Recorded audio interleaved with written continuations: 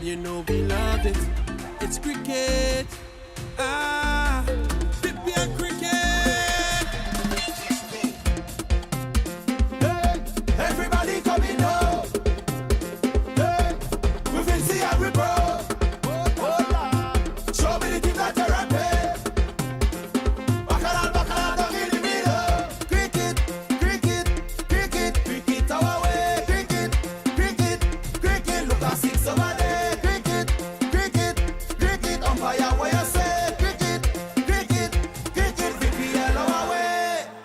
ITFX. Be bold. Be loud. Go live. Anytime, anywhere.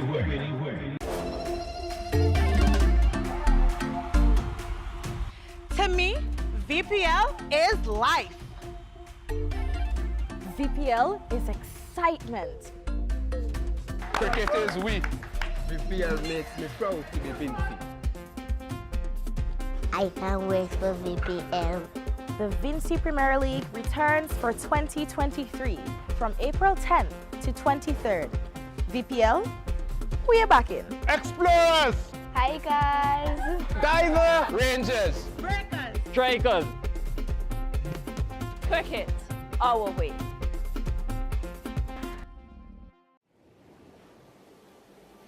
I've been to a place and fell in love with every moment. The sounds I heard, the touch I felt, the views I saw, the fresh flavors, the beautiful craftsmanship, the people I met, the celebration of freedom, the scenic nature. There's only one way I can describe this place, and it's by its name. Welcome to St. Vincent and the Grenadines. Welcome to my country. Welcome to our islands.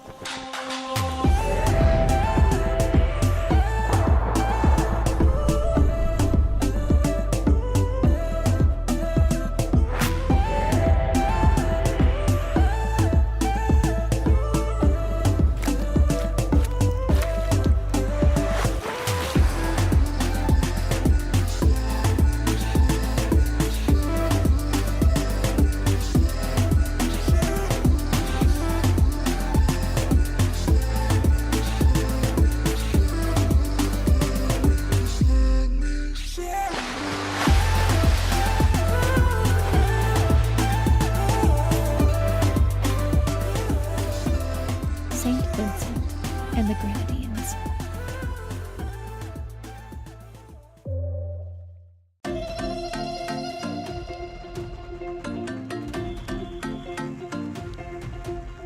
Hello and welcome to a VPL T10, VPL5 T10 team preview. I am Stacey and Adams. It's time to have a look at the Dark View Explorers. They're a team that's of capricious in nature. It's always would they or wouldn't with this team. They were finalists in VPL3 and they finished fourth in the last edition. I have with me Alanson Cookshan and Kenry Martin, who was the coach in VPL3 when they were near champion. Well, I'll kick the ball off here. I started it. Explorers never really have big players, but what they have done is play together as a team. And once you play as a team in a tournament, then you get good results. So they would be banking on that as they normally do, but they would have to be led in accordance to that. All right, you were so excited to talk about your past. You didn't introduce yourself to the viewers, you know? Didn't tell anybody hi. Hi, this is Kenry Martin. How are you doing? We couldn't wait to get to talking about the Dark View Explorers. Alanson Cookshan. Yes, good day everyone, wherever you're watching us from today. So we are here, previewing one of the teams in VPL5, the Dark View Explorers. As Kenry mentioned, they have been sort of up and down in the tournament from the inception. And I think I don't know if they have gotten over VPL3 because we all remember that finish. I think that was probably one of the actual closest finish that we have had in a VPL final. We got down to the last ball and the team lost by 1 run. But the Explorers, they would be looking to have a good tournament. They have a lot of very important local players, prolific players within all local competitions. who would want to, show that they can vie with some of the other teams who have a lot of, former internationals in their batting lineup and so on. So they want to show that, we can compete and we can actually be right in the mix with everybody. All right, let's have a look at the full squad for the Explorers this year. They have Roman up there. He's the captain. Chelson Stoke, Shaman Cooper, Darren Grains, Kenson Dalzell, Rickford Walker, Darius Martin, Otis Matthews, Ryan Everett, Shadrach Discarting, Denson Hoyt, Cylron Williams, Tilron Herring, and Elron Dasco. Something to note there, guys. They have a new captain, Romano Pay. In the previous editions, they were captained by Lyndon James. He is no longer at the helm of this team. He is now the coach of the strikers team. So that's something to unpack there for the Darkview Explorers. How do you think they'll go with a new captain, a new man at the helm, something they're not accustomed to? Well, Pay has led this team in batting. He's accustomed to the players. Leadership is something that he has now gotten into. So he needs to just adjust and play his role as captain. You have Graves, you have Hooper who have been there with him. So he knows the players. So I don't think that would be a problem for Pierre. The thing with it is that once he uses his players and he play the game that he's accustomed to play, I think he would do a very good job as captain. I just wanted Kenroy to answer that question. I wanted to get his thoughts on the new captain. I wanted to get his thoughts on the new captain, as he was Farha coach. But we selected a best 11 for this squad. In terms of the bowling, what can you expect from the Darkview Explorers this year, Alan? Sorry. But as a personnel, we I was going to name the entire 11. We had Pierre, we had Graves, Hooper, Emirates, Shadrach Discard, Rickford Walker, Stowe, Ron Williams, your leg spinner, Tilron Harry, Denson Hoyt, and Darius Martin in our 11. So in terms of the bowling, we had here Stowe as an all-rounder. He has been effective in the middle overs in some of the past VPL games. Ron Williams, he had a very good VPL3, both with bat and ball. The young leg spinner was very, very instrumental in then getting to the final in that edition. So they'll be depending a lot on his performance if they want to have a very good finish this year. Hoyt, useful medium pace bowler, bowls a lot at the end, has some variations.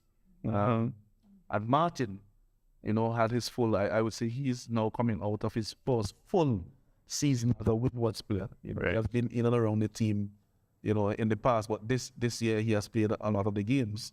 And so he will be looking to bring that experience as an opening bowler to this team, and he'd want to be more incisive.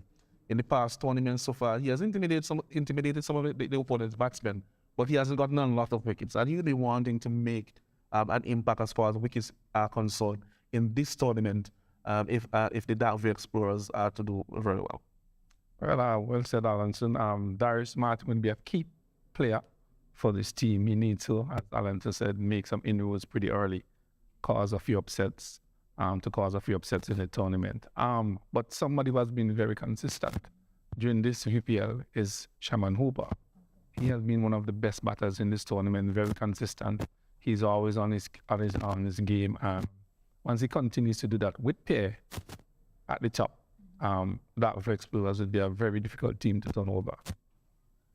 We also have Red Emirates, former West Indies all-rounder, still playing from time to time on the circuit, but he will bring a wealth of experience. He has more than 100 T20 games in his career. So he will be looking to bring his experience to the fore for the Darkview Explorers and to pass that on to the other players around him, both with bat and ball. And if that happens and they can, get that information and that make use of that wealth of knowledge very quickly, then, they can upset many of the teams in this tournament because, as you said, cricket is on the day. Just staying on Riyad Emirates for a little bit. We know he's known as a bowler on the circuit, but we know he's also handy with the bat. Where do you think they'll use him? Do you think they'll use him in the top half, maybe like the pinch hitter? What are your views on that? I think he will be used in the middle. He's pretty good at striking the ball as well. He bowls a very heavy ball. So they might use him at the back end as well because Martin is up front. Also, what could be done with him as well, as you mentioned it before, is use him as a pinch hitter. But would you want to disturb that opening partnership between Graves and Pierre? That is something that they would have to look at. Then I have a look at the player we think will make the most impact in this tournament. I'll start off and I selected the leader. I selected Romano Pierre. I think captaincy will bring out the best in him. I think he's a player that enjoys responsibility. I remember having a chat to Martin and you mentioned when you were selecting your team for BPL Grey, you made sure you got him. And with one other person, I can't remember the name right now, but I do remember that you said if you wanted to get Romano Pierre, I played up because in VPL3, he was a leading run scorer. He had 306 runs. In fact, it's the highest tally of runs in any edition so far. Romano Pierre, 306. I think that's because roles were clear at that time and he was given responsibility. So I think he performed with the bat for his team because of that responsibility. So what about you, Adam?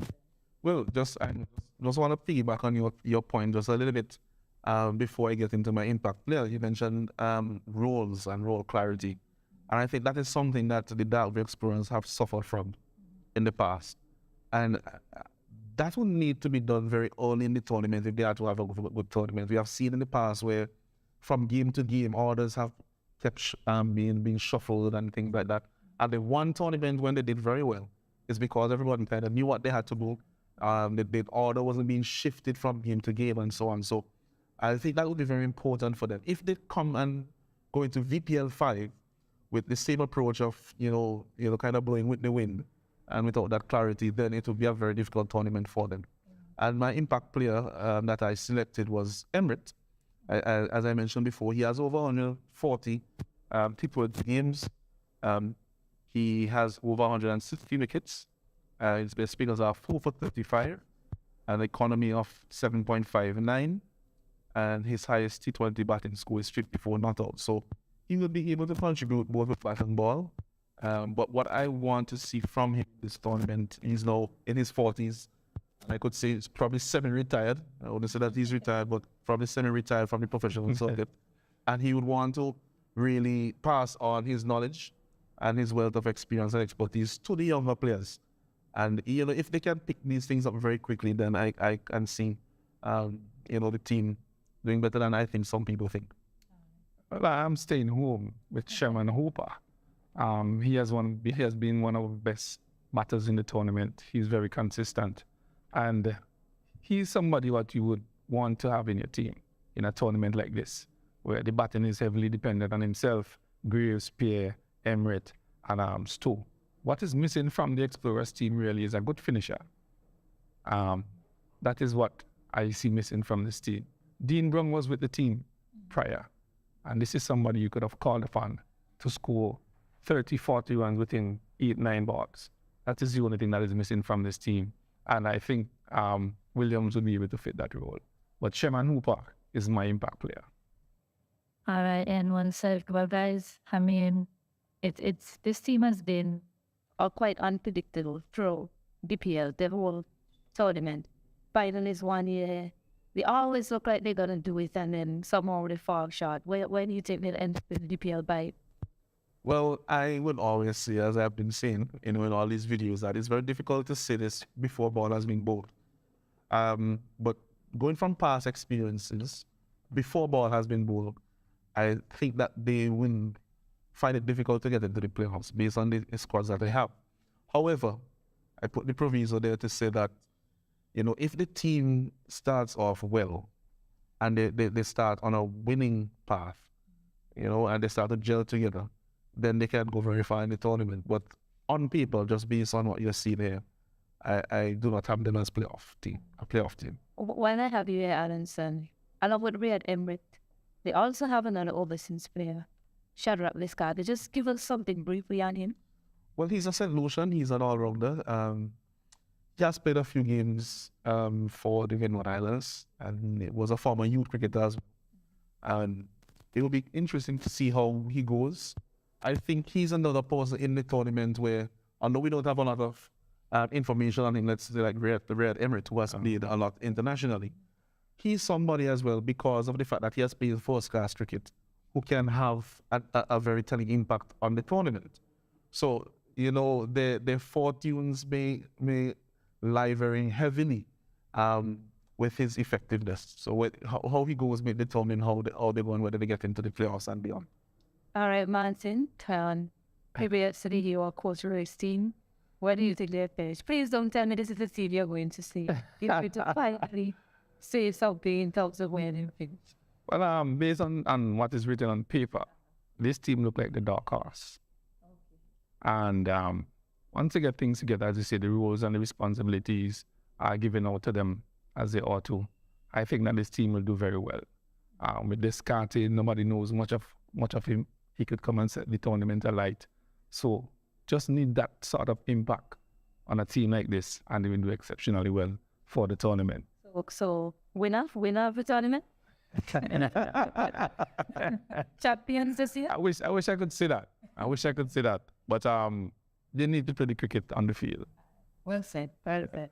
Well, still hasn't said where they will finish. I'm not talking about you. About they would finish somewhere. He's leaving. He's leaving it on the outside. He's leaving it. Left to be seen on the day, right? Yes. All right. Well, that concludes the team preview for the Dartview Explorers. A reminder that we do a preview on each team in this VPL T10 tournament. Tune in at VPL T10 on Instagram, Facebook, and YouTube. And remember, the action kicks off on April 10th and finishes on April 23rd. So thanks for watching, guys. ITFX. Be bold. Be loud. Go live. Anytime, anywhere.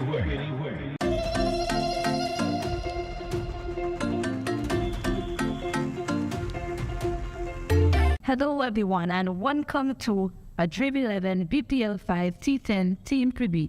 We are going to have a look at the Grenadines Divers. Despite playing fiercely and passionately throughout this tournament, they always find themselves at the bottom of the table. Their best finish ever is fifth in this competition. What can the Grenadine Divers do to kind of get themselves above water in this VPL5? I have with me, Alanson Cruikshank and Kenroy Bassi.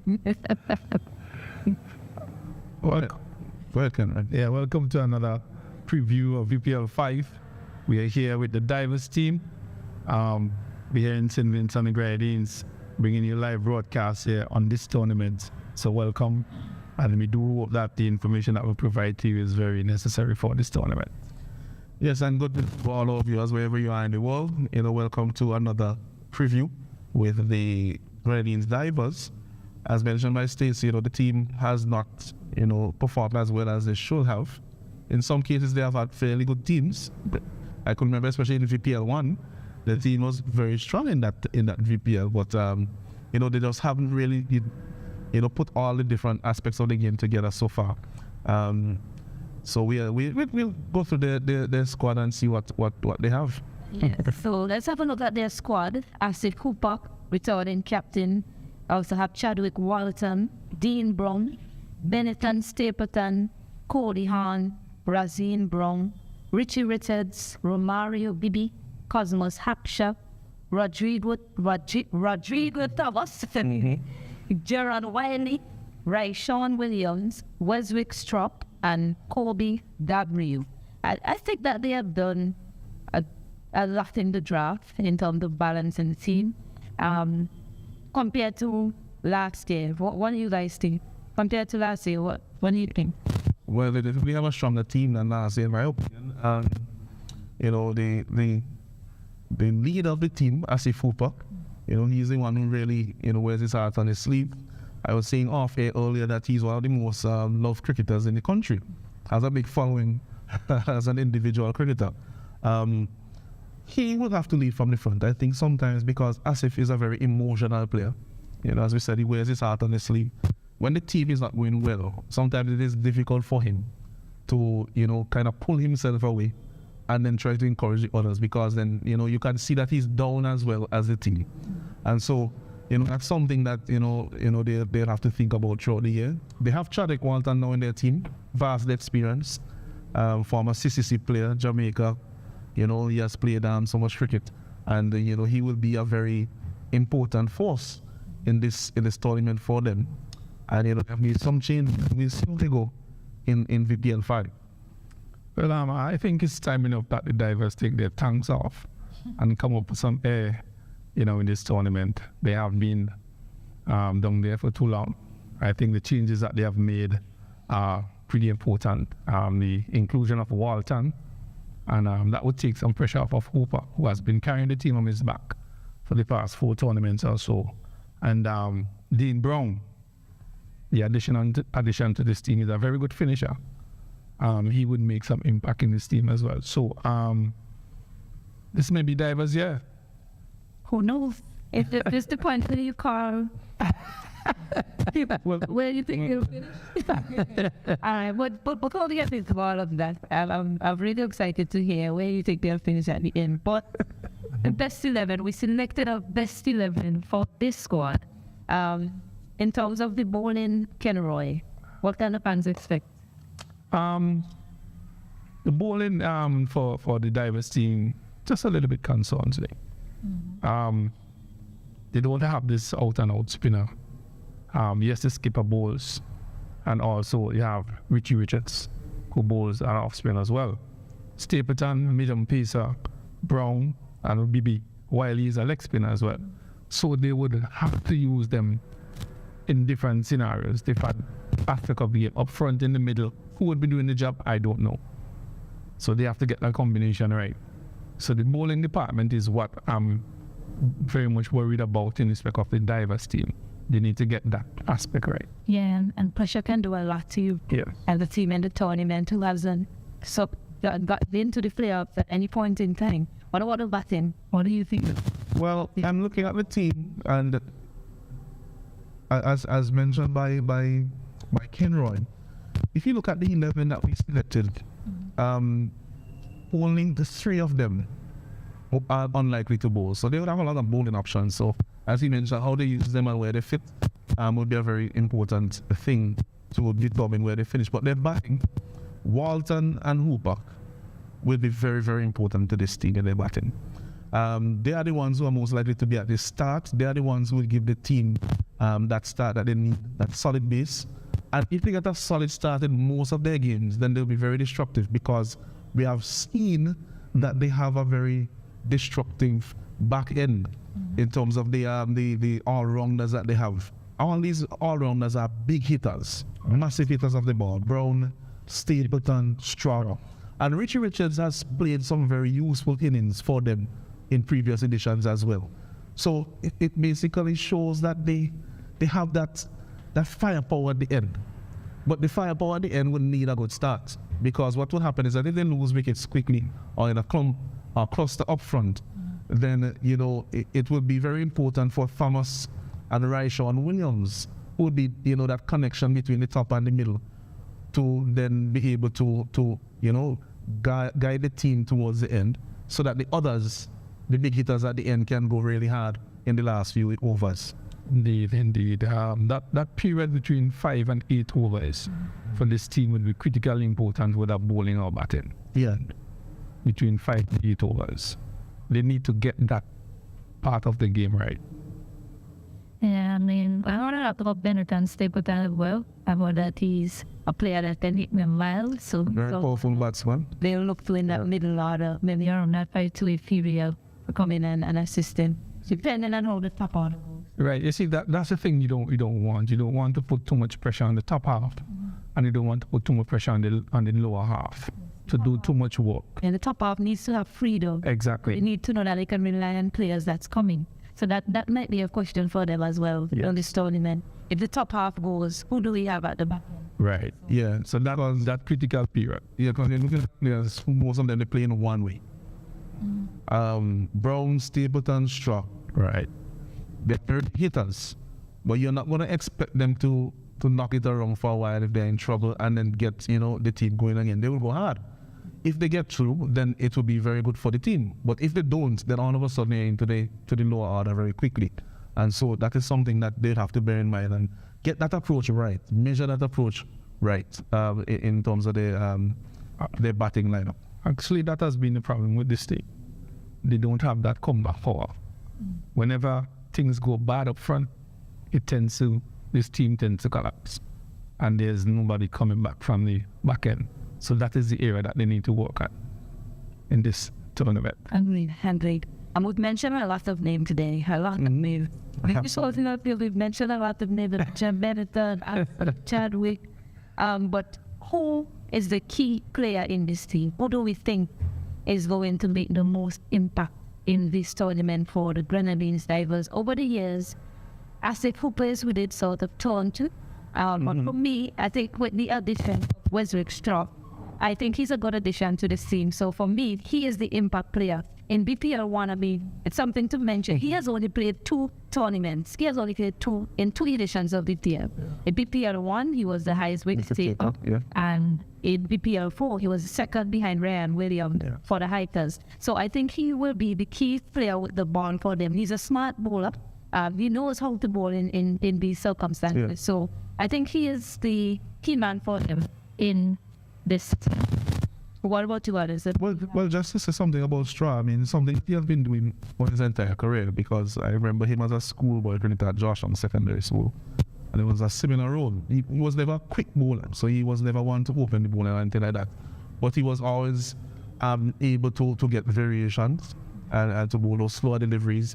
And because he himself is a very aggressive batsman, he has the ability, when the batsmen are being aggressive at that point in the game, to kind of have an idea of what they will be trying to achieve and to combat that. It's just to mention, 2 tournaments, he's only played in 2 editions, and he has 24 wickets. Yeah. So that says a lot about the way he bowls in the tournament.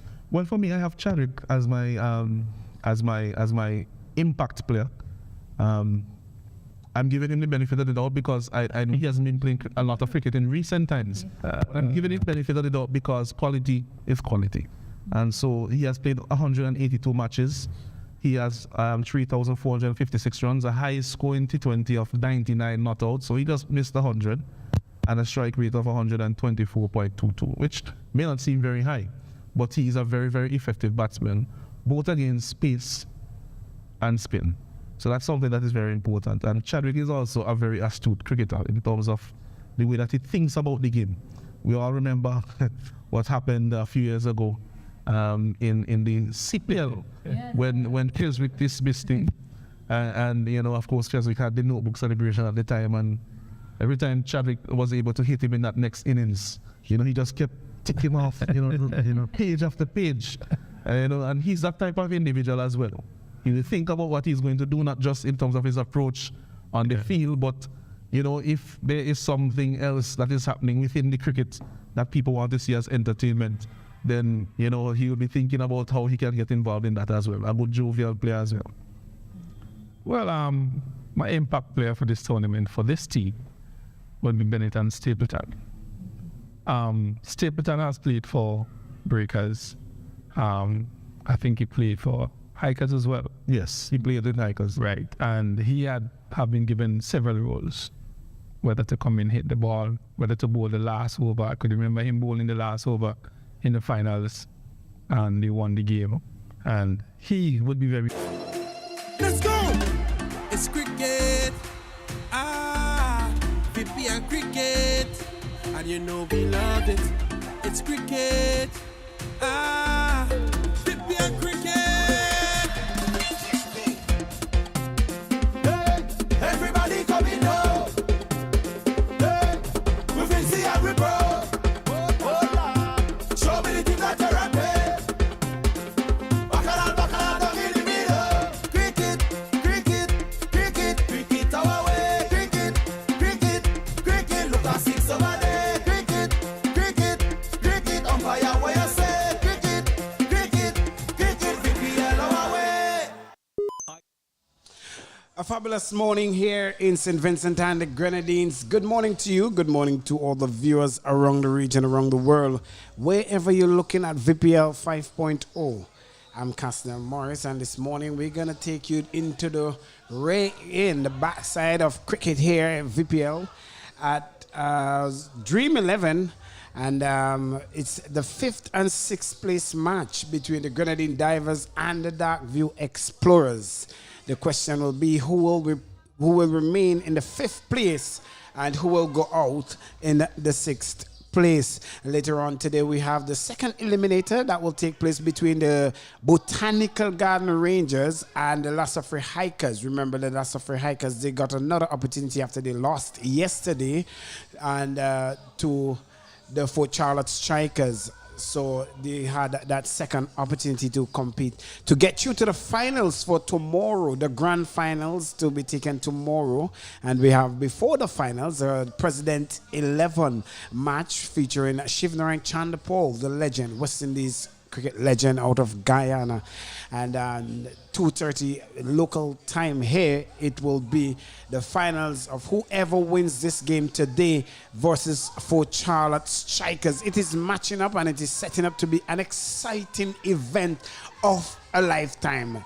Seems as though all are set and ready to go, but we have the matchup between the 5th and 6th place, as I said earlier on, with the Darkview Explorers and the Grenadine Divers. Take into consideration that it is not to say that these teams are not competent to be in the top 3 or the top 1 or the finals per se, but because of, you know, getting things right and different elements of the game may not have somewhat worked for them, they are now battling for that position. As we see, most of the players, they're getting their drills in, and we'll have exciting cricket coming up for you.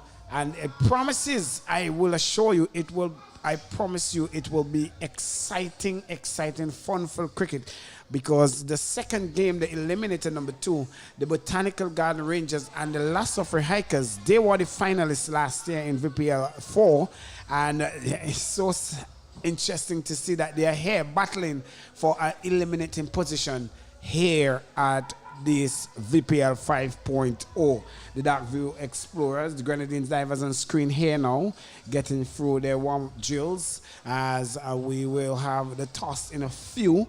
And just to give you a little backdrop, Shedrack Descarte for the Darkview Explorers, he was very successful in this VPL 5 for the Darkview Explorers, getting a number of runs. At one point, he was the leading run scorer for his team, but the team have not really pulled it off as they would have gotten there. Got out some close calls.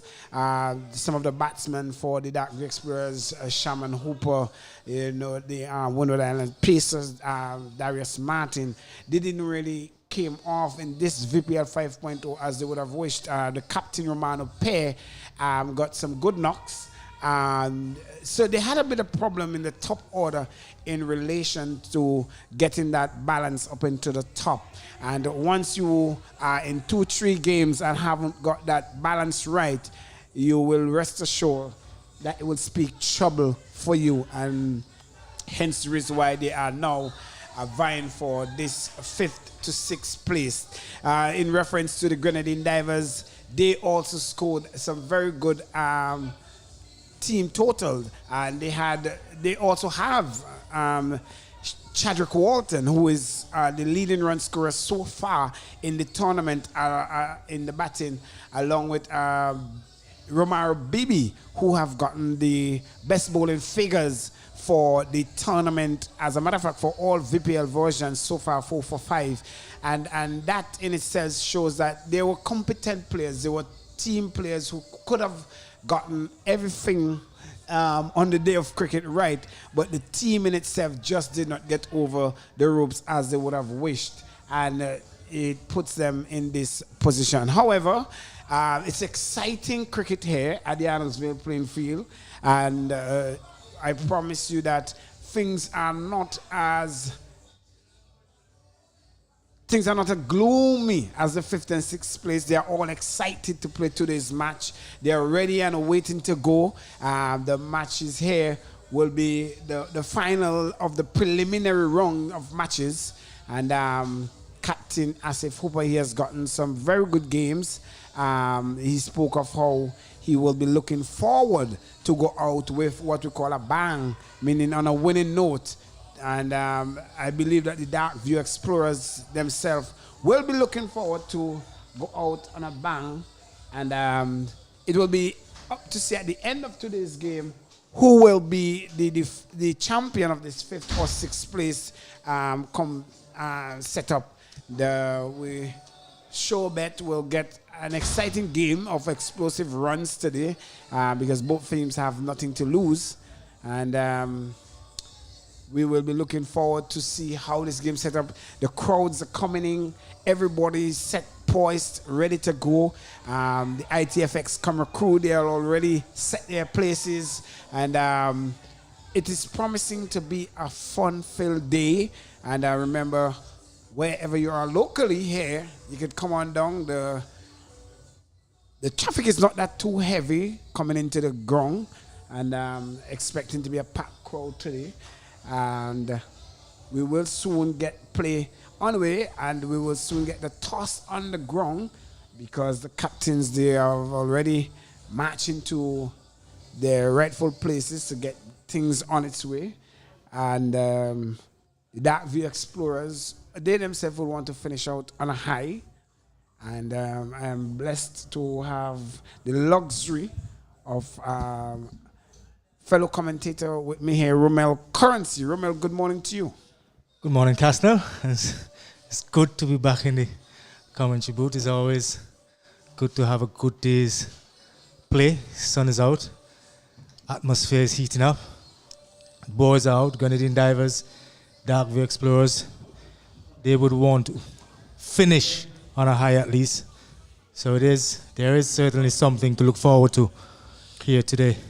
Lovely cricket still to watch here at Annisville. We've been blessed with good weather condition all through the tournament. I believe only one game per se was somewhat disturbed by the sun, but it did not really hinder the tournament much. And we must be giving thanks to that. Good sunshine, and I believe this will go straight into the second match. Yep. Good weather. Good weather here in the Caribbean. Sun is out. I think that's probably one of the reason why the outfield throughout the tournament has been lightning quick. The batters obviously didn't complain as soon as the ball left the bat most often than not. It scorched the outfield. It's very, very hot here in the Caribbean. And of course, we are always grateful when the sun is out. We'll much prefer that than when the clouds are out. Well, talking about that, it will be interesting to get the result of the toss. We go right down to the middle where Stacey, and she has both captain with her. All right, it's time for the toss here in the 5th place playoff between the Grenadines Divers and the Dark View Explorers. I have with me match referee Mr. Selwyn Allen and the two captains, Romano Pair of the Dark View Explorers, Asif Hooper of the Grenadines Divers, and Asif has the coin. Call his head.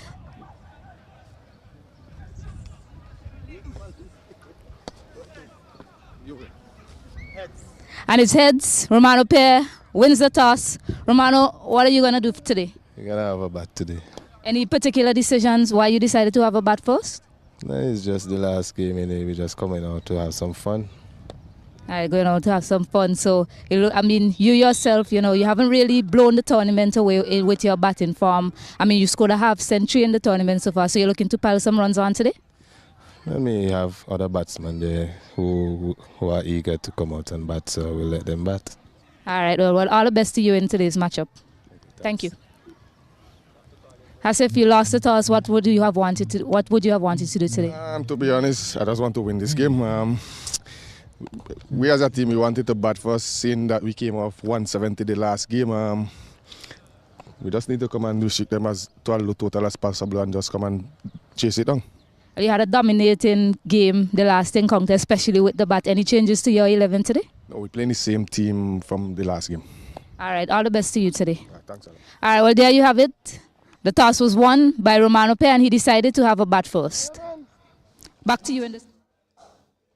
Thank you very much, Stacey. And I still have in my presence here Romel Currency. Romel, the toss won by Darkview Explorers. They choose to bat. What do you take of that decision? Well, I'm not surprised that they chose to bat. I know Romano Pierre, the captain, he had one or two good innings. This is the last game. They would want to feel as less inhibited as possible, because when you're batting first, you really don't have that scoreboard pressure. And I'm guessing that is why the Darkview Explorers decided that they wanted to take first knock. They have some good players in their mix, of course. Ceylon Williams, the captain himself, I mentioned him. Travis Shaman Hooper, he started bowling and he has done fairly well for them. Nevin Stewart, we can't forget Nevin Stewart. I think he's somewhere in the tables, so he has something there to give to us again, hopefully. And hopefully the other players would come to the table. Yes, and in terms of the Darkview, the Grenadine Divers, as a Hooper captain, he has not really, earlier on in the party, he has struggled much with the bat, but we know him much for the bowling.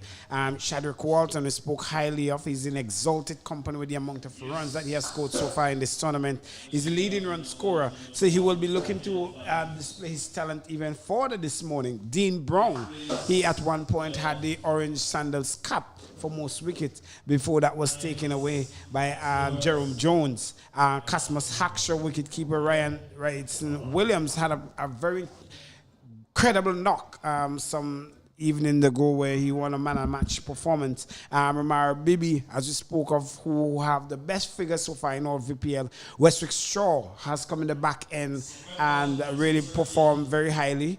Richie Richards, Razin Brown, Cody Horn to top it off, and Benetton Stapleton. So it's an exciting game that is set up here for you, and we will take a short break, and when we come back we have live action for you here at the Islandsville playing field for this 5th and 6th game. We'll take an Island Safe short break at this Dream 11 VPL 5.0. Let's go! It's cricket. VPL cricket. And you know we love it. It's cricket. VPL cricket. Everybody coming home. Hey, we will see how we bro. Show me the team that you're rapping. Bacala, down in the middle. Cricket, cricket, cricket, cricket our way. Cricket, cricket, cricket. Look at 6 over there. Cricket, cricket, cricket. Umpire where you say. Cricket, cricket, cricket. VPL our way. ITFX. Be bold. Be loud. Go live. Anytime, anywhere.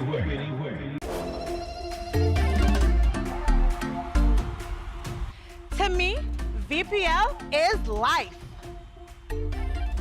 VPL is excitement.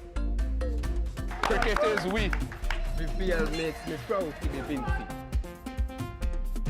I can't wait for VPL. The Vinci Premier League returns for 2023 from April 10th to 23rd. VPL, we are back in. Explorers!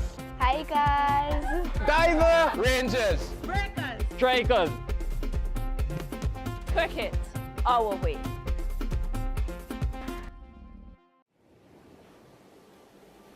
I've been to a place and fell in love with every moment.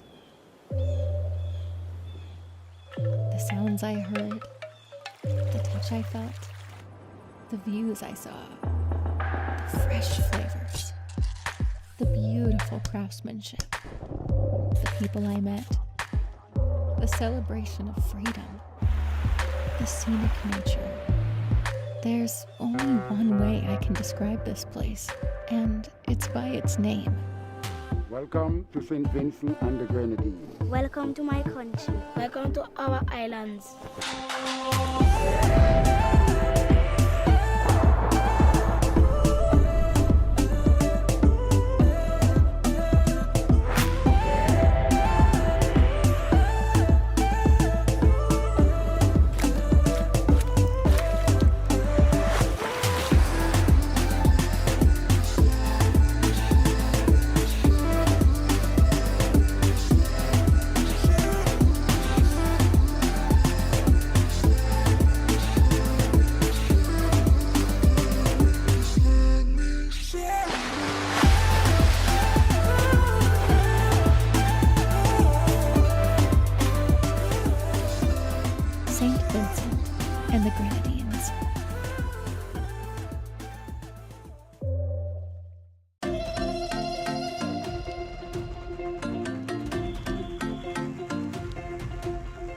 Hello and welcome to a VPL T10, VPL5 T10 team preview. I am Stacey Adams. It's time to have a look at the Dartview Explorers. They're a team that's of capricious in nature. It's always would they or would they with this team. They were finalists in VPL3 and they finished fourth in the last edition. I have with me Alanson Cookshan and Kenry Martin, who was the coach in VPL3 when they were near champion. Well, I'll kick the ball off here. I started it. Explorers never really have big players, but what they have done is play together as a team. And once you play as a team in a tournament, then you get good results. So they would be banking on that as they normally do, but they would have to be led in accordance to that. All right, you were so excited to talk about your past. You didn't introduce yourself to the viewers, you know? Didn't tell anybody hi. Hi, this is Kenry Martin. How are you doing? We couldn't wait to get to talking about the Dartview Explorers. Alanson Cookshan. Yes, good day everyone, wherever you're watching us from today. So we are here, previewing one of the teams in VPL5, the Dartview Explorers. As Kenry mentioned, they have been sort of up and down in the tournament from the inception. And I think maybe, I don't know if they have gotten over VPL3 because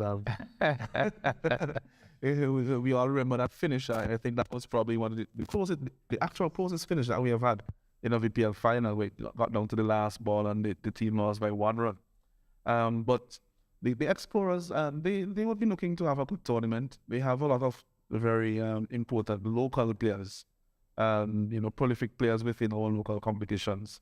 Who would want to, show that they can vie with some of the other teams who have a lot of, former internationals in their batting lineup and so on. So they want to show that, we can compete and we can actually be right in the mix with everybody. All right, let's have a look at the full squad for the Dartview Explorers this year. They have Roman up there. He's the captain. Chelson Stoke, Shaman Cliffoff, Darren Grains, Kenson Dalzell, Rickford Walker, Darius Martin, Otis Matthews, Ryan Everett, Shadrach Discarting, Denson Hoyt, Cylron Williams, Tilron Harry, and Elron Basco. Something to note there, guys. They have a new captain, Romano Pay. In the previous editions, they were captained by Lyndon James. He is no longer at the helm of this team. He is now the coach of the Strikers team. So that's something to unpack there for the Dartview Explorers. How do you think they'll go with a new captain, a new man at the helm, something they're not accustomed to? Well, Pay has led this team in batting. He's accustomed to the players. Leadership is something that he has now gotten into. So he needs to just adjust and play his role as captain. You have Graves, you have Hooper who have been there with him. So he knows the players. So I don't think that would be a problem for Pierre. The thing with it is that once he uses his players and he play the game that he's accustomed to play, I think he would do a very good job as captain. I just wanted Kenroy to answer that question. I wanted to get his thoughts on the new captain. I wanted to get his thoughts on the new captain. As he was Baha coach, but we selected the best 11 for the squad. In terms of the bowling, what can you expect from the Dartview Explorers this year, Alan? Sorry. But as a personnel, I was going to name the entire 11. We had Pierre, we had Graves, Hooper, Emirates, Shadrach Discard, Rickford Walker, Stowe, Cylron Williams, your leg spinner, Tilron Harry, Denson Hoyt, and Darius Martin in our 11. So in terms of the bowling, we had here Stowe as an all-rounder. He has been effective in the middle overs in some of the past VPL games. Cylron Williams had a very good VPL 3, both with bat and ball. The young leg spinner was very, very instrumental in getting to the final in that edition. So they'll be depending a lot on his performance if they want to have a very good finish this year. Hoyt, useful medium pace bowler, bowls a lot at the end, has some variations. And Martin, had his full, I would say he's now coming out of his first full season as a Woodwards player. He has been in and around the team, in the past, but this year he has played a lot of the games. And so he will be looking to bring that experience as an opening bowler to this team, and he'd want to be more incisive in the past tournaments so far, he has intimidated some of the opponent's batsmen, but he hasn't gotten a lot of wickets. And he'll be wanting to make an impact as far as wickets are concerned in this tournament if the Dartford Explorers are to do very well. Well said, Alanson. Darius Martin will be a key player for this team. He needs to, as Alanson said, make some inroads pretty early, cause a few upsets. To cause a few upsets in the tournament. But somebody who has been very consistent during this VPL is Shaman Hooper. He has been one of the best batters in this tournament, very consistent. He's always on his game. Once he continues to do that with pair at the top, that for Explorers would be a very difficult team to turn over. We also have Red Emirates, former West Indies all-rounder, still playing from time to time on the circuit, but he will bring a wealth of experience. He has more than 100 T20 games in his career. So he'll be looking to bring his experience to the fore for the Dartford Explorers and to pass that on to the other players around him, both with bat and ball. And if that happens and they can, get that information and that make use of that wealth of knowledge very quickly, then, they can upset many of the teams in this tournament because, as you said, cricket is on the day. Just stay on Red Emirates for a little bit. We know he's known as a bowler on the circuit, but we know he's also handy with the bat. Where do you think they'll use him? Do you think they'll use him in the top half, maybe like the pinch hitter? What are your views on that? I think he will be used in the middle. He's pretty good at striking the ball as well. He bowls a very heavy ball. So they might use him at the back end as well because Martin is up front. Also, what could be done with him as well, as you mentioned it before, is use him as a pinch hitter. But would you want to disturb that opening partnership between Graves and Pierre? That is something that they would have to look at. Then I have a look at the player we think will make the most impact in this tournament. I'll start off and I selected the leader. I selected Romano Pear. I think captaincy will bring out the best in him. I think he's a player that enjoys responsibility. I remember having a chat to you, Martin, and you mentioned when you were selecting your team for BPL Grey, made sure you got him. And with one other person, I can't remember the name right now, but I do remember that you said if you wanted to get Romano Pear, I paid up because in VPL 3, he was a leading run scorer. He had 306 runs. In fact, it's the highest tally of runs in any edition so far. Romano Pear, 306. And I think that's because roles were clear at that time and he was given responsibility. So I think he performed with the bat for his team because of that responsibility. So what about you, Adam? Well, I just want to piggyback on your point just a little bit before I get into my impact player. You mentioned roles and role clarity. And I think that is something that the Dartford Explorers have suffered from in the past. And that will need to be done very early in the tournament if they are to have a good tournament. We have seen in the past where from game to game, orders have kept being shuffled and things like that. At the one tournament when they did very well, it's because everyone kind of knew what they had to do. The order wasn't being shifted from game to game and so on. So I think that would be very important for them. If they come and go into VPL5 with the same approach of, kind of blowing with the wind and without that clarity, then it would be a very difficult tournament for them. And my impact player that I selected was Emirates. As I mentioned before, he has over 140 T20 games. He has over 160 wickets. His best figures are 4 for 35, an economy of 7.59, and his highest T20 batting score is 54 not out. So he will be able to contribute both with bat and ball. But what I want to see from him this tournament, he's now in his 40s. I could say he's probably semi-retired. I wouldn't say that he's retired, but probably semi-retired from the professional circuit. And he would want to really pass on his knowledge and his wealth of experience and expertise to the younger players. And, if they can pick these things up very quickly, then I can see, the team doing better than I think some people think. Well, I'm staying home with Sherman Hooper. He has been one of the best batters in the tournament. He's very consistent. And he's somebody what you would want to have in your team in a tournament like this.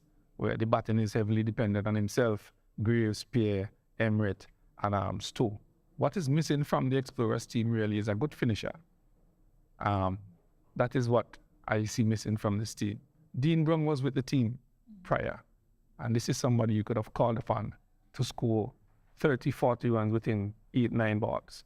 That is the only thing that is missing from this team. And I think Williams will be able to fit that role. But Sherman Hooper is my impact player. All right, and one side, well, guys, I mean, it's this team has been quite unpredictable through BPL, the whole tournament. Biden is 1 year. They always look like they're going to do it, and then somehow they fall short. Where do you think they'll end up with BPL by? Well, I would always say, as I've been saying, in all these videos, that it's very difficult to say this before ball has been bowled. But going from past experiences, before ball has been bowled, I think that they will find it difficult to get into the playoffs based on the squads that they have. However, I put the proviso there. Let's go! It's cricket. VPL cricket. And you know we love it. It's cricket. VPL cricket. Hey, everybody coming up. Hey, we will see how we pro. Show me the team that you're at. Bacala, don't give me the cricket, cricket, cricket, cricket our way. Cricket, cricket, cricket. Look at 6 over there. Cricket, cricket, cricket. Umpire what you say. Cricket, cricket, cricket. VPL our way. So welcome back to the Tranquil St. Vincent and the Grenadines, where we have the 5th place playoff between the Grenadines Divers and the Darkview Explorers, as we look at the lustrous mountain here. And Saturday morning here in St. Vincent and the Grenadines. And if you missed it earlier on, the toss was spun in the favor of the Darkview Explorers. They decided that they would take a bat. Still within the company, exalted company of Romel Currency. Romel, good morning. Good morning, Casnell, and good morning to all those listening to our voices here from St. Vincent and the Grenadines, the Dream 11 VPL tournament. Oh, how exciting and marvelous it has been over this last couple of days, Casnell. And of course, I look forward to this matchup between the Grenadine Divers and the Darkview Explorers. Make no mistake about it. Each team here would want to come out on top. Make no mistake whatsoever. This is the last match. Their minds would be at ease, have freedom to play shots. I expect a high scoring match here, Castle. I'm really looking forward to this matchup. And we have the two batsmen strolling out, and Navin Stewart and Shadrach Descati. As we know that Navin played a very good knock in his past 2 couple games. Shadrach, who was the leading run scorer at 1 point, and they will seem to start things and start it very quickly here for the Darkview Explorers. Yeah, the Divers, they really have to be careful here. They really, really have to be careful here. These 2 players, they are the most destructive players from the Darkview Explorers. They have to be careful. They really do have to be careful. They have come out for blood. You heard the comments from Romano this earlier on when the toss was spun. You heard it. People are coming out to kill. They want to kill the Darkview. I'm not sure if I should be using this sort of adjectives here today, but they have come out to have a lot of fun here today. Well, Captain Asif Hooper, who has led the attack most of the times for the Grenadine Divers, has ball in hand. 2 umpires standing. Umpire Jonathan Blade and Bayam have been doing an excellent job so far in the tournament. Shadrach will be the one on strike. He will look to finish off this tournament and put his hands up for drafting in the VPL next round. First ball. So, a quiet start. Romel, it doesn't ill speak of the competence of these 2 teams because they have gotten good games so far in the tournament. Yeah, the tournament has been quite competitive when compared to previous tournaments. So I was quite pleased to see that. There was almost never really a clear winner at the beginning of each game. So it was, and all that augurs good for the quality of the cricket and for the reputation of cricket here in St. Vincent and the Grenadines. And you talk about the competitive nature. Even teams like the Lassafre Hikers, who many people would think this one is gone. A straight delivery that was set up there and swept straight to the man at square leg, and the Divers make forced inroads, none for one. Yeah, Sherlock would be kicking himself. He would be kicking himself. He really would be kicking himself. He started slowly, an indication that he wanted to ensure that he had a good foundation, and the only attacking shot he went for, the only one, went straight to the man at square leg. Divers are in the ascendancy. Well, good start there. Very quiet start, what we're accustomed to. No runs on the board as yet. And as you see, Shadrach walked back very disappointed that he did not get enough of that. To the right or to the left of the fielder would have been 4. And the fielder was able to just put his hands up and get that one. As we see, another left-hander, Tilron Harry, who hasn't got much batting in this setup, comes to the crease. So I believe they're looking at the left and right combination. Yeah, definitely a change in the order. Romano Pierre has yet to appear. Tilron Harry is there. Yes, left and right combination, that normally works out best, but like I said before, I think they're going to stick with their game plans. They've decided to change it up a little bit to see if this game would result in would give a more favorable result. Left to be seen, of course. Straight to the most runs player, the Shadrach Walton with the blue cap, Sandals blue cap. Most runs so far. He has got a rich tournament coming for the first time for VPL5.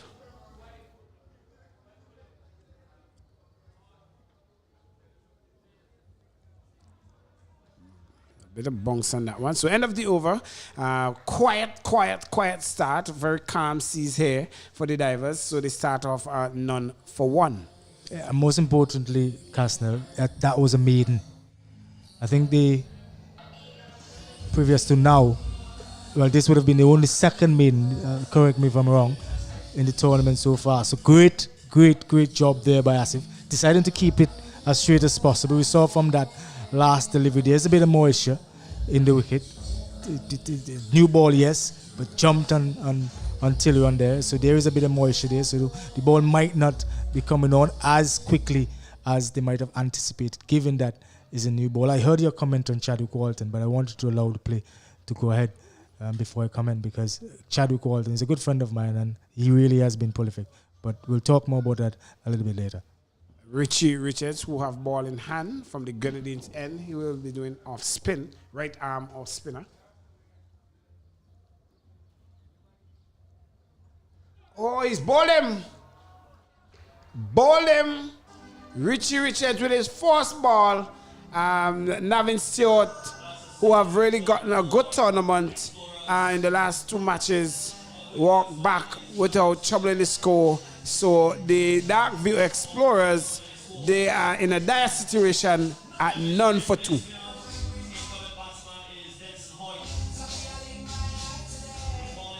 Yeah, that was really disappointing. Really disappointing there from Navin Stewart.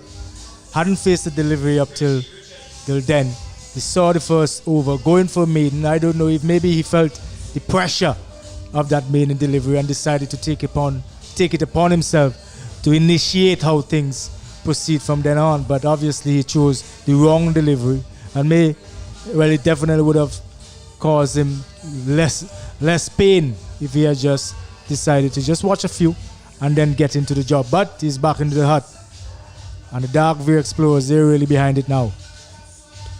Well, that ball did turn a bit, actually took the leg stump, and it appears now that the slower you bowl, seems as if some turn and bounces in this wicket. We saw that from the last ball from Captain Asif Hooper. And this delivery forced up, turn and took the leg stump. So none for two. Yes, if you're watching this scorecard, you just turn on your television. The Dark View Explorers won the toss, choose to bat first. They are none for two.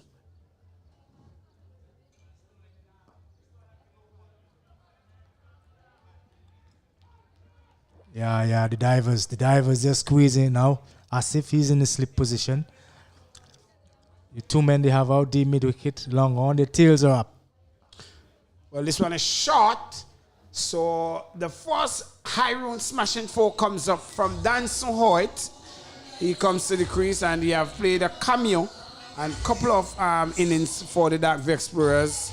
And Richie, who was fine wanting short this time, pulled away over square for four. Yeah, they really need some impetus. They really, really do. They're behind it. We are in the second over. Previous to that four, there was not a run on the table, so they're really behind it. Let's hope that Denson Hoyt is able to emulate shots like those again and get his team to a formidable total here today. We will need many more like this. This one is a diving effort in front of the man at square and eluded him. And as they go for two more runs to the total. Yeah, so Denson seems to be very busy at the crease. Yeah, there's that pressure. They know they can't get anything less than 100. You've seen how the tournament is play out. Anything less than 100, you're asking for trouble. This angle down the left side. Force extra for the morning. So wide signal there by umpire Bayam.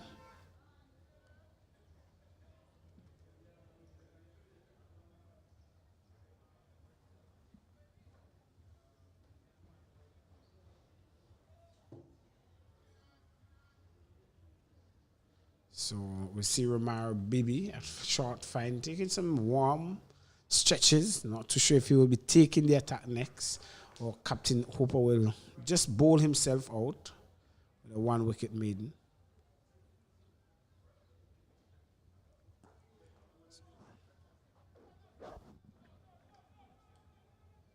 So one more to the total.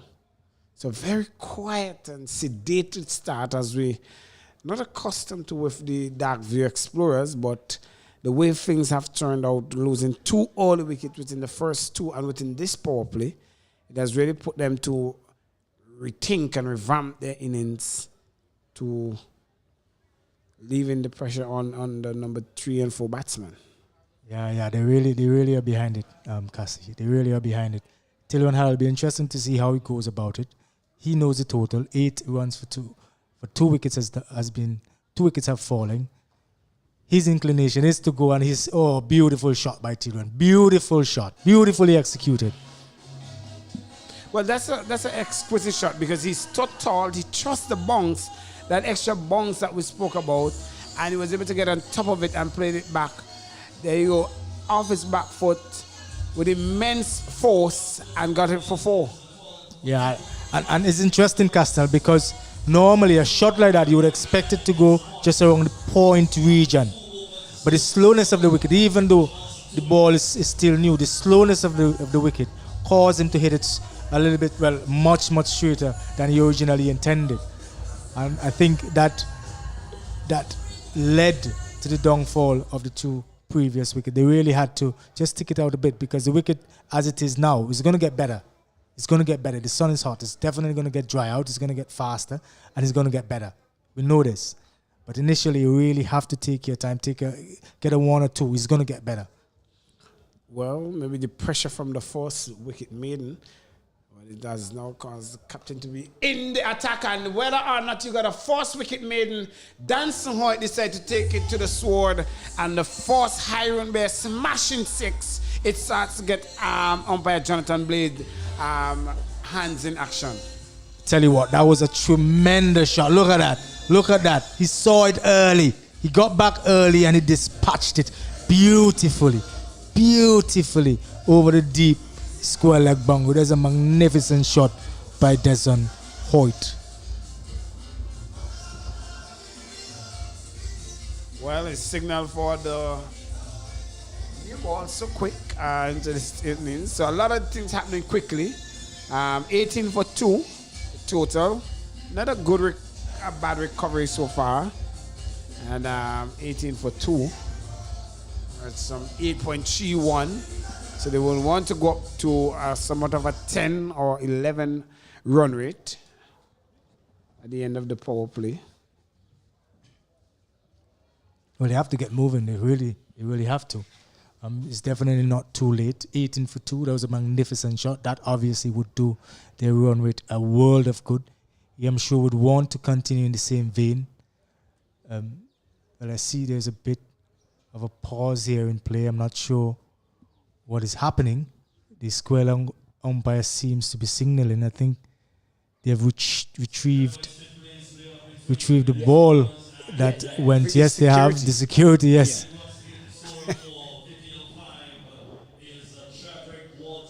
The security held the ball hostage a bit there. Well, he went looking for it.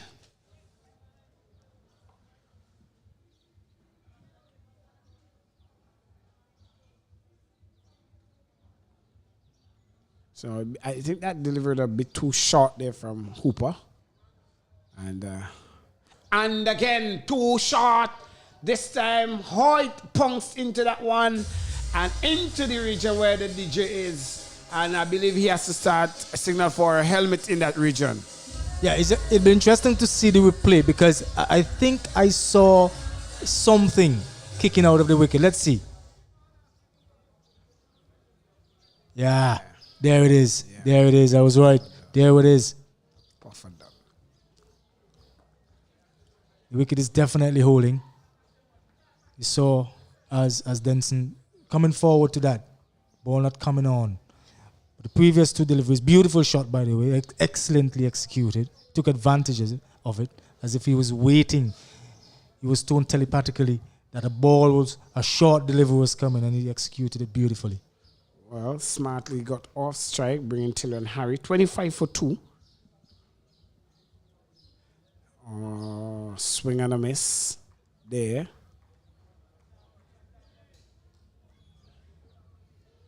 Run rate is not too bad. It's just 9.38, but it's not too bad at all given how they started, huh? Now, I wonder if Tiller and Harry understands the role because Denson Hoyt is the one that is attacking. Denson, is attacking. So I believe his role is more to give Denson more of the strike because you don't want him to get cold on you. It's a good point, but I'm mindful that we're talking T10 cricket. We haven't really seen a scenario where somebody would have come in and just tried to rotate strike. Yes, for the tail enders, but at the top of the order, we're talking here about number 3 and a number 4.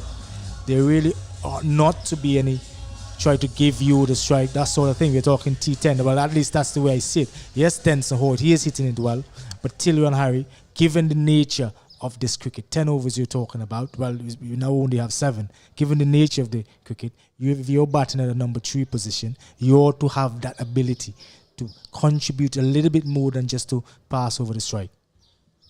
Well, and in the same vein, you don't want to lose a third wicket in doing so. What? They're 25 for 2 after 3, going into the last over of the power play here. Then so it is 20 from 7, Tiller and Harry 4 from 6. We want to get some more out of this over. This is the last over of the power play. I'm sure Denson Hoyt, being in the mood he is in, he will be looking to dispatch anything that's slightly short.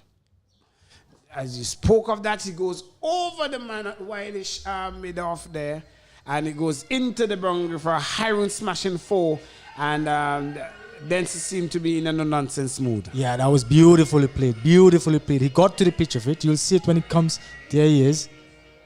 He's floated, as you said, Carlson. And beautifully played. He leaned back to get that elevation that he needed to get the ball over the mid-off. Beautifully played by Denson Hoyt. Well, with Denson Hoyt in such a mode, I think that delivery was flighted too much. And as you rightly said, it's a slow track. This one is angling down the leg side a bit. Half-hearted appeal by Richie. He's pulling a little bit flattered there, I noticed. First, the delivery that he got hit for 4, he flighted it, as you said, but going a bit flatter this time around. So Dempsey is using what we would normally term as a long handle, his bat grip. His bat grip is allowing him to get as much reach to that ball than if he's playing more so of a seamer. That's the leverage, that's the leverage. He's looking for leverage. Interesting, because I didn't really notice that. It was a good point out there, Cassie. He really does have a long handle grip, as we would say here in St. Vincent, looking to dispatch anything that comes close. Well, a good comeback to the over there from Richie. Close off the over. Just 4 to close off the power play. At the end of the power play, it's 29 for 2. The Dark Explorers and the Grenadine Divers will feel as if they had the better of the power play. Yeah, the divers certainly would be happy. Would be the happier team at this point. And the score is 29 for 2 after 4 overs. Current run rate of 7.25. That sort of score throughout the tournament we have seen has not proved to be a difficult score to chase down. So definitely the divers would feel that they would have come out of the power play the better side. Well, Dean Brown, he will be taking up the attack now from the commentary booth end. And Dean, who has gotten a good season so far, he has been once in the battle for the Orange Cup, the Sandals Orange Cup for most wicket, but he has gotten overtaken by Jerome Jones of the Fort Charlotte Strikers. He has gotten a good season so far with ball in hand, not with bat. He's normally a dude that can dispatch the ball over the ropes, but haven't gotten the batting part of it so far. So first ball from Dean. So it's pulled down the ground. Taken, Bennington Stapleton takes the catch. Dean Brown, and I think that in itself was a reckless shot there by Tillon Harry, who never seemed to get things on its way. Yeah, Tillon, the pressure would have been on him. Yeah, he had batted a couple dot deliveries. I think the last over he faced 3 dot deliveries. So he must have felt the pressure. He must have felt the inclination to say, hey, any delivery that comes my way, any slight delivery, I am going for it. And he didn't wait to see what Dean Brown was going to offer. He decided to go for it. And we all know that Bennington Stapleton, he has good hands. I think he was at one point the leading catcher of the tournament. But yes, the Tillon Harry, he has to go. The divers again are in the ascendancy, and the Dark Explorers, they really have to fight on now. Well, Bennington Stapleton, who took that catch, has now put himself for the lead, one of the Island Sips bucket hands, and he has taken some 9 catches so far, and he will be vying for that top position as we see Shaman Hooper. Shaman Hooper comes to the crease, and Dark Explorers 29 for 3. Shaman Hooper, he hasn't really had a notable tournament to speak about. We know him in the earlier versions of the tournament, coming at the very top and doing quite well for the franchises that he played for. So it's kind of disappointing for him, I'm sure, and for us who know him here in St. Vincent, not to see him bat in the accustomed way as we know him to be able to.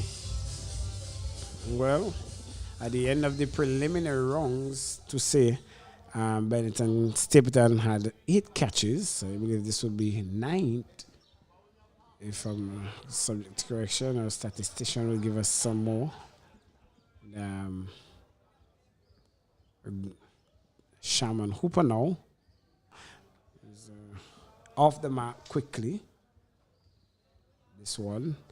And that's the aspect of the cricket for the Darkview Explorers that they have not really meshed too much, caused them to be in this position. When you look at the players they have, and these are players who are top quality cricketers. Darius Martin, who is also performing for the Windward Islands in this season, he haven't really got much wickets to see in this VPL.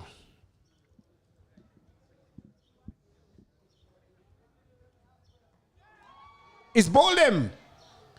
Reckless shot there by Denson Hoyt, and it brought the downfall to the 4th wicket for the Darkview Explorers. They are now 30 for 4. Yeah, that really has summed up the way the cricket has gone for them throughout the season. Brilliance in patches, of course. But the all-round cricket, the all-round quality that you would have expected at the start, just wasn't there. You mentioned Darius. You know, we have seen him playing for the Windward Islands franchise, doing quite well in the first 2 games that he played. But he really hasn't come to the table. Quite a number of other players. And they really would have to do a lot of thinking in the post-tournament round table discussions. So they really have to do a lot of thinking and come back stronger for next year's VPL. Well, that takes Brown to a 2nd wicket there in the tournament, in the over, and is now 1 for 2, and brings Chelston Stowe to the crease.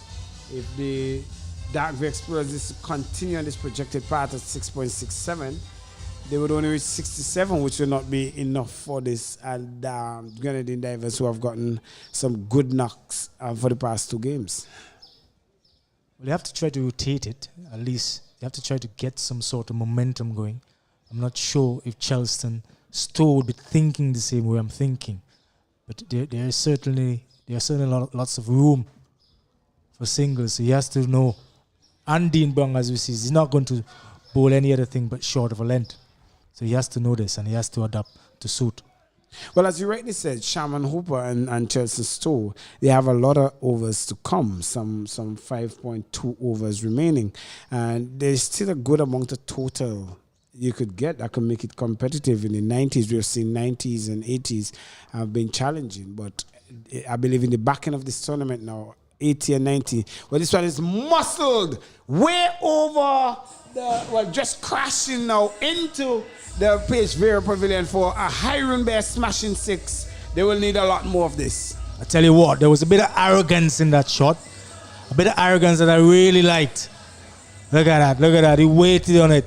He knew it was coming. He had picked up miraculously the pace of the wicket from the very first delivery. He was watching from outside. I'm sure he would have spoken to the batters who would have gone out before him and would have recognized the slowness of the wicket. And Chelston Stowe, he was able to dispatch it beautifully over the long on boundary. Chelston Stowe. Well, that brings the over to an end at 36 for 4. Darkview Explorers batting first. They have won the toss, choose to bat first. 36 for 4. Well, one more ball to come, One more ball to come in this over. So Dean Brown, a bit of, I would not say it's a bad over so far. It's that 1-6.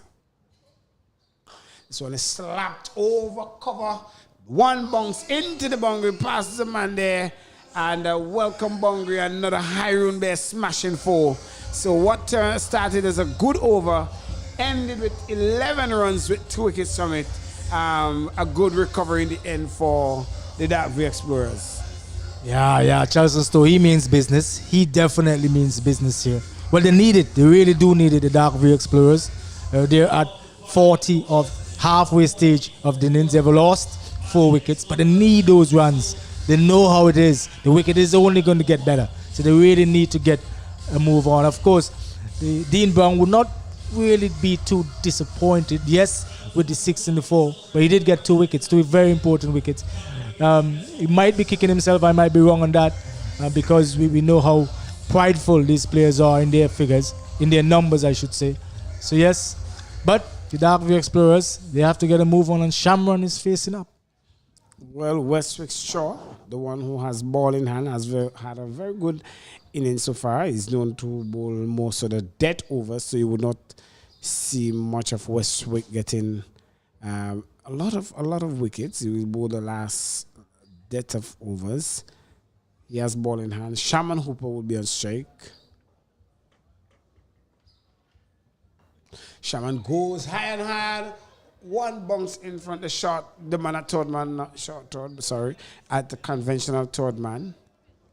The Hooper swinging hard at that one.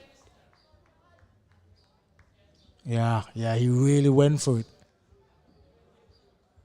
Wow, late movement there by Romaro Bibi. It's a reaction from the point fielder. Thought that Bibi should have made a more valiant effort. Yeah, Romaro. Bibi trying to ensure that he doesn't damage himself. I know he's probably thinking of the overs that he has to go and bowl.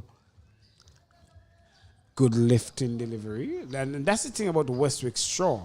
He varies his pace, and you have to be very vigilant as a batsman because he has that one that could zip off the turf.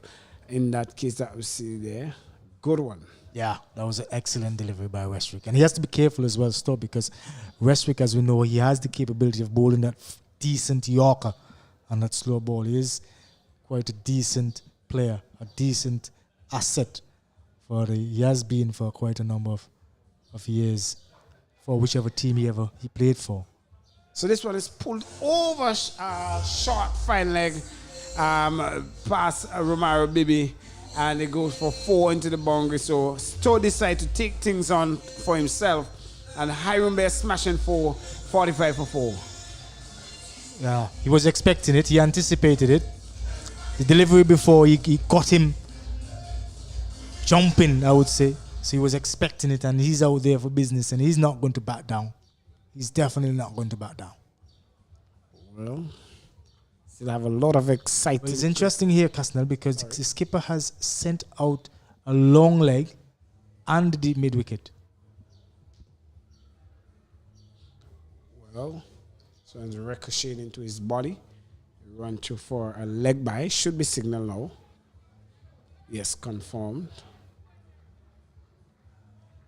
It's not a bad over so far. 4 deliveries, 5 runs. I think in any other match, Westwick would have been happy with those numbers in his first over. Darkview Explorers, they have to get a move on. It's Shamron. Oh, slow ball. Caught Shaman off guard there. And, we see Shaman throughout the tournament, well, in the lower half of the tournament, have struggled with what seems to be an injury, slight injury. He's limping a lot. And not too sure if that could have hampered his performance much this season. Very hot day. Would require a lot of island sips. Swing and a miss. So brings it over to an end. Well, no, yeah. It's an excellent finish by the divers. Captain Asif would be very pleased with that first over from Westwick. Only yielding 6 runs. First 4 deliveries. Went for the 6 and ending ending in 1 delivery, sorry. It's an excellent over. Excellent over by Westwick for the divers. I still have a lot of cricket to come. And we have a second eliminator. The Darkview, the Grenadine, the Botanical Garden Rangers, they will take on the Lassafrey Hikers in the second eliminator, the second rounds of game to come this afternoon, Romel. But the highlight of tomorrow's game is the President 11, not even to the finals. Romel, I believe you're in that setup. Yeah, I'm definitely looking forward to that game. I haven't really done justice to myself, I would say, in the last, well, in all the games that I've played for the President's 11. So hopefully this time around would be my time. I'm not sure what position I'll be batting in, but I believe you've look been forward to home warming up and knocking up, preparing for it. I've been shadow batting at home. Shadow batting at home. It works. It helps. And the rich experience of Shivner and Chandapur coming into President's 11 should add some. Yeah, I'm looking forward to that. Wealth of experience to the team. Okay. Romaro Bibi is the one ball in hand. The team just gingerly move. This one is short. Pull away over the short fine leg. It goes for 4. And it's this Shaman over there giving a little bit of jab. When I say jab, verbal jab to the pace bowler saying that it's too short. Well, the divers can't afford to relax. Yes, the score is 51, but they can't afford to relax. Things have been going their way, but they really have to ensure that they stick their feet, their collective, into the throats, the proverbial throats of the Dark View Explorers, and they have to ensure that they come out victorious. So Romario Bibi, he has the responsibility to give that energy that the that the divers request. So he has to come out good for the divers. So the divers 51 for 4. That shot brought up their 50. Shaman swing and a miss. Romaro Bibi, we should highlight, has been with the best figures so far in any of the VPL, 4 for 5 in his previous game. And knowing for swinging that ball away from the left hand and into the right hander. So he has that responsibility. He has the ability for sure. You've seen it. He has the ability, but he has to be serious. This one angled down the leg side, saw Shaman charging at him. Shaman is going to go. Shaman is definitely going to go. He has been in there for a while. He has faced 5 deliveries, but in the context of how T10 cricket goes, 5 deliveries is quite a bit. It's quite a bit. And he has already hit a 4 over fine leg, so he should feel a bit assured, more assured. So he has to go. Romaro Bibi now, he has to use that wit that we have seen sporadically, I would say, throughout the tournament. But he has the wit. This one is struck down the ground, should be cut off. And Benetton Stapleton does the work. As you see that verbal jab again in exchange. And it's just a friendly one because they have gotten that exchange. They are both police officers, so if you look at the height of Romaro Bibi to Shaman, you would never look to believe that they are of the same profession. They are buddies, huh? They are really good buddies. I think they come from the same area, just about. Well, Shaman is from Petit Bodel. And he tends to pride himself as a leeward man. This one is short in the air. It is going out to the short part of the field, and he got 6 runs for that one. And Bibi is in disbelief of that shot. Yeah, that was well played. That was excellently played. He got a lot of height on it. He got a lot of height, and that was necessary. As long as you get height going to that end, the wind is going to do the rest. He didn't middle it. He didn't middle it the way he wanted it. It went really high, really, really high, and the wind did the rest. Beautiful shot by Chelson. Beautifully executed. Well, I must concur to your view because I actually thought at one point that would have just reached square leg. And I was shocked to see that the fielders there was looking at it over the rope. So why this time? So a mixed bag here for Romaro Bibi. 60 for 4. Going at 9s, the Dark View Explorers. Still not a bad going into over number 7. So they have just gotten some early displeasure of losing wickets and really push them back on the back foot. Yeah, they need a big over. They really do need a big over. This one is massive. What a diving effort there by Dean Brown, who have gotten a good season so far. Excellent save and certainly saved 4 runs there. I tell you, that was hit. That was hit extremely hard by Chelson. Extremely hard. Definitely 4, as you said, Casnell. But they really do need a big over. Romaro Bibi, he has conceded 14 runs, 1 delivery remaining. He wouldn't want to go for a boundary. God forbid, over the boundary, he would be thinking. So he has to come good. He really does. I'm sure that Shaman will be attacking him for sure. This one is close, loud up here, wrapped on the pad. And not outside umpire Jonathan Blade. And it's Campature for a leg by. So end of the 7th is 62 for 4. Well, Chelson is a right-hander.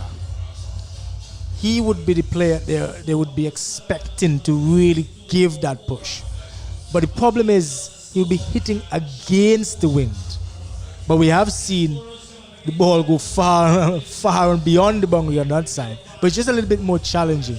So the divers might be looking to take advantage of that whole, well, the fact that the wind is blowing that side. So I don't know. Well, they have brought on from what I can say, I can't recognize that player. Maybe your eyes, Castnell, are much better than mine. Williams. There's Ryshawn Williams into the attack. They're interesting to see what he comes up with. Left arm orthodox.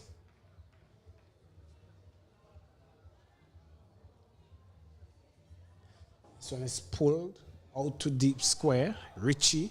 I believe Hooper is coming back for the second. 2 good runs there. Saw that Richie was a bit slow in getting to that one, so he capitalized quickly. And that's what you will get from Shaman in these kind of innings. Quick running between the wicket. You want to aggravate his slight injury too much. But Shaman, as you rightly said, have not gotten the form that he would have wanted in this tournament. This was down the left side. Could he be stumped off a wide? They're going upstairs. Yeah, Shamron, he's going to feel responsible because he is facing up to Ryshawn. Ryshawn is a left arm orthodox spinner, so the ball will be coming back into him. And Shamron, of course, will be hitting with the wind, so he would feel that sense of responsibility. Let's see if he's out.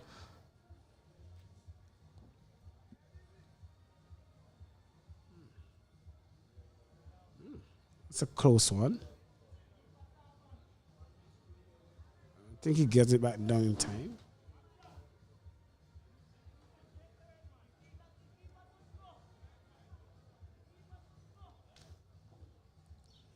So that's a close one. That's a close one. I don't know. I don't know. Interesting to see what the umpire decides. There is, of course, the benefit of the doubt, which he has been given the benefit of the doubt. 1 run nonetheless to the Dark V Explorers. So he's not all lost and he still has to re-bowl that delivery. Well, the thing to note about that, it was very slow in terms of Ryshawn attack because Ryshawn is not putting pace onto this. He's asking Shaman to manufacture your own strength. Hence the reason why Shaman was all the way down the track. But because of the slow way in which he's bowling, Shaman was able to get back in time. There you go. He's bowling this time. He does not and will not depend on the keeper. He can do it himself, and the Dark V Explorers have lost a 5th wicket. That of Shaman Hooper, bowled by Ryshawn.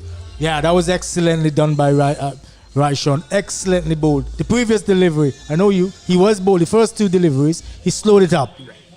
Shaman just came down the track. He didn't really get a hold of them. But he felt that sense of responsibility, being the left-hander, facing up to the left-hander. He felt that sense of responsibility. Ryshawn bowled a quicker delivery. The previous ball to this one was really good thinking.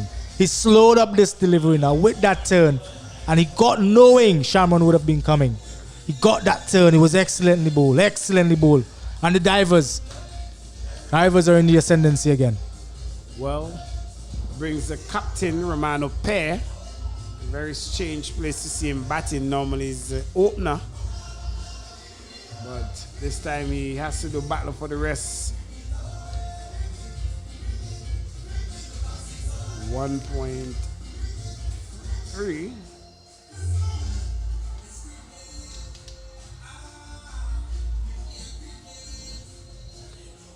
So Ryshawn, as you rightly call it, some sensibility to his bowling. Chelson Stowe is still there. I believe that Shaman should have already gotten Charleston on strike. Back in his strength. So it's swept out to deep mid wicket. So Pair is off the mark right away. It's a bit disappointing not seeing Pair up the order. You know him as an opener, and we've seen what he can do. He was really the leader. He and Evan, the leaders of this team. Evan Stewart, that is. Nevin Stewart, sorry. So it's really disappointing not to see him bat earlier. This one was formally struck down the ground. Should be cleaned up by Dean. And that's the thing, is that Chelsea's toe is somewhat taking all 3-4 deliveries before he could get back the strike, which is somewhat keeping him too quiet if they have to get up to a total of 90 odd. So it's missed. I really like that over. I really do like that over. It's beautifully bowled. 5 runs came from it. It was a well thought out over. Well thought out. The pace was varied. I really like Raishon. Really love that over. Beautifully bowled. But as you said, the Darkview Explorers, they have to get a move on. Chelsea's too, yes, he has been starved of the strike. So he would feel a little bit, well, he has no choice. He would have to go. And he has gone. He has given the impetus the Darkview Explorers needed. He has 22 runs from his 10 deliveries. No other batter has really come close. Romano Pierre would have to try to emulate what Stowe has done. He has the capability. We have seen that. But he hasn't had time at the wicket. So he won't be, or I could be wrong, he won't be timing the deliveries too well, I would say. But like I said, I would love to be proven wrong. That was why I lamented the fact that he decided to bat a little bit lower down the order than he is accustomed. Dean Brown, who's going to finish off his spell. He will be looking to take on Dean Brown. And it appears that Stowe is batting on a different track because the other batsmen who have lost their wicket seem not to spend no time at the crease whatsoever. And as you made mention earlier on, once you apply yourself to the crease, runs are there. So it's about application, early application to this crease. Swing and a miss again. This time loud appeal, and it got the downfall of Stowe. And Dean Brown picking up his 3rd wicket for this spell so far. Yeah. Dean Brown, he decided to stick with the shorter deliveries. Chelsea, yes, he got one over the boundary. He got one in the previous over bowled by Dean Brown, over the boundary. But this time around, Dean Brown, he was convinced that Chelsea was a bit lucky, and we can argue that, and he was rewarded. Of course, Stowe had no choice. He really had no choice because he was being starved of the strike, and he decided that he was going to go. He decided that from the inception. But in the context of how things have gone for the Darkview Explorers, I would say that was a pretty decent innings by Stowe. Well, the keeper did not make mockery of that. And we see the Darkview Explorers is in dire need of some help here. They need to inject some of that water into their system. Darren Greaves, who now comes to the crease, I believe his role now will be to more like find the ropes and find them massively with some Hiram Bear smashing sixes. Well, they have to go. They really do have to go. Darren, as we know, is accustomed to batting at the top of the order. His captain deciding to allow him to come in at number 8. It'll be interesting to see what he offers today. He hasn't really shone the way he would have expected to shine. You know, in the previous VPLs, at one point I remember he had the highest VPL score. He really did well, but this season really hasn't come to the party, and I guess that really has led to the downfall of the Darkview Explorers. He being, of course, one of their major and most important players. He does bowl his off spinners, and he is at the top of the order. Not today, but today, well, he and his captain would definitely need to give a bit more impetus to the innings, or Darkview Explorers would definitely find themselves in the mouths of the divers. And the divers right now, they are in the ascendancy and they're happy. Oh, he's dropped it. My goodness me, what could have been 4 wickets? His brother Razim Brown, who is at square, who took that first catch, dropped the catch. She should have been 4 for 11, but that's the nature of cricket. Yeah, unlucky for Dean. He went short. He was going short. He was doing well going short. And that ball, he had it. It went straight to his brother. I don't know if that's sibling rivalry going on off the field, on the field this time around, but it was easy shot, easy catch, easy opportunity in the context of how things have gone. Easy. And we are seeing, decided. I'd love to hear the conversation between the two brothers after the game, for sure. This one is pulled down, should go out to Benetton. A very dismal performance there from the Dark Explorers so far, and they will be very disappointed. And one of the things that you do not want in this VPL is to finish at the lower part of the table, and it somewhat puts that mental and psychological impact on you. This time it's plugged down to deep mid-wicket, should be cleaned up by Straw. And do you believe that Dean will be upset at his brother, knowing how things are so far for the Dark Explorers? They're 70 for 6. Well, his brother did really rob him of a wicket. I don't know how upset he would he was that. in contention. Yeah, but he has bowled well. He's only 14 runs and he has gotten 3 wickets, so he should be happy. It's into no man's land, coming back for the second run.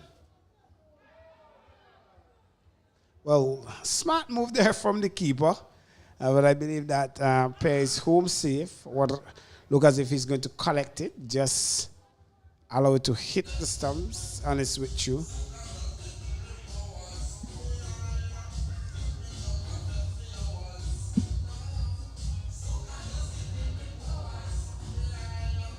Richie strained that one. Oh. Well, Well, he did reach safely in. Well, I guess the umpires did the right thing. How often we've seen instances when we thought that the batsman would have been safe, but a direct hit would have changed all that. So I think the umpires did the right thing. They sent it upstairs. Once you have the technology, I believe that you should use it once it is available to you, and it is available here at the VPL.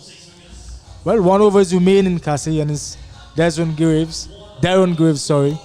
He has to get a move on. Romano pair, they only have 4. They're striking at 100. So they would definitely need to get a move on. They're 72 for 6. Not a place they would have thought they would have been in at the start of the game, I'm sure, when they decided to take a bat first. Not at all. That's how it is in cricket. Well, could they get to 80 or even 90 in this setup? Westwick Straw has ball in hand. They will look to close off this as tight as possible, whilst the Dark Explorers looking to be aggressive. And, they have to finish good, Cassie. They really have to finish good. They're a bit gingerly. You see the running between the wickets. They're a bit gingerly. They're moving gingerly. They have to finish good. They have to end this tournament good. The Dark Explorers, the captain is facing up. He has to take the mantle. He has to give that impetus. He has to. This one is wide outside the arc stump. Signal wide by Byam. And 74 extra being recorded here in terms of that delivery. So can they get up to 90? This one is short, down to short turn. So another attempt at run out. So they got you in order to scamper you for 2. And what should have been 1. So overthrows now give them that 2 runs, that extra run, sorry. It was a well-bowled delivery by Westwick. He got it high. That was the important thing. And Romano wasn't able to get that power that he wanted or even the elevation. And yes, they scampered. They were able to scamper for the second run. Oh, swing and a miss. Slower delivery there by Westwick Struck. Smart bowling. You realize that Pear would want all his leverage and the power that he went with that one that would have dropped straight into the ocean. I love to see the replay on that when I saw that Romano was signaling that that ball could have been a wide delivery.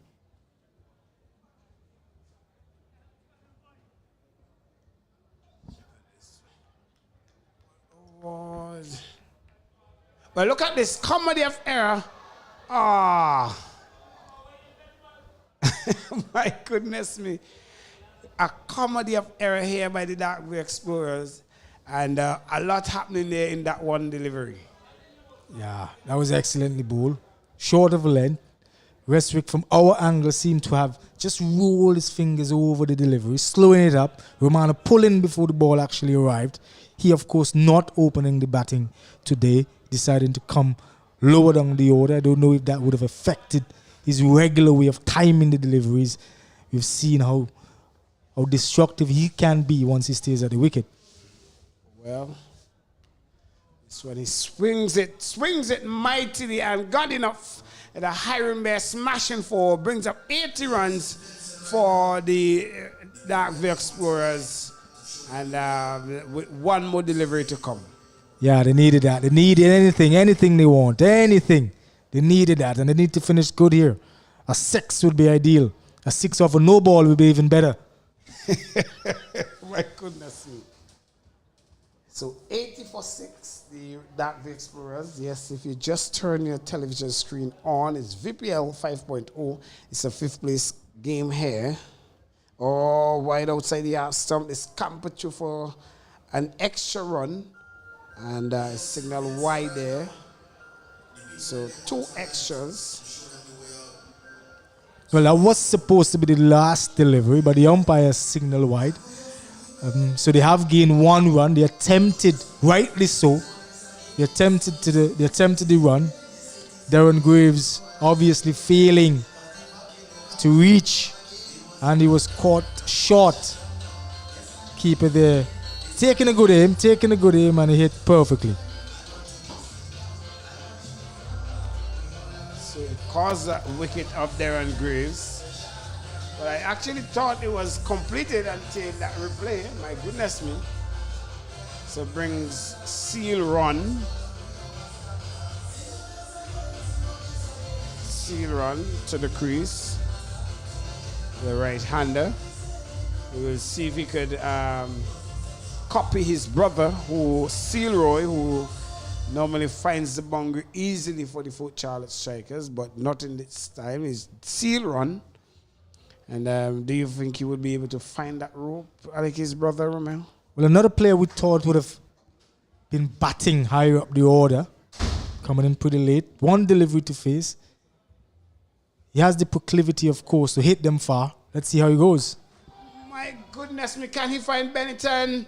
He does find Bennington Sableton, and it ends the innings here.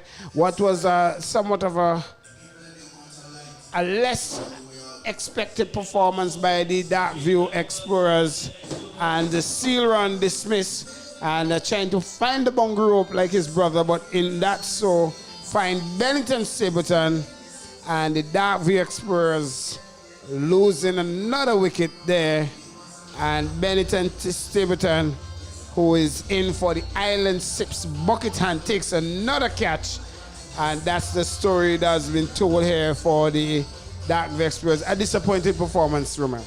Yeah, pretty disappointed performance by the Dark View Explorers. They came into the game, obviously, without any inhibitions, we would say, deciding to bat first. They expected a big total.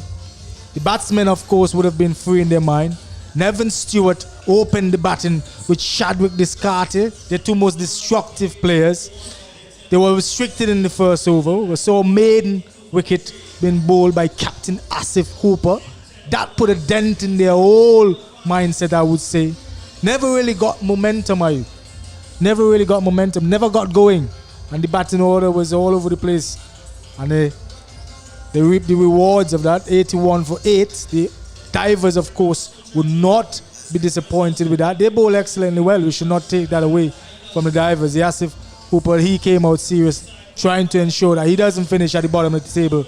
And they certainly would be the happier team, Casnell, I would say, going into the second half of this match. Well, only Denson Hoyt and Chelsea Soho really seem as if they got some action to this innings. Shaman Hooper 10 from 10.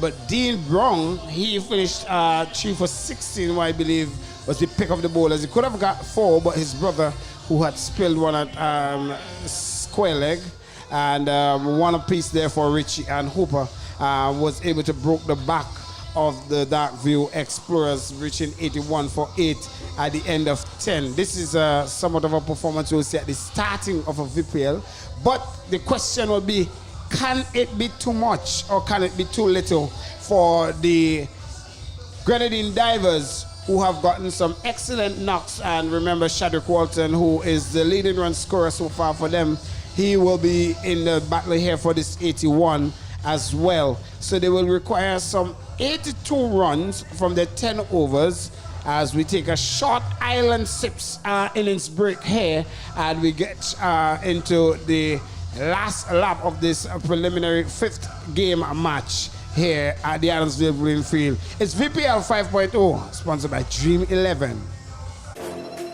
Let's go! It's cricket. VPL cricket. And you know we love it. It's cricket. VPL cricket. Hey, everybody coming home. Hey, we will see how we bro. Show me the team that you're rapping. Bacala, down in the middle. Cricket, cricket, cricket, cricket our way. Cricket, cricket, cricket. Look at 6 over there. Cricket, cricket, cricket. Umpire where you say. Cricket, cricket, cricket. VPL our way. ITFX. Be bold. Be loud. Go live. Anytime, anywhere.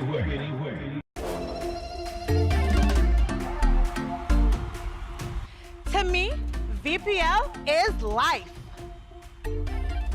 VPL is excitement. Cricket is we. VPL makes me proud to be Vinci. I can't wait for VPL. The Vinci Premier League returns for 2023 from April 10th to 23rd. VPL, we are back in. Explorers! Hi guys. Diver! Rangers! Breakers. Strikers! Cricket, our way.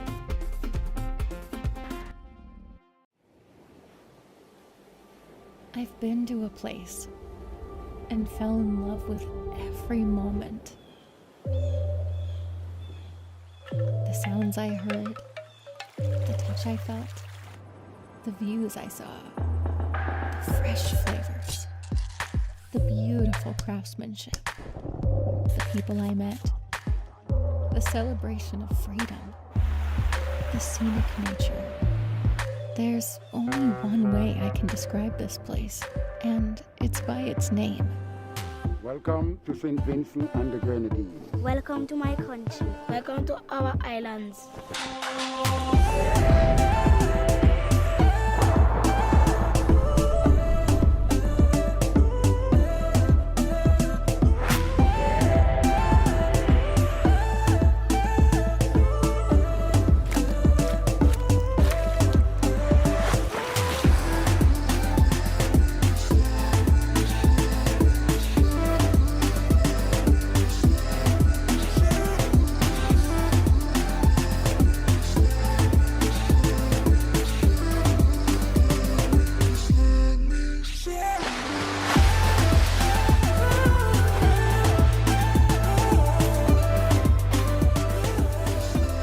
St. Vincent and the Grenadines.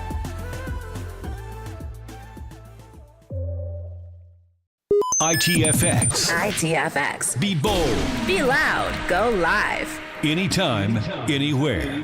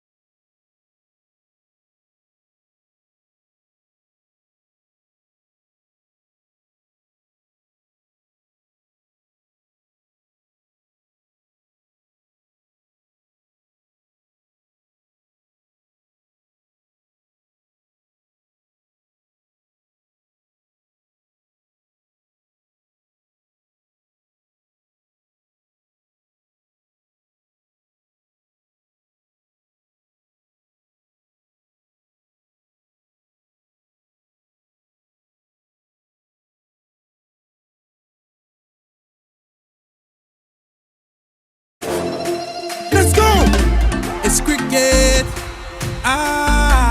VPL cricket. And you know we love it. It's cricket. VPL cricket. Hey, everybody coming home. Hey, we fancy and we bro. Show me the things that you're rapping. Bacala, down in the middle.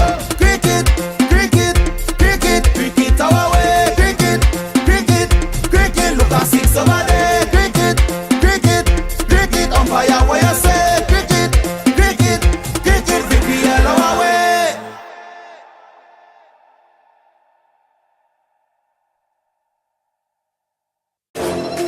Let's go! It's cricket. VPL cricket. And you know we love it. It's cricket. VPL cricket.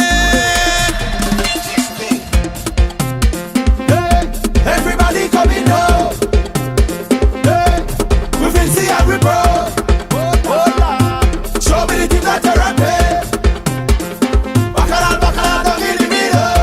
Cricket, cricket, cricket, cricket our way. Cricket, cricket, cricket, look at 6 over there. Cricket, cricket, cricket, umpire what you say. Cricket, cricket, cricket, VPL our way.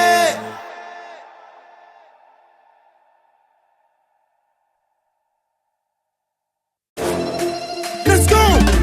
It's cricket. VPL cricket. And you know we love it. It's cricket. VPL cricket. Let's go! It's cricket. VPL cricket. And you know we love it. It's cricket. VPL cricket. Hey, everybody coming home. Hey, we fancy and we bro. Show me the things that you're rapping. Bacala, down in the middle. Cricket, cricket, cricket, cricket our way. Cricket, cricket, cricket, look at 6 over there. Cricket, cricket, cricket, umpire what you say. Cricket, cricket, cricket, VPL our way. Hey, everybody coming home. Hey, we fancy and we bro. Show me the things that you're rapping. Bacala, down in the middle.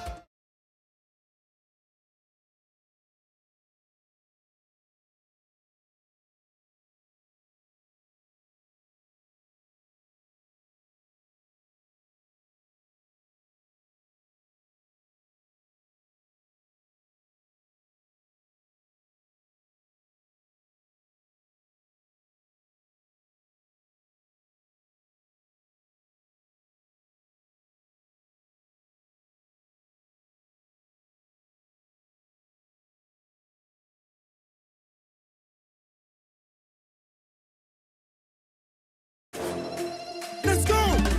It's cricket. VPL cricket. And you know we love it. It's cricket. VPL cricket. Hey, everybody coming home. Hey, we fancy and we bro. Show me the things that you're rapping. Bacala, down in the middle. Cricket, cricket, cricket, cricket our way. Cricket, cricket, cricket, look at 6 over there. Cricket, cricket, cricket, umpire what you say. Cricket, cricket, cricket, VPL our way. ITF. So welcome back to the Adamsville playing field where we have the second half of this game, one between the Darkview Explorers and the Grenadine Divers. The Darkview Explorers, they batted and only could amass 81 runs of their 8 overs for 81 for 8. The Grenadine Divers, they will require 82. And to do battle here for the Divers, it will be Chadwick Walton, the Sanders blue cap holder, and Rashawn Williams. Shaman Hooper is the bowler with ball in hand, is off spin. And we see the first ball there. punch into the outside. We still have Romel Currents with us. Romel, 81 should be a walk in the park, but he cannot call it so early. He's bowling. My goodness me, just what we talked about. You cannot talk about 81 runs being too little. And the Grenadine Divers have lost their first wicket to Shaman Hooper. A ball played on to the leg stump, and it sees Rayshawn going back without scoring. An excellent start, certainly, for the Darkview Explorers. They haven't made much. They didn't make much when they had their time at the wicket, so they have to come good this time around. Yes, they have struck. Second delivery, excellent opportunity for them. It was a short delivery. Shaman Hooper bowling stump to stump. He came into the fray a little bit late, I would say, for the Darkview Explorers. He's bowling fray. But they have struck, and Asif Hooper joins Chadwick Walton. They still have to get over the fact that Chadwick Walton is still at the wicket. We have seen throughout the tournament how destructive he can be. He is their talisman. Without a doubt, he is their talisman. So they need to get him out. I would dare say if he doesn't get out, then it should be an easy walk in the park for the Divers. Well, the person who have just walked in now is Captain Asif Hooper, left arm batsman. He's not gotten the season that he wanted with a bat, but has played some innings, some cameos. He's very healthy for the Grenadine Divers, and if the Darkview Explorers is to ever get into this game, they will have to continue to take wickets.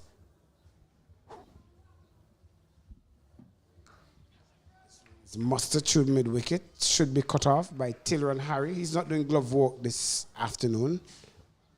Well, I'm happy to see Asif Hooper coming 3 this time around. I know in the last couple of games he had decided to bat just a little bit lower than we know him, or we have grown accustomed to.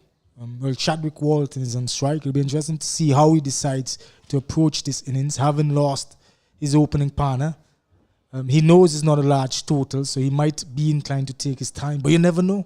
He might just be in one of those moods. Well, Chadwick Walton, who is the Sanders Blue Cap holder for most runs so far.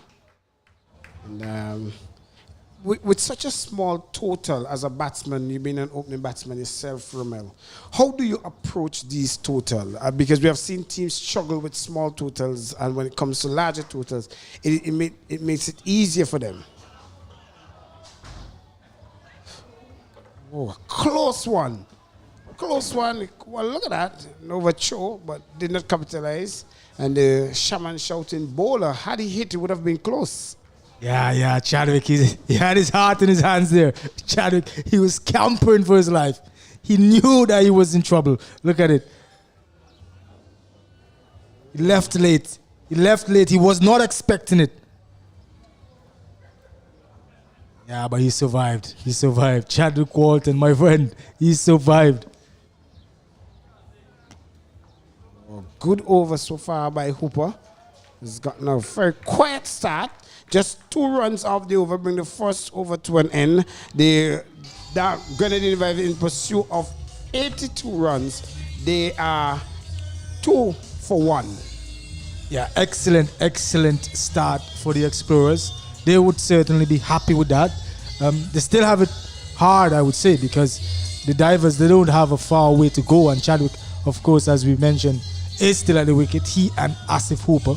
The way Asif Hooper started, it seemed as though he was not going to be monkeying about in any way. He went for the big gong-ho from the get-go. He was not fortunate to get it over the boundary, but we saw his intention. Well, we are seeing a different approach now to the Darkview Explorers attack. They are not somewhat bringing the pace, because they've realized that Chadwick Walton fascinates himself with the pace much. So we're seeing Seal run. Williams comes into the attack, leg spinner, right arm leg spinner.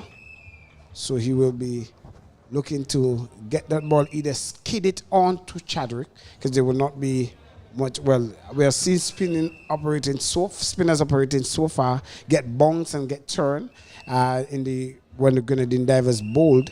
And they are exploiting the same opportunity here, the Dark View Explorers.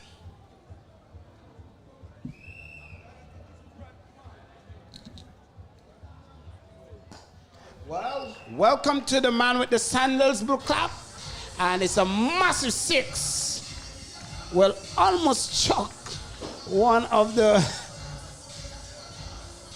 fan there, almost spilled his drink out of his hands. Yeah, that was a beautiful shot by Chadwick. He didn't try to overhit it at all. We have not seen that from him throughout the tournament. We have seen a player who is so confident that he holds his form in almost every shot and he hits it with a certain amount of elegance. Very, very beautiful to watch. Chadwick Walton dispatched that over the long on boundary. Chadwick Walton, oh, can we expect another spectacle here today? I certainly would love to see it. Chadwick Walton, I'm sure, would love to give another one. Well, I believe he would want to finish this game quick enough so that he could watch the second eliminator game and get enough rest to see what will be the outcome of the President's 11th game tomorrow.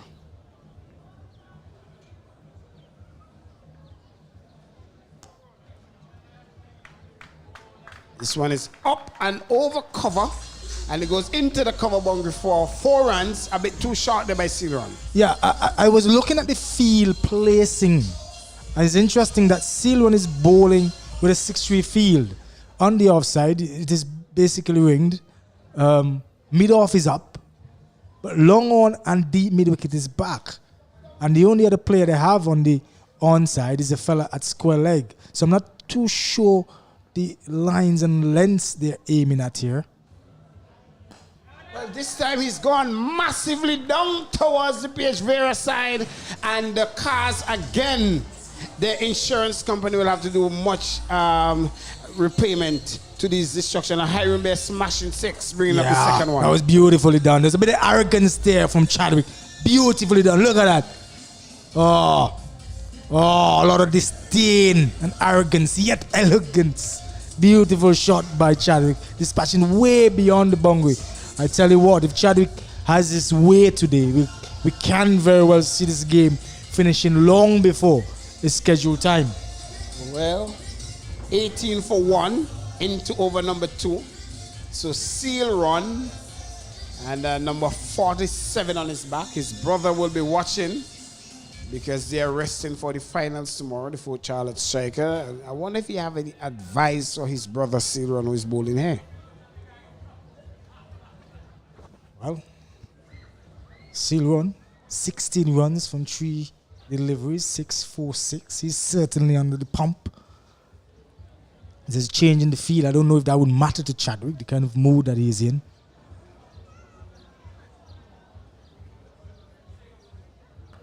This one is in there. They brought the man in to the circle, and Hooper stopping that one just before it reaches the boundary. And 2 more to the total. Yeah. They might be kicking themselves here. They just brought him in. And the ball fell exactly where that man was. It would have been an easy catch for Hooper had he been on that mid-wicket boundary. Well, he should be out. Gone! After destroying Sealrun for that over, he placed that one straight down to the man at mid-off. And Chelson Stowe takes the catch. The second wicket goes there for the Dark View Explorer, the Grenadine Divers, sorry. And that sees the closure of Chadwick Walton for the VPL 5.0. And he finishes with 20 in that round. Yeah, a bit of respite there for the Dark View Explorers. Chadwick Walton feeling the need to continue in the same vein. It was there, but he didn't get the elevation that he sought. And Charleston took a firm but regulation catch.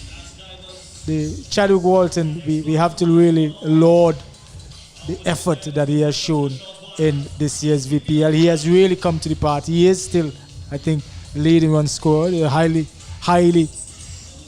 a big chance, I should say, of him retaining that title. He really has come to the party. He really has shown a level of batsmanship that can be emulated by a lot of youngsters. Well, that brings Bennington Stapleton to the crease.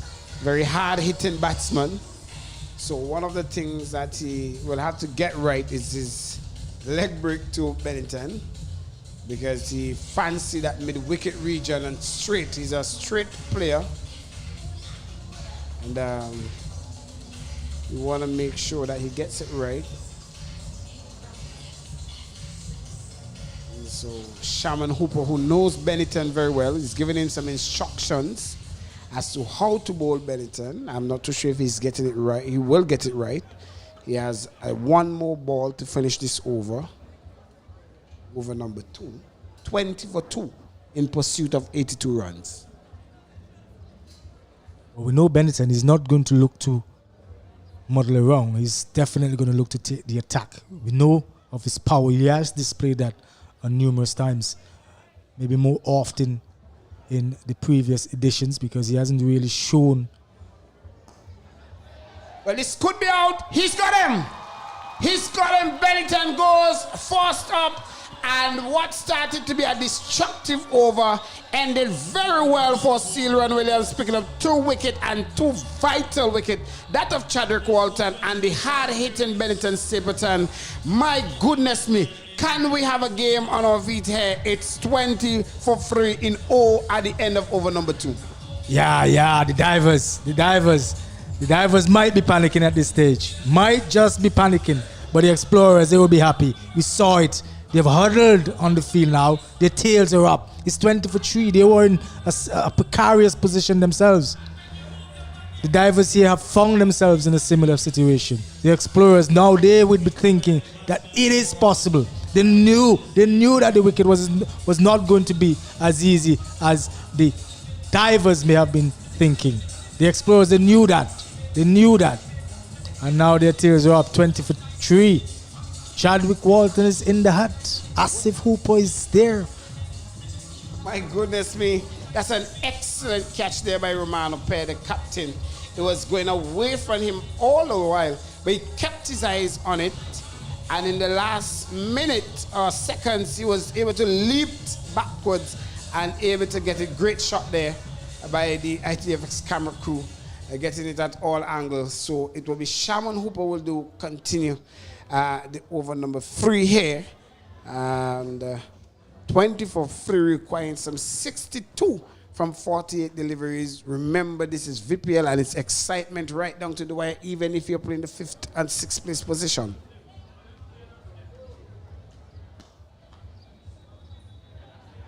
Formally. So there might be just a bit of circumspection in the batting here.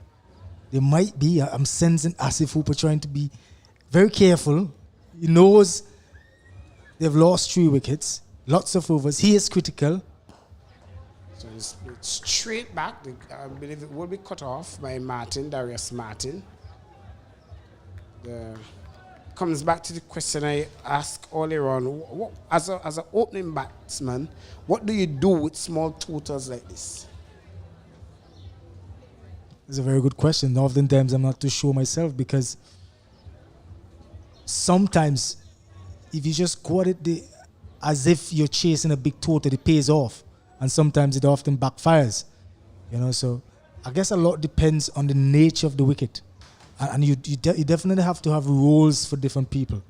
Everybody has to know his role. Good feeling there by the Dark Explorers. And that one was placed between the gap of the man at mid-wicket there and wide long on. And they were able to get it for 1. What should have been 2. So great alertness there. 22 for 3. 60 required from 45 deliveries. Short played out to the field at deep point. Things are going well. Things are going well for the Darkview Explorers. They only concede in singles, which is good. They have to ensure that the run rate keeps climbing for the divers. They must. The players, they're feeling a bit more jubilant. They were a bit gingerly when they batted, when the wickets were falling around, but they've since exuberated themselves, I would say. Well, this one is up and over. And Dean Brown, who is, one of the contender for leading wicket, has decided I'm not going to stick around much. I'm going to take up from where Shadwick left off. And the first Hiram Bear smashing 4 for him. And Shaman, who has considered his first boundary in his spell. Yeah, it was well played. He played through the line of it. He didn't try to go across it at all. And I guess that's why he was successful in getting over the fielder at mid-off and getting 4 runs. But he has to stick around. He has to. The required run rate is 7 point something. This is not too difficult. Well, it should be out. Taken. My goodness me. Dean Brown. A much faster delivery there by Shaman. Realizing that you use the wicket. And Dean Brown beaten for pace there. It rushed onto him and was able to get it to Denson Hoyt at the short mid-on. And what a catch, what a way. The Grenadine Divers 27 for 4. It's unbelievable cricket here. Competitive and compelling at the Annesville Greenfield here. Yeah, it's nice. It's nice. I'm liking this. 27 for 4. Do we have a game on here? We thought at the start that the score obviously, well, I can't say obviously now, but we thought at the start that the Divers would have hit that total with much ease. They had Chadwick, I have to say, they had Chadwick Walton. Chadwick Walton being obviously the highest run getter. Total chasing 80 something. That's not a big total in the grand scheme of things. But we mentioned earlier on how the wicket has been playing. It's a bit slow. Yes, there is bounce, but there's moisture in it. It's a bit slow, so they have to ensure that they time the delivery as well. The batsmen, they haven't been able to pick up well the bounce and pace of the wicket. They have to be careful here. The Divers, they really must. Well, that's the end of the third over. And it's a Shaman Hooper who finishes his spell 2 for 9. Excellent bowling there. And doing damage so far. As we see, the new batsman is Cosmos Haksha. He will look to take on this attack. It will be interesting now to know who do they use, because the wicket is taking spin. And from what I'm getting from where I am here, bowling slower deliveries, slowing up these deliveries is ideal for this chuck. Well, they are a bit limited in terms of option. Nevin Stewart, he has done a pretty decent job for the Explorers. I think he's probably one of the leading wicket takers for his team. He is a professional. He has to adopt. He would have recognized the slowness of the wicket, of course. I'm looking at the field placing. They are still in the power play, mind you.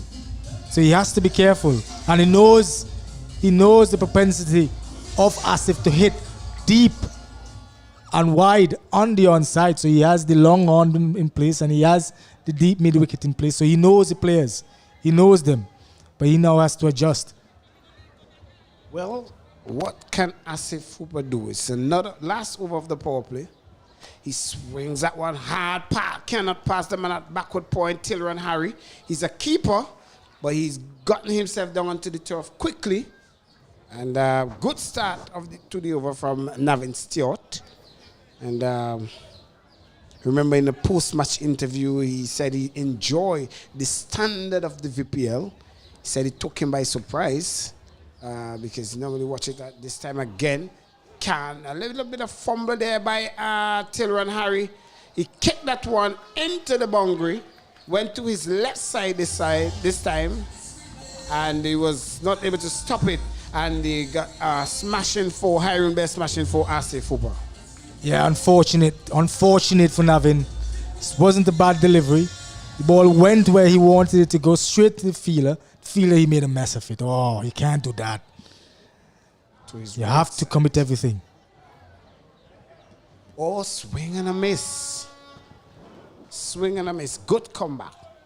31 for 4, requiring 7.85 runs per over. The question will be, can they get the 51 in 39 deliveries Exciting cricket here. Nobody wants to be at the rear part of the table. This one is smashed to cover. Cannot pass two. Was gotten a good game so far in terms of the bat. Now taking a catch, that of Chadwick Walton. So, in light of how things are going, we say that he's getting a good game.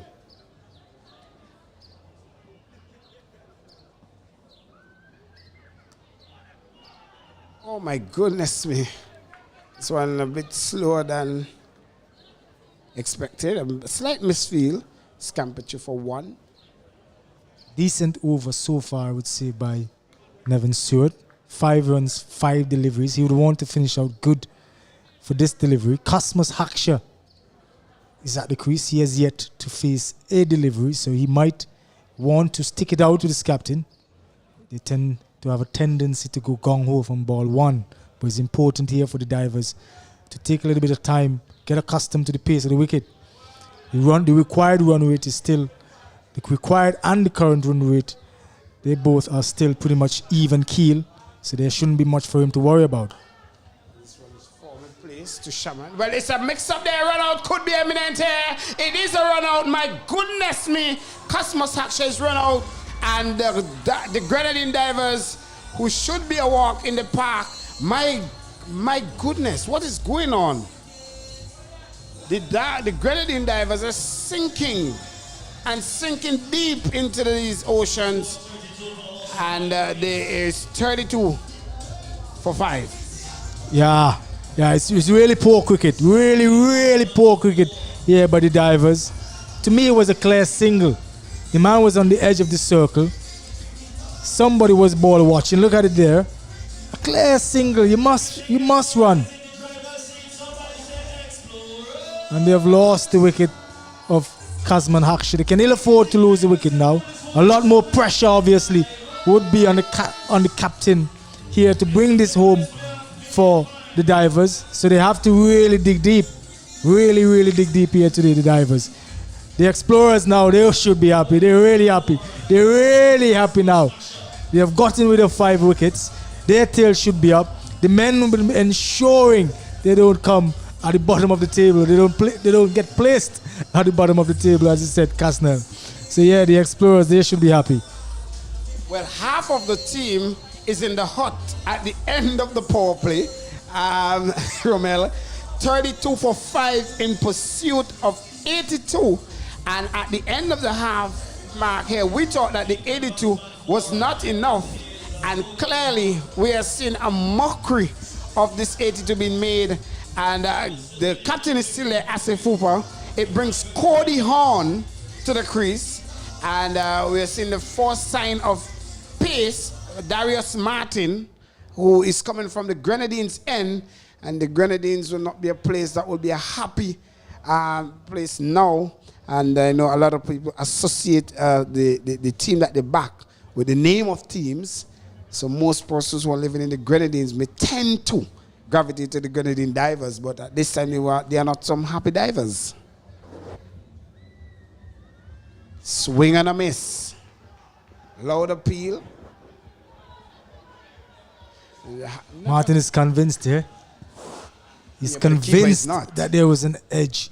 But he has a big role to play, Darius.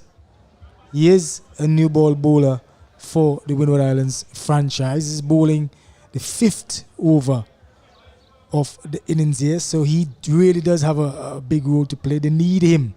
They need him to bowl dot balls because the pressure would be obviously on the divers to get those runs. The runs are already in the tins. The divers now, they have to get them. There are a lot of acreage on the space, so room for singles. Asif must know this.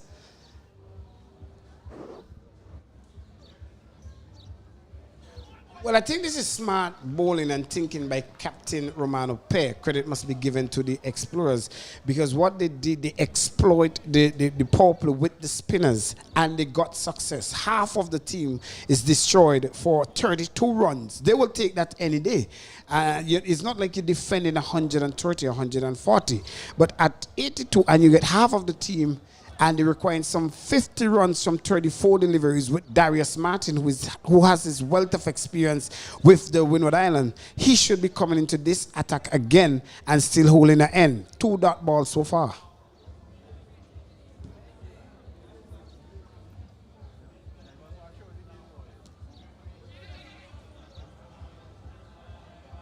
So the first run of the over for the Grenadine Divers, requiring some 49 more from 33 deliveries.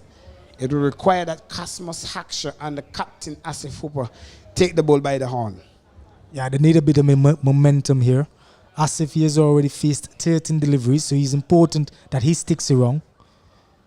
It's very, very important. Cody Horn, we know him here locally as an opening batter, so he has a bit of pedigree. He would have to spend that time with the captain in order for the Divers to get over the ropes here today. Like I said, still lots of singles in offer. Darius Martin, he has started well.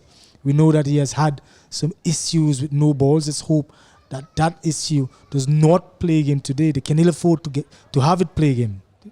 So he really has to come up trumps here for his team.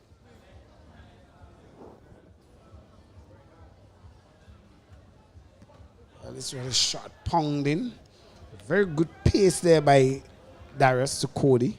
And he looks to take him on, but there's a fielder set at the deep square for that pull. I can tell you what, Darius Martin is bowling at a fair bit of clicks here. You might not be able to see it well on your TV screen, but he is coming off pretty sharply. He is bowling very quickly, and you can see the way he's walking. He is feeling the rhythm. He is in the mood. Cody Horn obviously would want to spoil that mood. He has the pace to work with, certainly.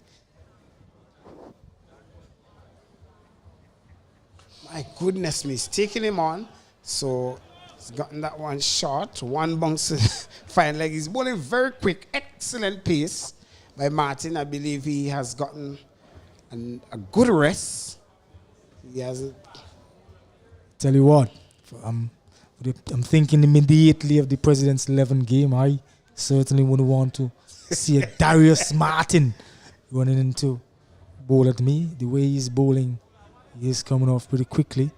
Asif Hooper would have to be very careful here, but as we know with pace, while there is the advantage to that, there is also the big disadvantage because the ball tends to fly more quickly to the boundary, so he has to be very careful with his lines and lengths.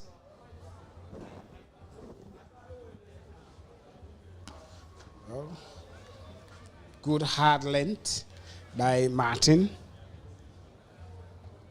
So brings the over to an end. It's 35 for 5 halfway stage. The Grenadine Divers require another 47 from 30 deliveries at a run rate at 9.4. Yeah.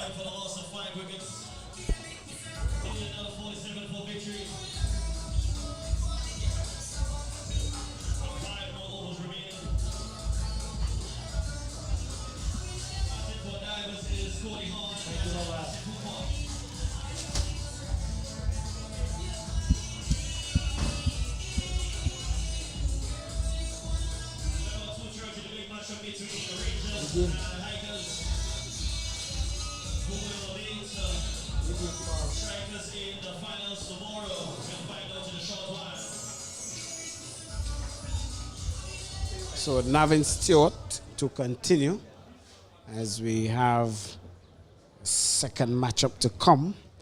We have the Botanical Garden Rangers who will be playing the Lassafree Hikers in the eliminator, second eliminator. This one, good length delivery, swing and a miss by Asif. Yeah, that's what I was talking about earlier on Casnell. The wicket has dried out a little bit. So it's hardened, so it's kidding on just a little bit more. The sun really is beating down here at Vale, so we expected this. The game that you mentioned should really be a high-scoring game, given the pace of the wicket here. But we see Asif Hooper is still kind of a bit struggling to adopt to the pace of the wicket. He has faced 15 deliveries for 10 runs, but he can't be daunted. He has to stay for his team. With this one, loud appeal umpire Jonathan Blade, who have gotten an excellent tournament so far. This is signal leg by. And the winner of the second eliminator will go on to play the 4 Charlotte Strikers, who have already packed their bag for the finals and is awaiting the eliminator, the eliminating team, to go home and the other one to come to meet them. And Romel, sitting as a team in the finals, what impact does that have? Does it have a negative impact in terms of you're not playing with a momentum going into the finals? Do you think that the team that is coming to meet you will have a better momentum? Well, put it this way, I'd much rather be the strikers than the Rangers or the hikers, because I'm already there, you know. Yes, the point is taken that you need that momentum, but it kind of relaxes you knowing that you have earned the right to reach the finals and you can... My goodness me! What a shot by Cosmos Haksha. By Cody Hahn, sorry.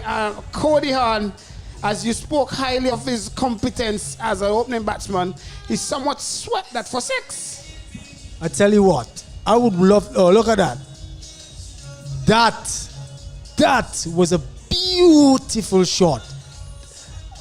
I looked at that shot and immediately I thought of A.B. de Villiers. I know it is high praises, but that shot was so beautifully executed. And he had only up until then faced 2 deliveries.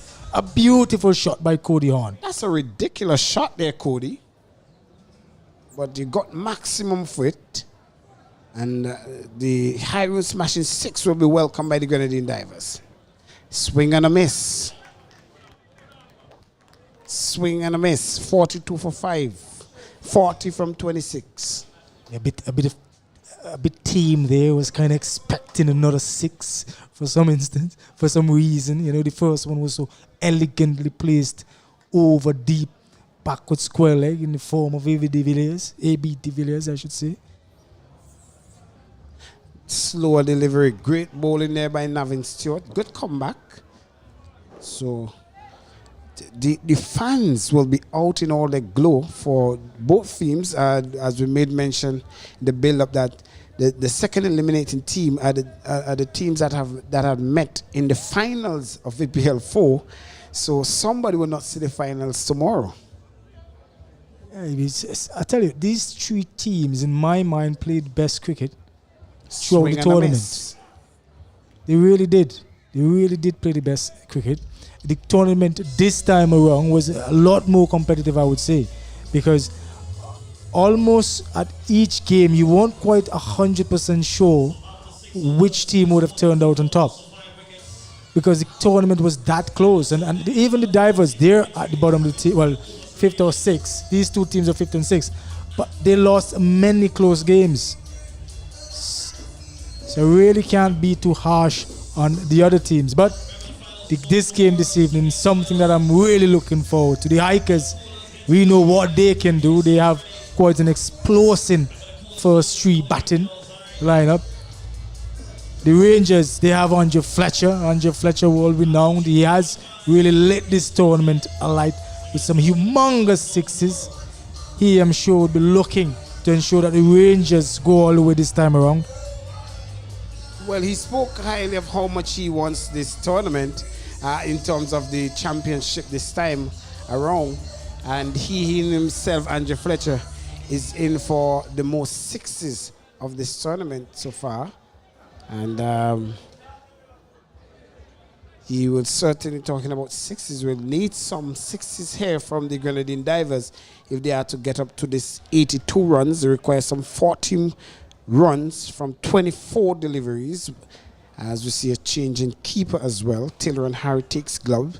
So I'm not too sure if that says this one is slashed out to cover. Should cut off, but the immense pace that came off the bat with, even the man at cover point would not be able to stop that. And the water shot, a welcome boundary, high smashing forward there by Asif Hooper. Yeah, that was well played. It was hit fiercely, as you said. The man was on the sweeper boundary, but he didn't have to move too far before the ball swept past him, I should say, into the boundary. Beautifully executed shot by skipper Asif. This might be the over. Darius Martin, of course, would have something else to say about that. Wide outside the stump, confirmed there by Bayam. So, a packed crowd so far for the second encounter, as we know that the last of the Hikers have a very strong base. This one, whoa. Well, can it go? Well, it appears to be a no ball there. Appears to be there. Yes, that goes. There goes the confirmation there from umpire Bayam. So a free hit allotted to the Grenadine Divers. Can they come up for some air and dispatch this as far as possible? Okay. As we have free hit now. This one, good delivery there from the free hit. Yeah, Darius is pumped there. I was not surprised that he bowled a no ball the previous delivery, because he is really running in, and we have seen what that exuberance does for him. He wants to bowl quickly. He is a fast bowler and striving for that extra effort. Striving for that extra effort always, well, not always, but most times, result in your foot getting over the line. Well, so Darius Martin. And this one is top edge over point. One bounce into the boundary for 4. Another welcome boundary there by the Grenadine Divers. Another Hiring smashing 4. 47 for 5. Yeah, that was well played by Asif. He knew it was coming. All he needed was a bit of bat. He didn't need anything much, just a bit of bat. He got it over the head, well over the head of the fielder at backward point, and it flew off the bat, the pace of Darius Martin. Obviously, that would have been an easy boundary. No chance whatsoever for any fielder near or far. Well, it makes me wonder if the change of keeper means that they are going to employ the spin again into the attack, which is Darren Graves, to bowl a spell. So Darius Martin halfway into his over. This one, well, this one is for 1. So good sensible batting. 30 required from 20. Can we go down to the pinnacle of this match? I would love to go down to the wire.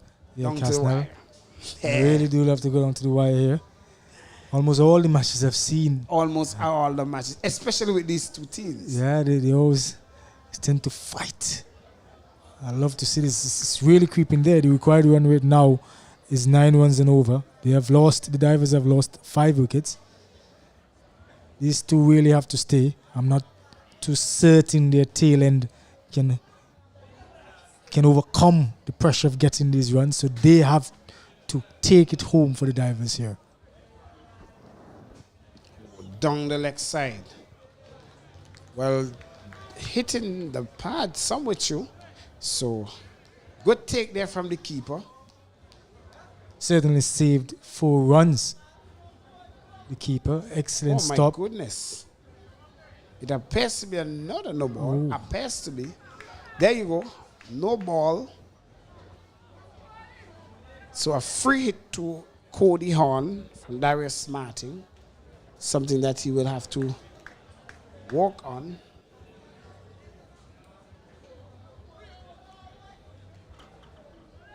So Martin, number 65 on his back.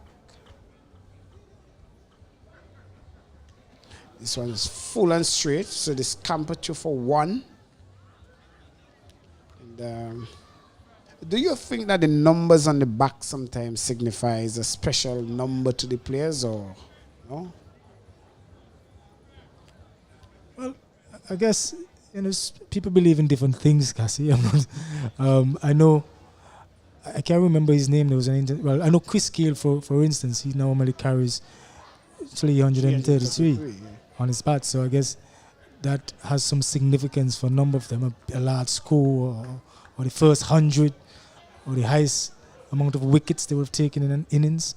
So there is more often than not some significance with those numbers. There must be significance there. Well, I believe some people wear numbers iconically, because you see, like if you're in primary school, you will wear number 47, imaging and doing Bravo if the West Indies. So, well, this could be close, direct hit, and Cody would have been in some trouble there. Yeah, good all-around cricket scene there. Asif Hooper flicking to square leg. Feel it well. That looked to be our leg spinner. My God. And then appears to be another no ball. Darius Martin seems to have lost the plot here. Yes, the wicket is playing well. He's seeing the pace. The umpire. Well, they're waiting for the confirmation.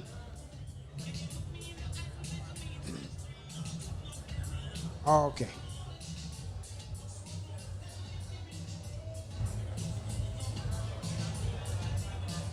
So it's end of the over, yes.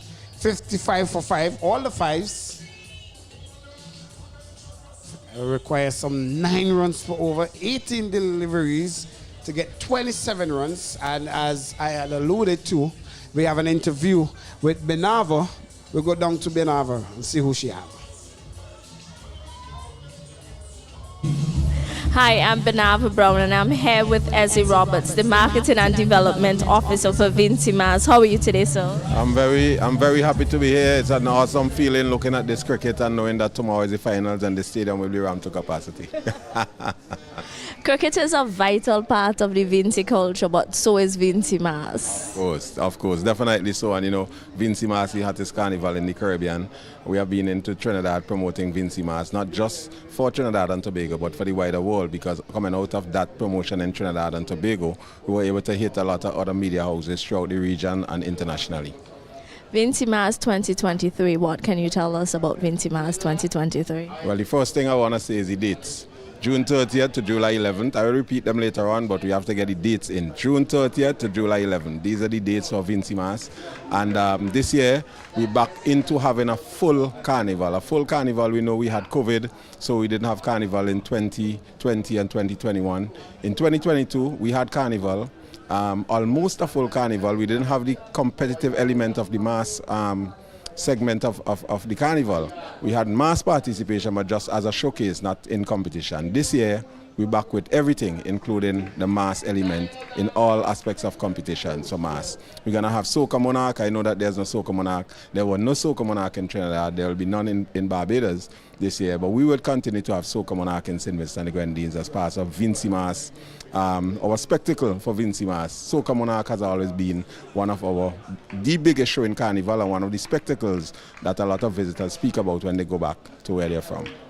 You speak highly of the Soca Monarch. Who are some of the stars we can look forward to be shining at Soca Monarch, or some of the former reigning Soca Monarchs who would have had a major impact locally, regionally, and even worldwide? Well, we know off the bat we have had a number of soca artists from St. Vincent making it big regionally and internationally. We have Skinny Fabulous, we have Problem Child, James E.P., we have had Luther, we have had Fireman Hooper. He has the most crowns, winning Soca Monarch and Raga Soca multiple times, along with Skinny Fabulous doing likewise, winning Raga Soca and Soca Monarch titles and so on. And Scorpion has been in Soca Monarch. All the big names you can think about coming out of St. Vincent and the Grenadines within recent times participated in Soca Monarch at one point or another. They participate and then they may move on and no longer compete. But we are fortunate in St. Vincent and the Grenadines. We have a lot of talent here, rare, hidden talent that usually come out when Carnival comes.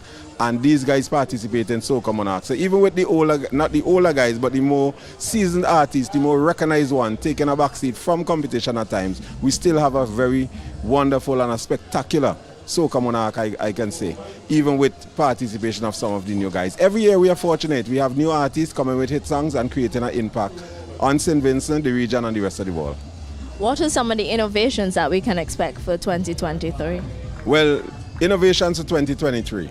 We have changed up the program a bit. I don't want to go into the details because we are scheduled to have a press conference on Monday where full details of the program and the differences with things. The program is already out in terms of the calendar of events. But in terms of the content and how the shows will be structured, that will be shared on Monday at a press conference. But the launch of Vincy Mas, this is the big thing. Saturday, May 6th is the big launch of Vincy Mas. It will be done in Victoria Park. We're doing it a little different this year. Over the past years, we've had a parade from the cruise ship terminal going down to Victoria Park. This year, we're not doing the parade. We're doing everything inside Victoria Park. It would start at 10 a.m. with a family fun day called Family Fun City, actually, where we have bouncing castles, face painting, the go-karts, the train rides, you know, all these attractions for children, so the entire family can come out. We actually gonna have a zone designated for the adults as well, where we're gonna have things that the adults can be involved with while the kids take part in with their attractions. So, for example, we'll be having dominoes and draft and so on. We're catering for these games that the males and females can participate in while the children take part in the activity. This would run from 10 a.m. until 6 p.m.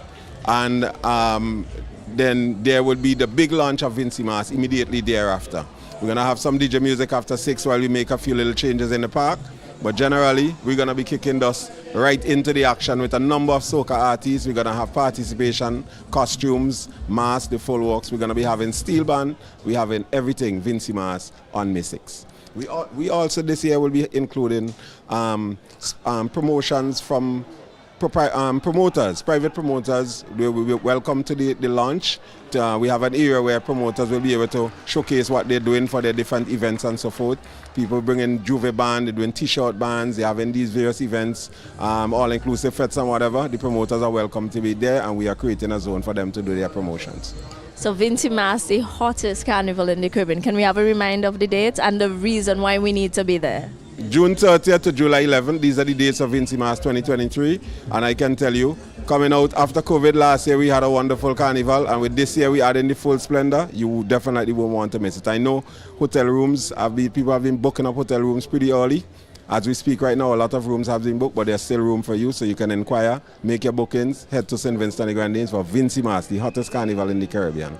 Our VPL theme song talks about Bacchanal, Bacchanal, Bacchanal in the middle. What does Carnival bring Bacchanal as well? Well, since I was a little boy, I've been hearing that Carnival is Bacchanal. And maybe there's some merit in it, because every year there's some aspect of a little controversy in one way or the other. We can't get away from it. It's part of Carnival. It's part of our DNA. We just got to live with it. The problems come, we solve them. Bacchanal come, we address them, we move on. But Vincy Mas 2023 promises to be great. We have a lot of big things in store for Vincy Mas this year. And we should be getting a slice of what's to come, because you're supposed to put on some shows for us here at VPL. Yes, we have some artists that will be performing. We have some costumes that will be on display. We have steel pan soloists will be taking part. Today and tomorrow we have a program during the afternoon where you will be able to see, viewers will be able to get a little taste of Vincy Mas. Thanks again, Mr. Roberts. Reminder of the dates again? June 30th to July 11th. Well, you heard it here, the hottest carnival in the Caribbean, Vincy Mas 2023. They're talking about the hottest carnival. It's a hot 11 balls to come, as we have 16 runs required from 11 deliveries. We have still Asif Hooper, and during that interview a wicket fell, that of Cody Horn, and brought Richie Richards to the crease, who in his first delivery struck a magnificent 6, and it requires 15 runs now from the next 10 deliveries. The question will be, can they get it over? It's about who holds in of the best hair will cross the finish line, Romel. Yeah, right. A lot has happened since we went for that brief stoppage there, but action is here. Asif Hooper is still at the wicket. He has 23 from 26 deliveries.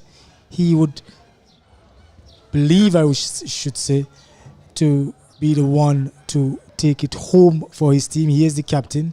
Richie Richards, as you pointed to, he has come. He hit a magnificent shot for 6. His first delivery he faced, chasing 15 runs from 10 deliveries. Not at all impossible, but they have lost 6 wickets. Well, this one is high and hard. 1 bounce, 2 seal run. And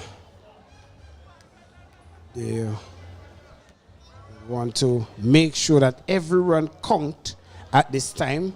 So the run rate is not something that they will be too concerned about now. They will just require 14 from 9 deliveries. It's amazing how cricket is funny.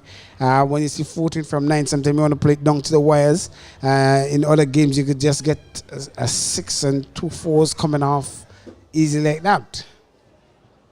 This one is slashed out to backward point. The captain who is there cannot see that pass and rushed to the boundary.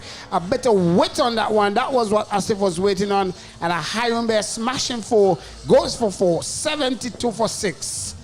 Yeah, Asif, he knows he is the man. He has to stay there. He has to be the one to guide his team over the ropes. He has been there for 27 deliveries. He is in. He has seen it well. He has taken off his helmet. He doesn't need it, he says. He's a Viv Richards out there.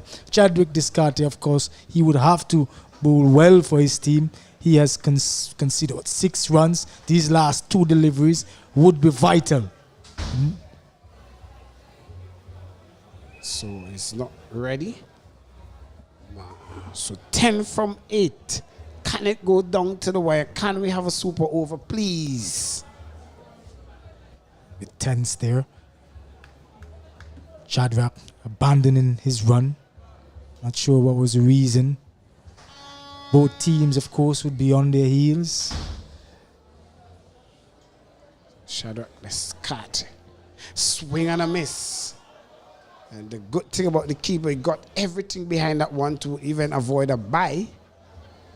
So every ball adds the pressure. Just one shot. It takes just one shot. One shot, as if he's thinking. Just one shot, 10 runs from 7 deliveries. A bad delivery by Descartes. The ball can fly over the boundary. Descartes now, he has to know just one delivery left in his over. He has to get it right.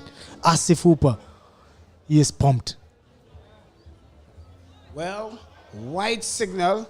I believe that's they're somewhat crying foul because what happened, the wide line moves as the batsman moves, and you see that Asif Hooper in that way. Look at where he's standing, and he fired that one. Wow. A close one. Yes, certainly a close one. The umpire deeming that to be a wide delivery. The important thing is for the umpire to always be consistent. That's very critical. Well, final delivery of this slower delivery could be taken. My goodness me, a 6. That one had Darius Martin going in the wrong direction, and at the last minute he had to take evasive action and go back to his right. By the time he did that, it was too late. 6 runs. Yeah, he was teasing. As if went for it, he had to go for it. It's his responsibility. They were calling for the long off. He was there. He moved. Oh, it was a terrible misjudgment. It would have taken a magnificent effort if Darius were to pull it off. But the divers, of course, they wouldn't be complaining. They've only have to make 3 runs in the final over. Asif Hooper is still there. He would want to be on strike, or I'm sure he'll much prefer Richie Richards to hit a 4 and ease all the nerves. Well, 3 more require from 6 deliveries. Can Richie Richards get them over the wire?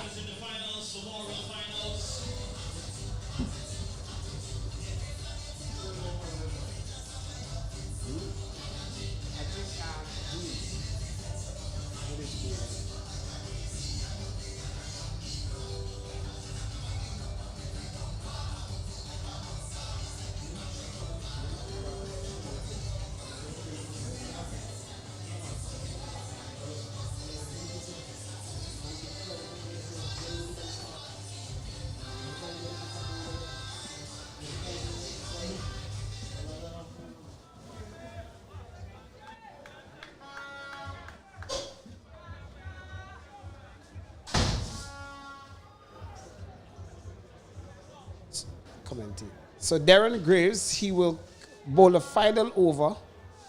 And the question is, can Richie Richards do it? Yes! With 1 delivery, a magnificent shot.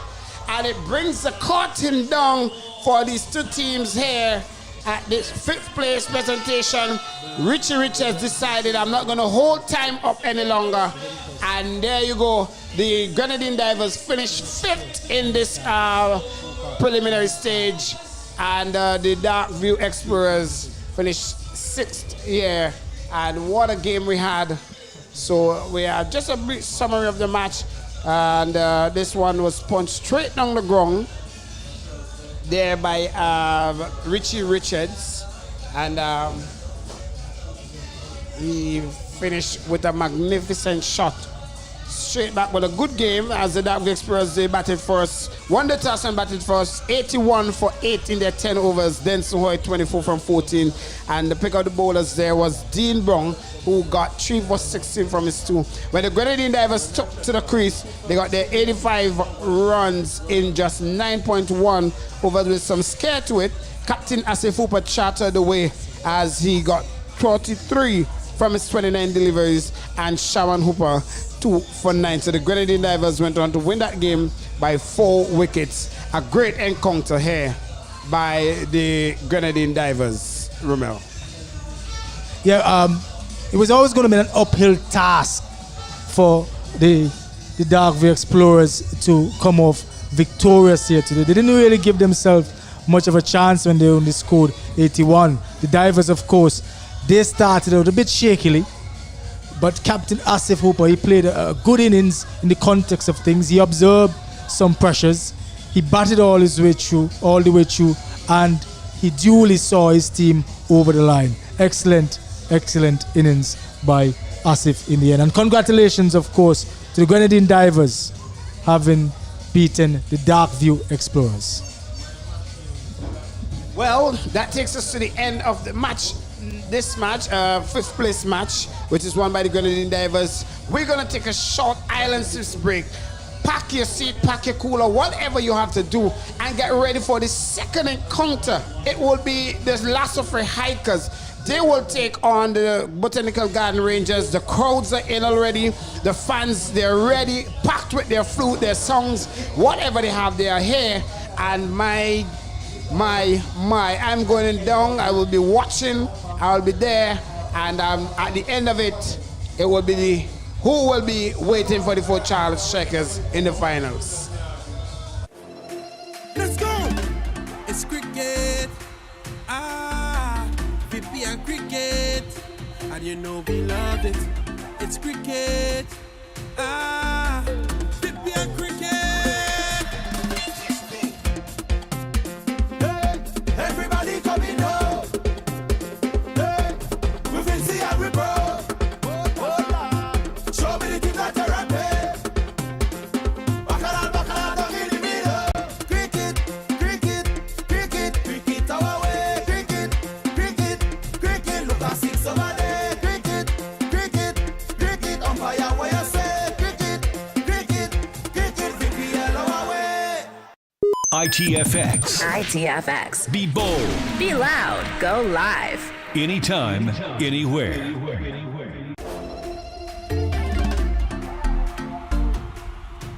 To me, VPL is life. VPL is excitement. Cricket is we. VPL makes me proud to be Vinci. I can't wait for VPL. The Vinci Premier League returns for 2023 from April 10th to 23rd. VPL, we are back in. Explorers! Hi guys! Diver! Rangers! Breakers! Strikers! Cricket, our way.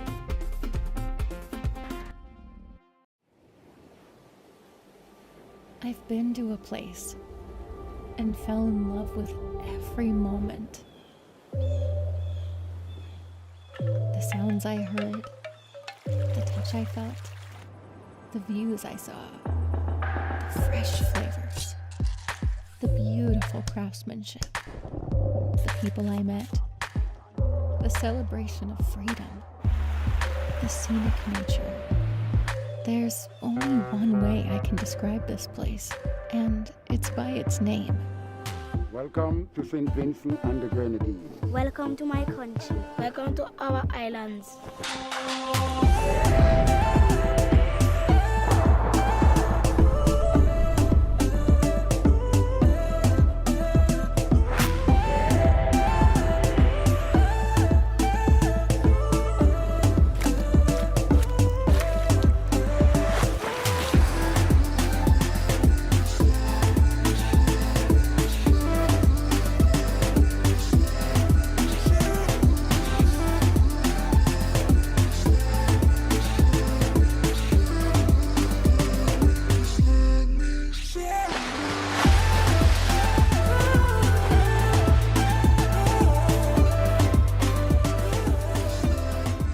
Vincent and the Grenadines.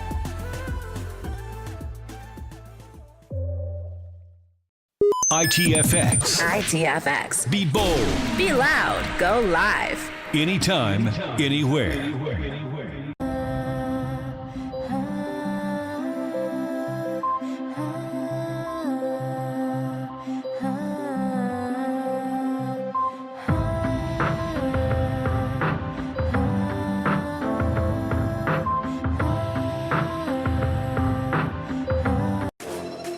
Let's go! It's cricket. VPL cricket. And you know we love it. It's cricket. VPL cricket. Hey, everybody coming now. Hey, we can see every bro. Show me the team that you're rapping.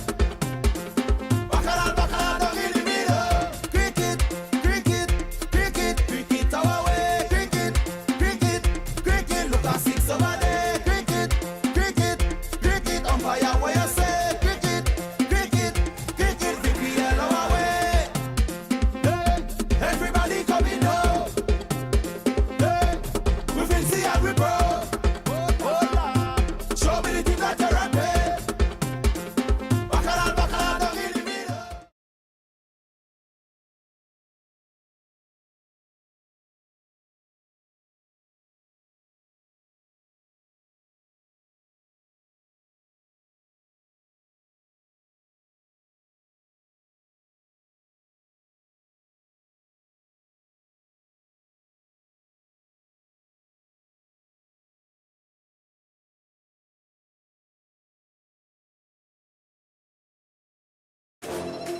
Let's go! It's cricket. VPL cricket. And you know we love it. It's cricket. VPL cricket. Hey, everybody coming now. Hey, we can see every bro. Show me the team that you're rapping. Bacala, down in the middle. Cricket our way. Cricket, look at 6 over there. Cricket, umpire where you say. Cricket, VPL our way. ITFX. ITFX. Be bold. Be loud. Go live. Anytime, anywhere.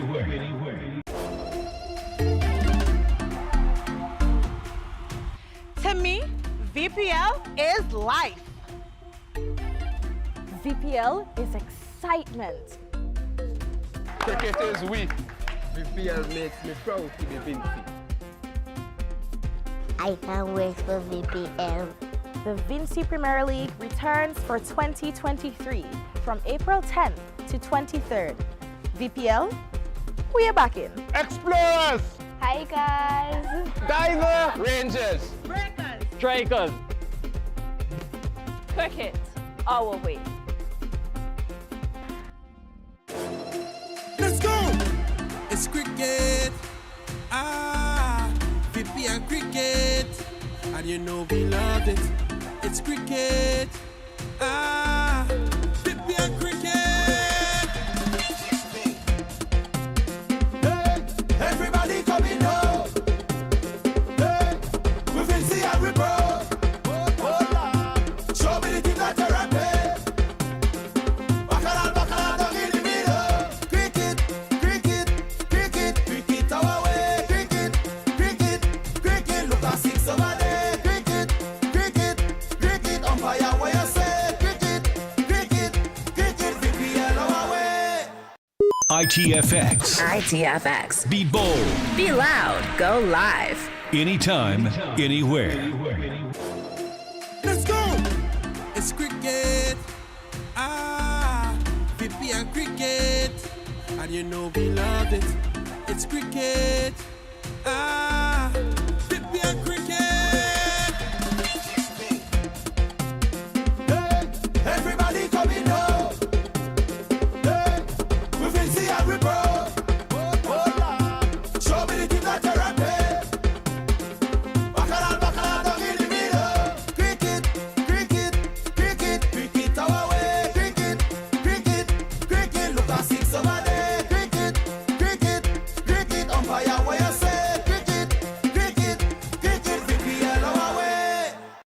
ITFX. ITFX. Be bold. Be loud. Go live. Anytime, anywhere.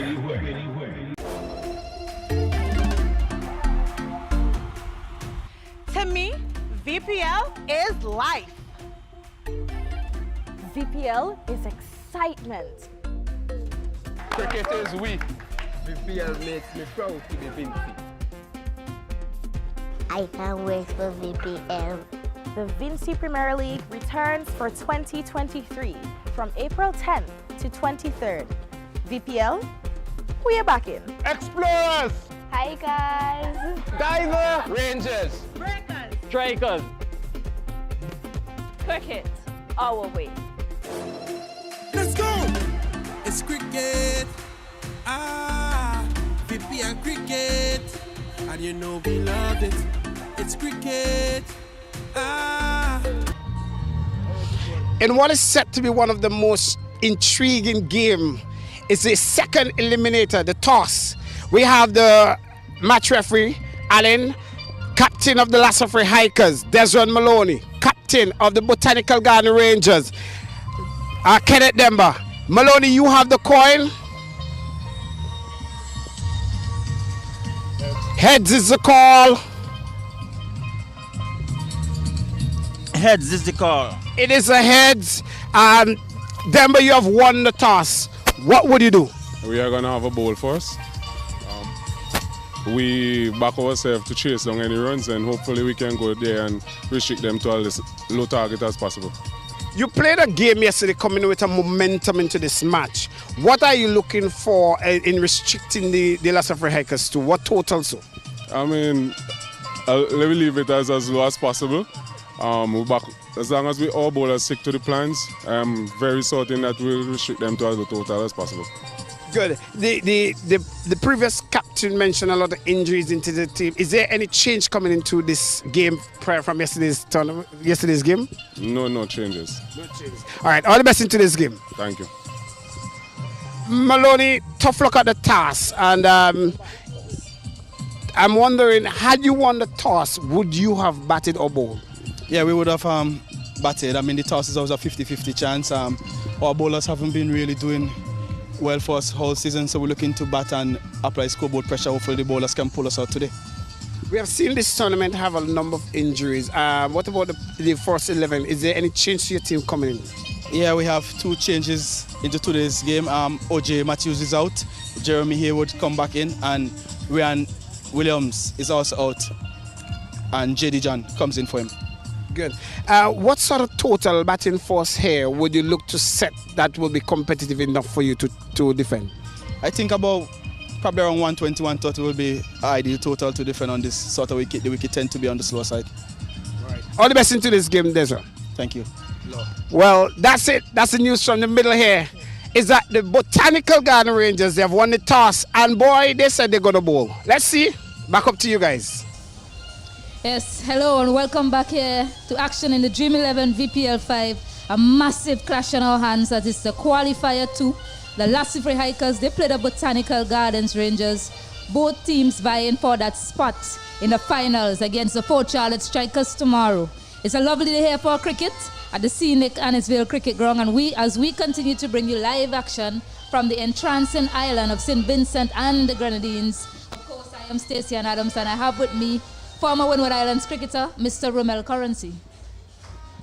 Yes, Stacey, it's really, really going to be a big clash. I've been looking forward to this clash, really. The Botanical Gardens Rangers versus the Lassafrey Hikers. Who wouldn't want to watch this clash? Big batters at the top of the table for the Hikers. They have Desmond Maloney. He has been going well as a captain. He has been striking it well. Jonathan Carter, an import from Barbados, he also has been striking it well. We all know what Dylan Douglas can do, is capable of, has done in the past. So that's a big batting order. They have won they did win the last game they played against the Rangers, so they would be happy. But on the other hand, the Rangers, of course, they would be coming into this game having won their encounter. So they would feel a bit confident. They're missing their fast bowler, Kesrick Williams, although he hasn't really come to the table. His form has not been the best, but they would miss him still because he does have something to offer. An enticing clash. Andrew Fletcher for the Rangers. How could I have forgotten him? We know what he can do if he gets time out in the middle and is able to bat at least 8 overs. We could be in for a big innings for the Rangers. Exciting clash ahead. Yeah, definitely an exciting clash indeed. We just had the toss, and the Botanical Gardens Rangers, they won the toss and they decided to have a bowl first. What do you make of that decision, Romel?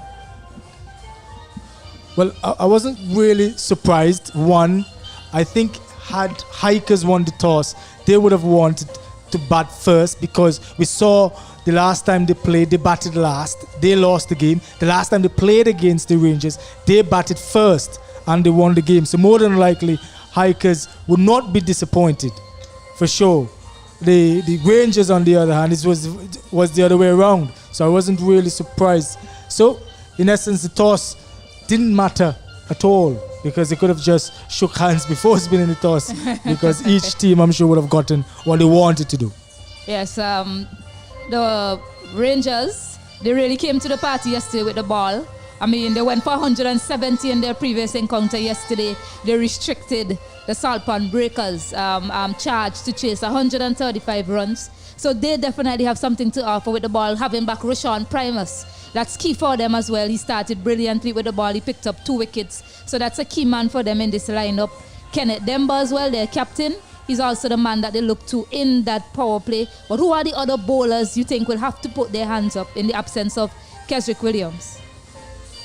Well, you mentioned some really good players. Rashawn Primus really has come to the party. He has led the attack. He is also another import, just as Jonathan Carter, from Barbados. His roots, obviously, well, not obviously, but I understand his roots. He has roots here in St. Vincent, so that augurs good for St. Vincent. In terms of their bowling, they do have Atticus Brown. He bowls some off spin. He hasn't been too successful as late, so they haven't been too inclined to want to use him. They have employed Kieran Katoy, the leg spinner from the players for the Windward Islands, more known today for his batting than his bowling. He originally started as an out-and-out leg spinner, but that has fallen off. He seems to be getting back into the fray of leg spin bowling, so they would have to look to him.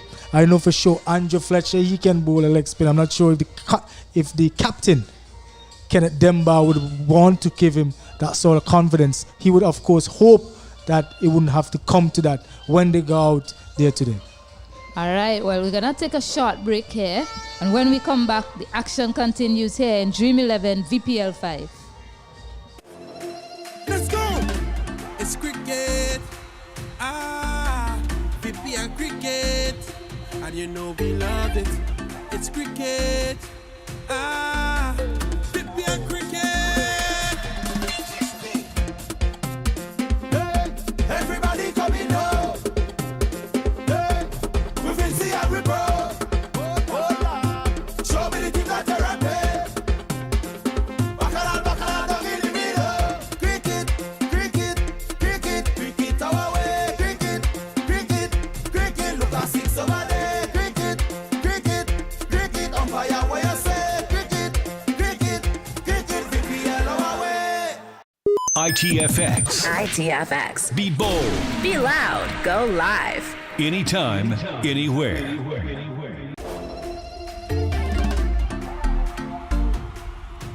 To me, VPL is life. VPL is excitement. Cricket is we. VPL makes me proud to be Vinci. I can't wait for VPL. The Vinci Premier League returns for 2023 from April 10th to 23rd. VPL, we are back in. Explorers! Hi guys! Diver! Rangers! Breakers! Strikers! Cricket, our way.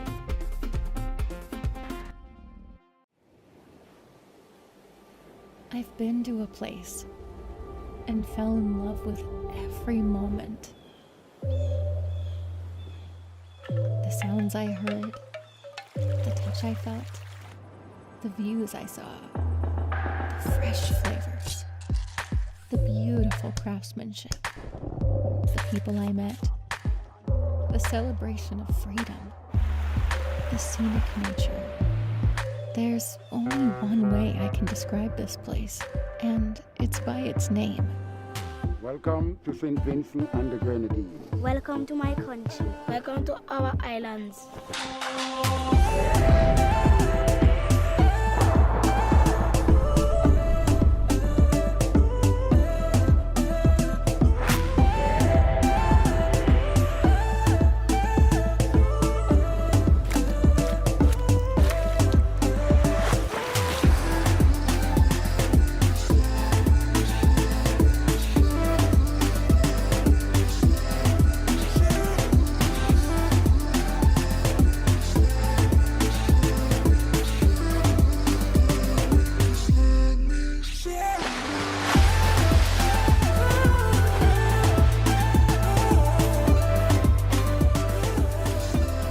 St. Vincent and the Grenadines.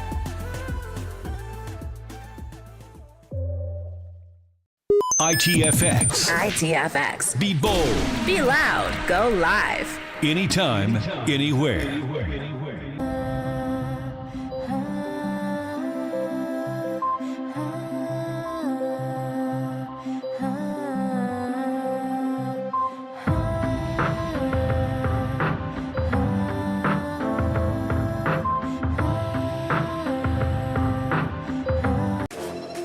Let's go! It's cricket. VPL cricket. And you know we love it. It's cricket. VPL cricket. Hey, everybody coming up. Hey, we will see how we bro. Show me the team that you're rapping. Bacala, down in the middle. Cricket, cricket, cricket, cricket our way. Cricket, cricket, cricket. Look at 6 over there. Cricket, cricket, cricket. Umpire where you say. Cricket, cricket, cricket. VPL our way. Hey, everybody coming up. Hey, we will see how we bro. Show me the team that you're rapping. Bacala, down in the middle. Let's go! It's cricket. VPL cricket. And you know we love it. It's cricket. VPL cricket. Hey, everybody coming up. Hey, we will see how we bro. Show me the team that you're rapping. Bacala, down in the middle. Cricket, cricket, cricket, cricket our way. Cricket, cricket, cricket. Look at 6 over there. Cricket, cricket, cricket. Umpire where you say. Cricket, cricket, cricket. VPL our way.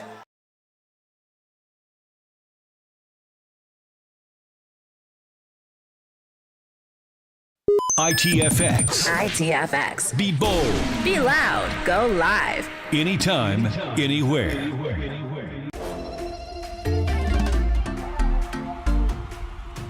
To me, VPL is life. VPL is excitement. Cricket is we. VPL makes me proud to be Vinci. I can't wait for VIP. Let's go! It's cricket. VPL cricket. And you know we love it. It's cricket. VPL cricket. Hey, everybody coming up. Hey, we will see how we bro. Show me the team that you're rapping. Bacala, down in the middle. Cricket, cricket, cricket, cricket our way. Cricket, cricket, cricket. Look at 6 over there. Cricket, cricket, cricket. Umpire where you say. Cricket, cricket, cricket. VPL our way. Welcome back to qualifier 2 between the Lassifree Hikers and the Botanical Gardens Rangers. Just a reminder, the Botanical Gardens Rangers, they won the toss, decided that they're going to have a bowl first. The openers for the team, rather, for the Botanical Gardens Rangers, Desron Maloney, captain, Dylan Douglas, Jonathan Carter, Larry Edward, Otney Lewis, Andrew Thomas, Jahil Walters, wicketkeeper, Curtin Lavier, Jeremy Haywood, Andre Hunt, and Jade John.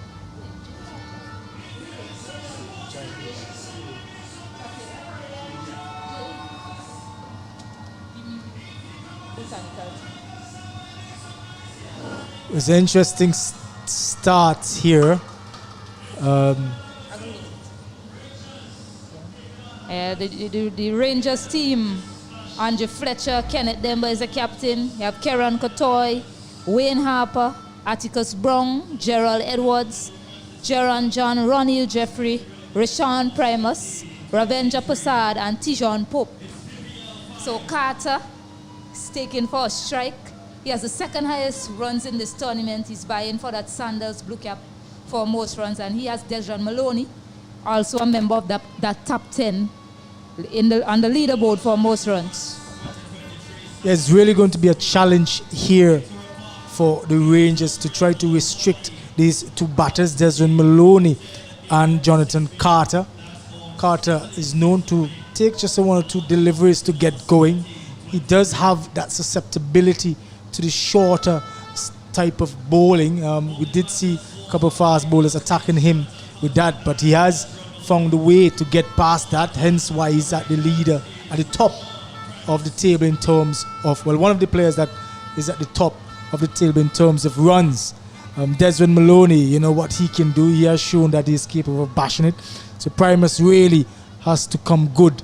There's no room for mistake. This is it, ladies and gentlemen. The loser loses out, and the winner obviously advances to the finals. This is do or die here at Annisvale. Lovely VPL cricket.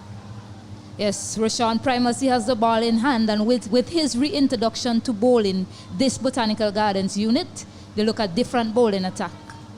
So Rashawn Primus about to face up to Carter, 2 men out, third man, square leg. So here we go, first ball in qualifier 2. Short delivery, something like you were speaking about just now, that short ball to Carter, but it's a wide ball, not lined properly. Yeah, they're going to go for it. They're not really going to pitch the ball up. This wicket specifically is known for its pace. It is the fastest of all the wickets that we have used so far. So it's going to be expected that fast bowlers like Primus would want to take advantage. It's interesting with the field. They have third man up. Short delivery, gets an edge on it. It wasn't his intention. Goes down to third man. They hustle for 2. So interesting delivery there. Surprised the batter on that occasion. Yeah, he's going to go for it. He's not going to cool out. Like I was talking about the field place, and they have a deep square leg for Jonathan Carter. He's right back on the boundary. They have a man on the 45, short fine leg. I thought they should have considered, I should say, having a long leg. The third man is vital, yes, but if they're going to continue with the shorter type of bowling, they have to ensure that the fine leg, because often, how many times you've seen the ball going over that man on the 45. But they're restricted in terms of field placing. They only allow 2 players. The captain really has to do a balancing act. Yeah, they're just having a check just to make sure that the fielder, his body wasn't touching the line while he had touched the ball. All good. 3 without loss after 1 ball. Short delivery again. So the short ball ploy is the type of attack the Botanical Rangers are going with to Jonathan Carter. Yeah, Jonathan Carter, they're calling out for somebody here. I hope he's not injured per se. He has taken off his glove. I think he was struck on the helmet. We're hoping that he's okay. They're probably going to have the physio do a concussion test before he continues.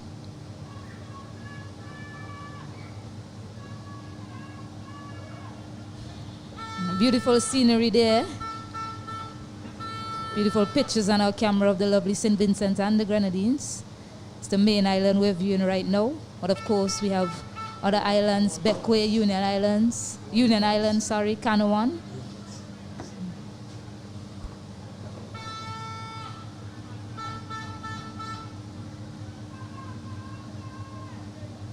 All seems to be okay to Jonathan Carter, but that short delivery seems to be problematic so far to Jonathan Carter in this opening spell from Rashawn Primus. Yeah, they're definitely going to continue with that play. I don't see any reason why they shouldn't. They have since bowled 2 dot deliveries. The second delivery yielded 2 runs, but not from any confident shot, I would say, from Jonathan Carter. Short again, 2 wide, and it'll run away for 5 wides to add to the total. The Lasufri Hikers fans, they won't mind that at all. Yeah, Primus, he has to be disciplined here. He has to be disciplined. He has only bowled 2 legal deliveries and the score is already 8 runs. We understand the intention is to bowl short at Jonathan Carter, trying to exploit his weakness. But he has to be able to line it up. Yeah. Just too wide on that occasion, but Botanical Gardens Rangers did definitely come out with a plan here to Jonathan Carter. Short again. This time, he helps it to the short fine leg fielder, and Jonathan Carter is dismissed. The man with the most runs for the Lasufri Hikers has been dismissed early. So strike 1 goes to Botanical Gardens Rangers. Yeah, that's a big wicket, Rashawn Primus would be happy. He continued with that shorter type of bowling to Jonathan Carter. He has been susceptible, as we've been saying all along, and it has given them some rewards, a big reward for the Botanical Garden Rangers. They have gotten rid of the dangerous Jonathan Carter, but Dylan Douglas, he walks in early. He would want to give himself a little bit of extra time to get accustomed to the pace of the wicket. It hasn't been easy. We've seen that from the first game. It hasn't been easy today. So they have to give themselves that bit of extra time to get accustomed, because they lose today and they're out. It's important. They have to stay there. They have a big role to play. Dylan Douglas and Desron Maloney. Yes, and the top 3 is imperative to run scoring for the Lasufri Hikers. But I think a fast bowling coach would be proud of the sequence of deliveries in that over from Rashawn Primus. He had a plan, he stuck to it. I mean, he had hit Carter on his helmet, but that last delivery, that's the sort of short ball. If you're bowling short, that's the length that you need to be bowling, and the line. It didn't allow the batter to free his arm. So, brilliant start there from Rashawn Primus. Well, their tails up. They have a slip in place. I'm happy to see that. They've decided to use just 3 men on the onside. The fella on the boundaries, the deep square leg, and the third man. So the tails are up. Oh, moving away. That one seemed a bit there off the surface. Interesting start here from Rashawn Primus. Yeah. It's nice here. Ooh. Good delivery. Dylan Douglas searching for it. He wasn't sure. Saw a puff of dust as the ball hit on the surface there, going through to the keeper. We have to keep an eye on that as the innings progresses, Romel. Similar delivery. Watchful Dylan Douglas was in 2 minds there as to whether to leave or play at that one. So nice test match lines being employed here by Rashawn Primus to Dylan Douglas so far. Yeah, good delivery. Some sea movement as you said. He wants to keep that line. He has the slip in place in the form of Andre Fletcher, who an edge here, and they'll be all over the Hikers. Down the ground, swing and a miss.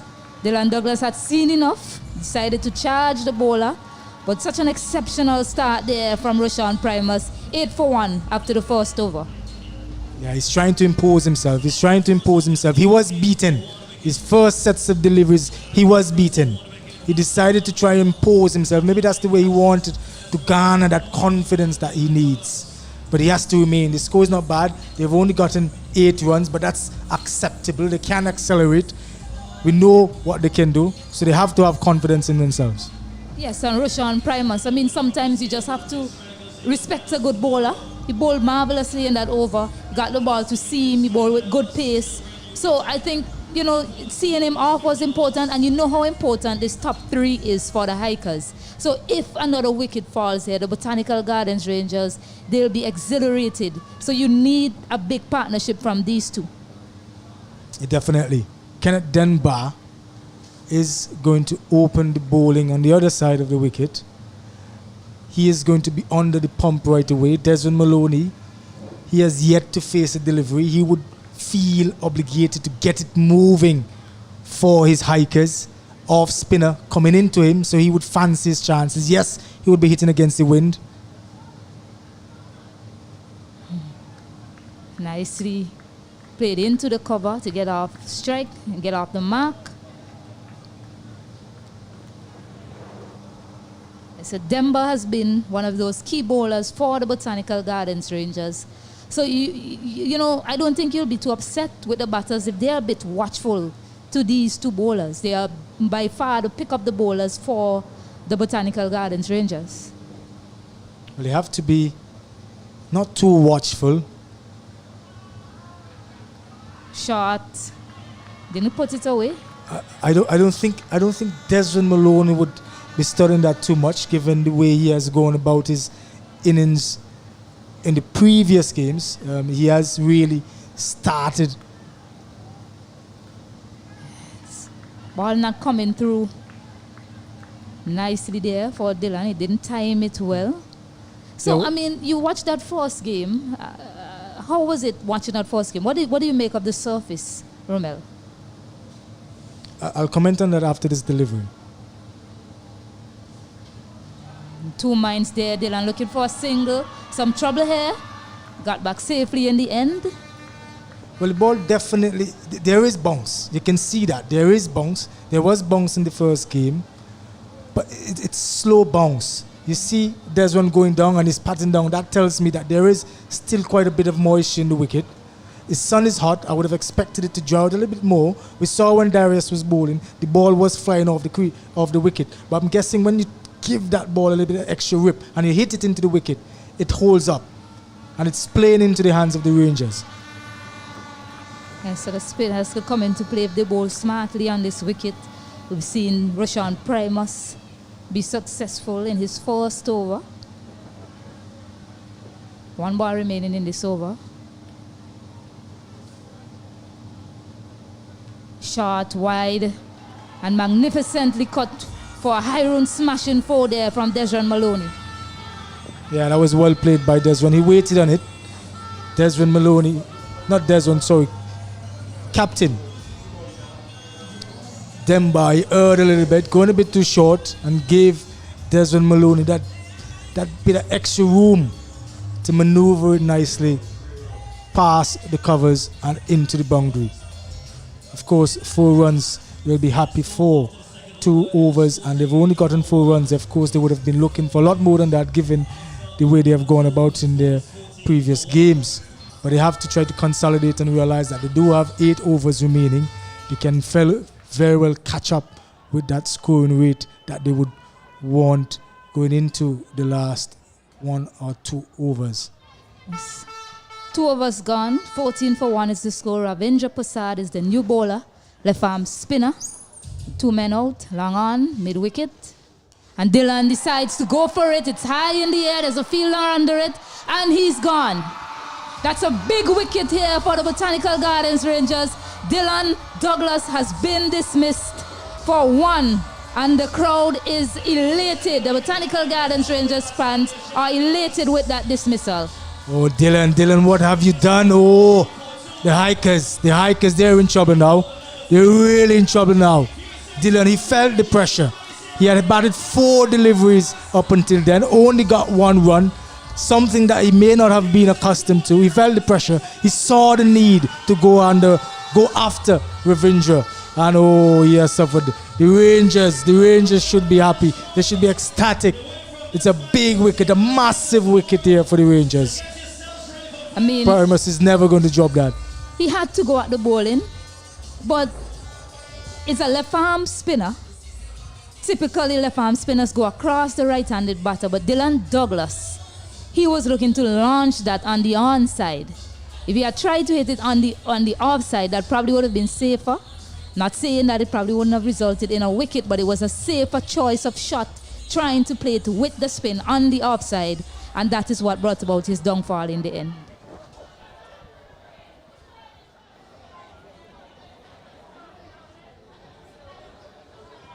So new batter, Jahil Walters, walks in with a lot of pressure on the Lasufre Hikers. They are 2 wickets down, 2 big wickets back in the hut. They need to do some consolidation here, both of these batters, to propel them to a competitive score. Well, they've elected to use Jahil Walters. He is a left-hander, of course, so it might be just a bit easier for him to maneuver the bowling of Prasad. As you see him there, lovely shot outside the on the offside, getting a single. So I'm guessing that is what the Hikers want, a bit of rotational strike. Desmond Maloney, he has a big role to play. He has only 5 runs from 4 deliveries, but his role cannot be underestimated at all or overstated.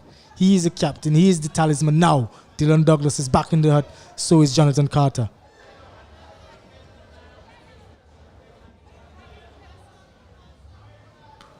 Playing with the spin, cutting it out to the offside. Well stopped there by young Tijon Pope. Yeah, he's tense out there. He's tense out there. The Rangers, they're happy.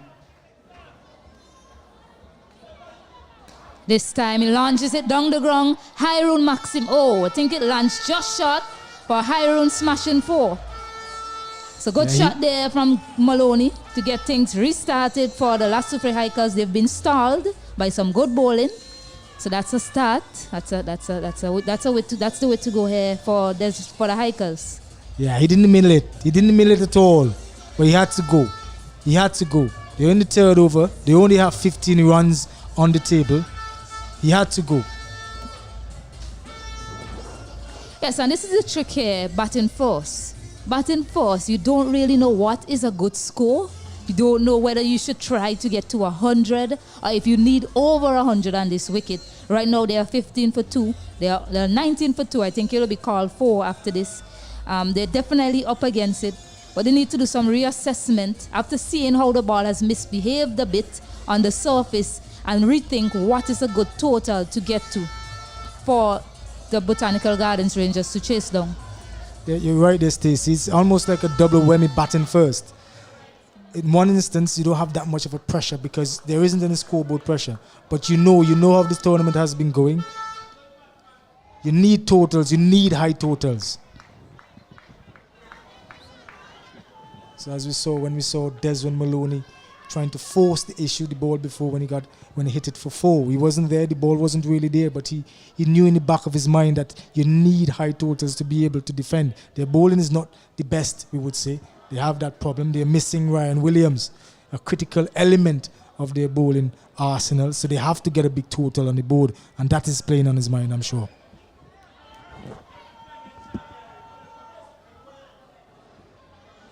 Looks to go inside out.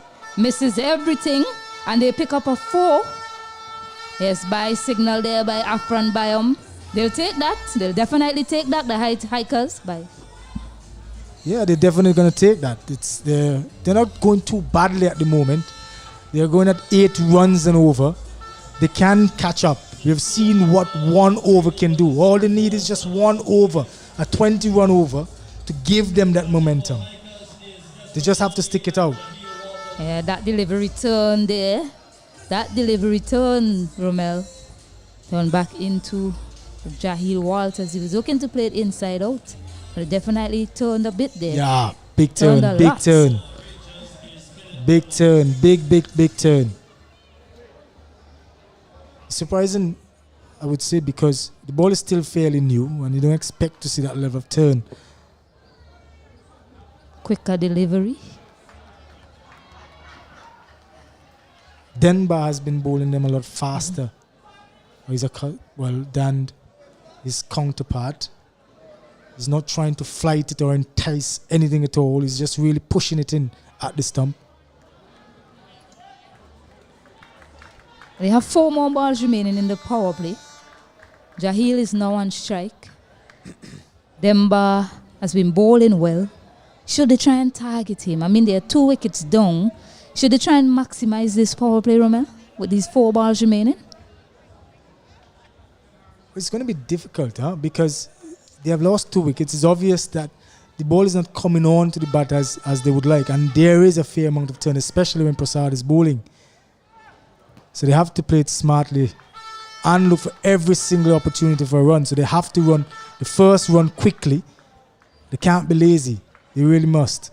They must be vigilant and must be aware of every single opportunity, because they have to, first of all, they have to find a middle ground, because now they don't know what's a good target. They know the wicket is difficult, but they know this is T10 cricket. 1 bad over and it's over. Yeah, so there's John Maloney. Looks as if he's willing to play the long game, and that will definitely work out in favor of the Hikers if he stays there all the way through to the 10 overs. It's just knocking it around, looking for the 1s and the 2s. So not that bad ploy here to Demba. In the back of his mind, he'll be thinking he'll have to target that 5th bowler, the 5th bowling option for the Botanical Gardens Rangers. And who knows, if Revenger comes back, he'll probably look to launch him as well. Well, this is the final ball of the power play. They can ill afford to lose another wicket here. Jael Walters, he has to give good support. Yeah. Looks to go across on that occasion, and he's been knocked over by Kenneth Demba, who has been bowling brilliantly for his team, and he definitely deserved the wicket for his excellent spell of bowling. 9 runs coming off his 2 overs.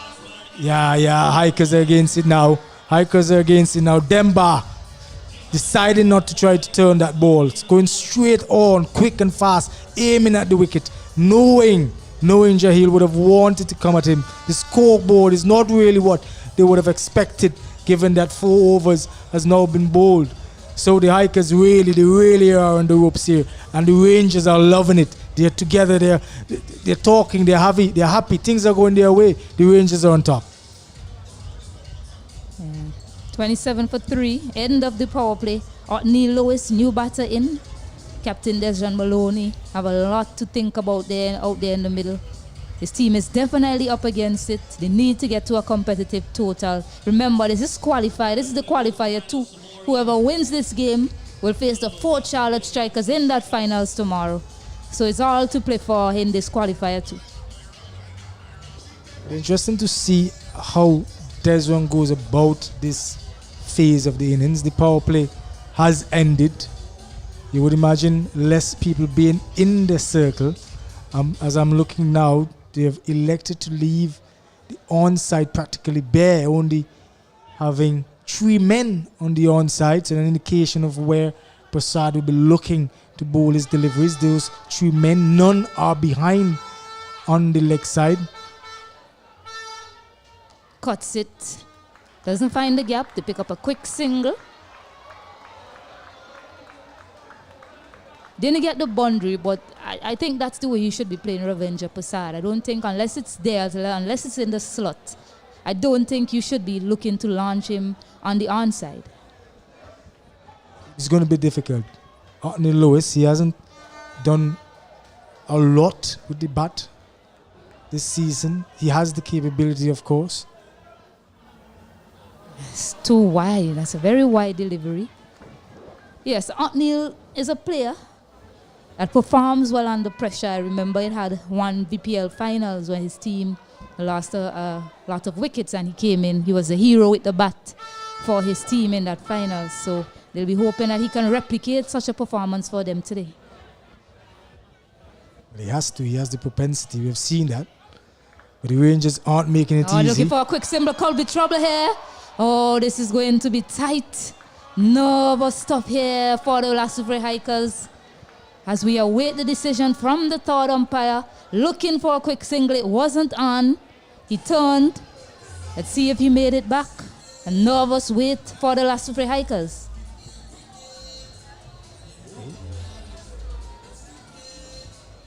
Oh, I think he's short. I think he's short here. It's another massive breakthrough. The wheels are coming up here at the Annisville Cricket Ground. For the last Super Hikers have lost another wicket. They are now 29 for 4. Oh my God, the Hikers, they're falling like pins. We're just into the 5th over. They've already lost 3 wickets. That is 3 wickets. Well, 4 wickets now. I've been told. Otney Lewis has left us. Andrew Thomas is in for them. He hasn't come to the party, or hasn't been given that opportunity to come to the party for the team. Andrew Thomas would have a big, big role. We see there from the replay the slowness of the wicket whenever the bowler digs it into the wicket. Interesting, when the fast bowlers are bowling, we saw when Darius was bowling, it was really flying. So I don't know if it's a consequence of how you hold the ball or such, or it's just a consequence of how the wicket is playing generally. Yeah, Wayne Harper, he wasn't too confident when he dislodged the bails. He didn't think that the throw was strong enough, but they did just enough as Otney Lewis was just short. Small margins here, Romel, small margins. Yeah, Andrew Thomas, new batter, a lot to do here for his team. Yeah, this is big. This is really big. The Hikers, they're up against it. They're really up against it. Desmond Maloney, he will have to really perform a captain's role, a captain's innings. If ever one was needed, it's now. Avenger Prasad. They won't look to take a quick single there, I'm sure. They've decided to stick with the same field. It's interesting. Andrew Thomas is a left-hander. Prasad, Avenger, has decided to keep bowling around the wicket. Loud appeal, they hustle through for a single. The keeper doesn't pick up cleanly, so they get 1.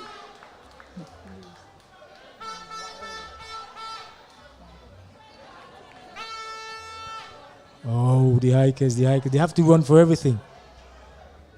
They have to get the measure of the wicket. It's going to take a while, Andrew Thomas, to get the measure of the wicket. Desmond Maloney, as we've seen, he still hasn't gotten the true measure of the wicket. So it's difficult. It's not by any means an easy wicket this evening to bat on, it seems. Nicely cut away. I think that might beat the fielder there. Does it? Yes. High run smashing 4 off the bat of Desmond Maloney. They need that and more here, the Lasuvre Hikers. Yeah, they need that. They need that. They desperately need that. Desmond Maloney, he has to play it smart. He has 17 from 13 deliveries. Big turn from Ravindra Prasad. Big and slow turn. Desmond, we saw getting back, waiting on it, and slapping it nicely past the field at backward point. Punches it down the ground. So it seems as if he's decided he's going to be a bit more circumspect. I mean, yes, he's lost 4 wickets, but he's still going to mix it with intent, and that's what you want to see from your captain. He has to find a way to score. He's losing wickets at the other end. It's a pressure situation for him. You've played at Windward Islands level. If you're in a situation like this, Romel, how are you getting out of this?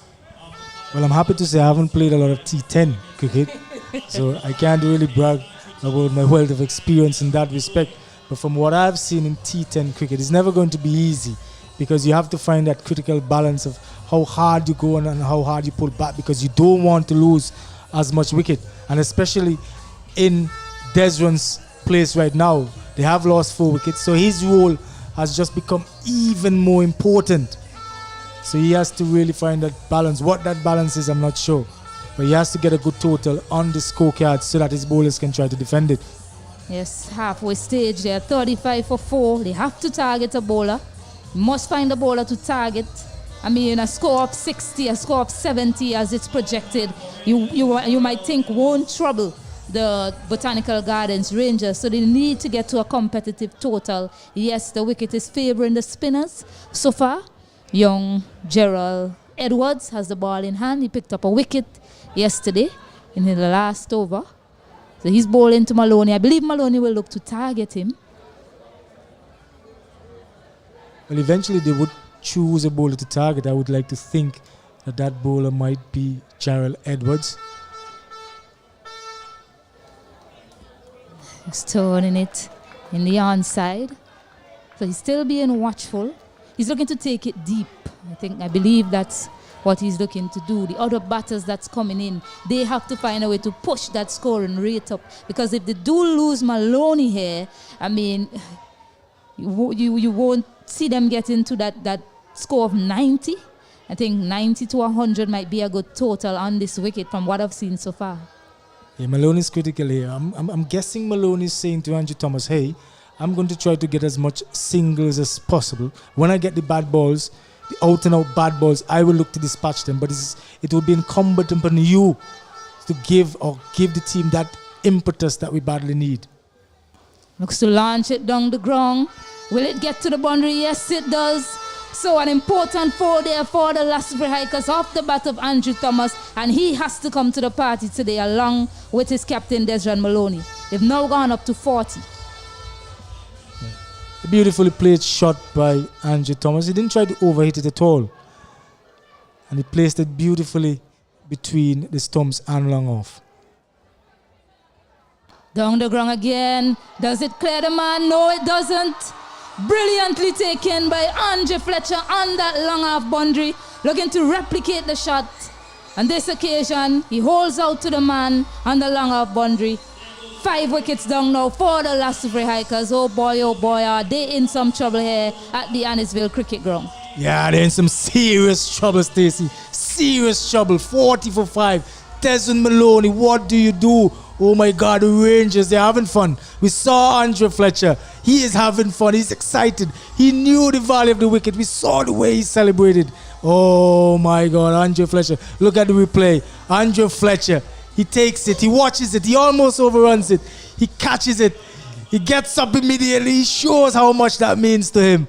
Oh, Andre Fletcher, you beauty. Brilliant catch. Brilliant catch and well bowled by the young fella Jarrell Edwards. Having been hit for beautiful 4 the previous deliveries, he came back well. He stuck to his nerve and kept his line and length, and he was able to get that vital wicket for the Rangers. Yeah, Thomas, he had the right idea, looking to play him straight and with the spin, but on that occasion he didn't get enough power on it, as he didn't have the pace to walk with. Young man bowling an exceptional delivery there to pick up that wicket. They were going to target him. Definitely that was the bowler that they probably planned and said they'll have to have a go at him. Cannot allow him to settle. But smart bowling from Edwards to pick up that wicket. Larry Edward, a new batter in. He has a lot of work to do with Desron Maloney. They need to get up to 90 to 100 if they are to be competitive in this matchup. Larry Edwards is no rabbit with the bat, certainly. It's too wide to start there. So he has to stay with his captain. If Maloney can at least stay, or if Larry can stay with Maloney up until at least the 8th over, that should do them a world of good. Drives it well, but it'll just be the one. I'm wondering if Maloney is a bit injured, because I saw him amble down the wicket. I'm not sure if he's carrying a slight niggle. It would seem so to me, because from their running, I thought they would have tried to get the second one there. I don't know if he's trying to keep the strike, but it'll be interesting to find out if he's carrying that niggle. Drives it. Pick up another single. Singles aren't going to help them to get to a big score. They need a lot. They need some big hits here. One more ball remaining in this over. It's a good over so far. Picked up a wicket as well. Hikers hunting up a boundary on this last delivery. Peels off the outer half of the edge there of the bat to bring the over to an end. 6 overs gone. 43 for 5. Well, they have to target somebody. I originally thought they would have targeted Jarrell Edwards, being a young and an inexperienced off spinner. But Kieran Katoy, leg spinner, we spoke about, well, you didn't speak about him. But Kieran Katoy, when we spoke about him during the first game, we noted that originally he was predominantly a leg spinner, but he has since grown into more of a batter, especially at the first class level. He still can bowl the leg spin. His leg spin has come on a little bit better, we would say. He has gained some success, but he has the tendency to bowl that full toss, bowl that long hop. But it's important that he starts well now for the Rangers, given the momentum that they have here today. But Desmond Maloney, he would look to take advantage of any loose deliveries here. Yeah, Katoy, he was top class yesterday. He picked up 4 wickets with some intelligent bowling. He used the wicket well, changed his pace well. So he'll want to continue in that vein here today.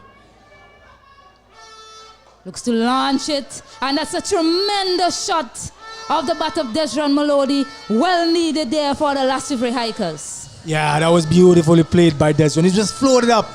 It really was. A hit-me delivery, if you will. And Desmond Maloney, he was equal to the task. He has been in for 17 deliveries so far. So that would have been bread and butter for him. And he desperately needs to capitalize on these deliveries. We know Katoy has a fast delivery. We saw him getting a wicket with that. So Desmond would have to look out for that for sure.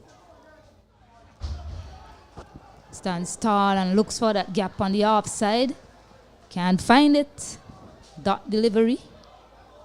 49 for 5.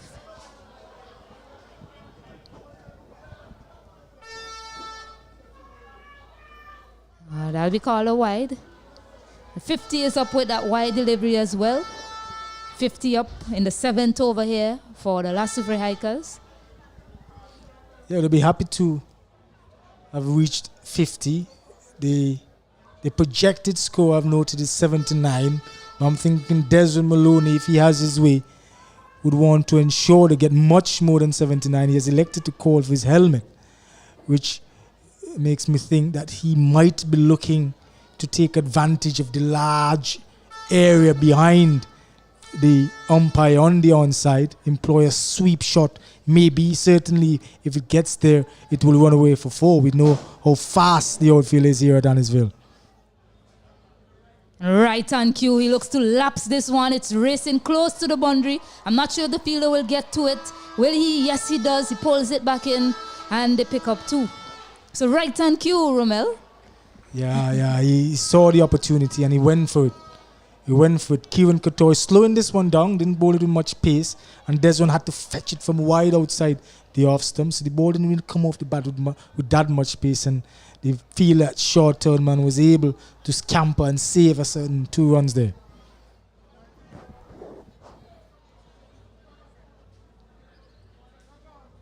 Okay, wide delivery.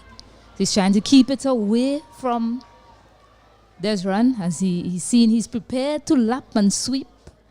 And it's good thinking from Maloney to exploit those vacant areas on the ground.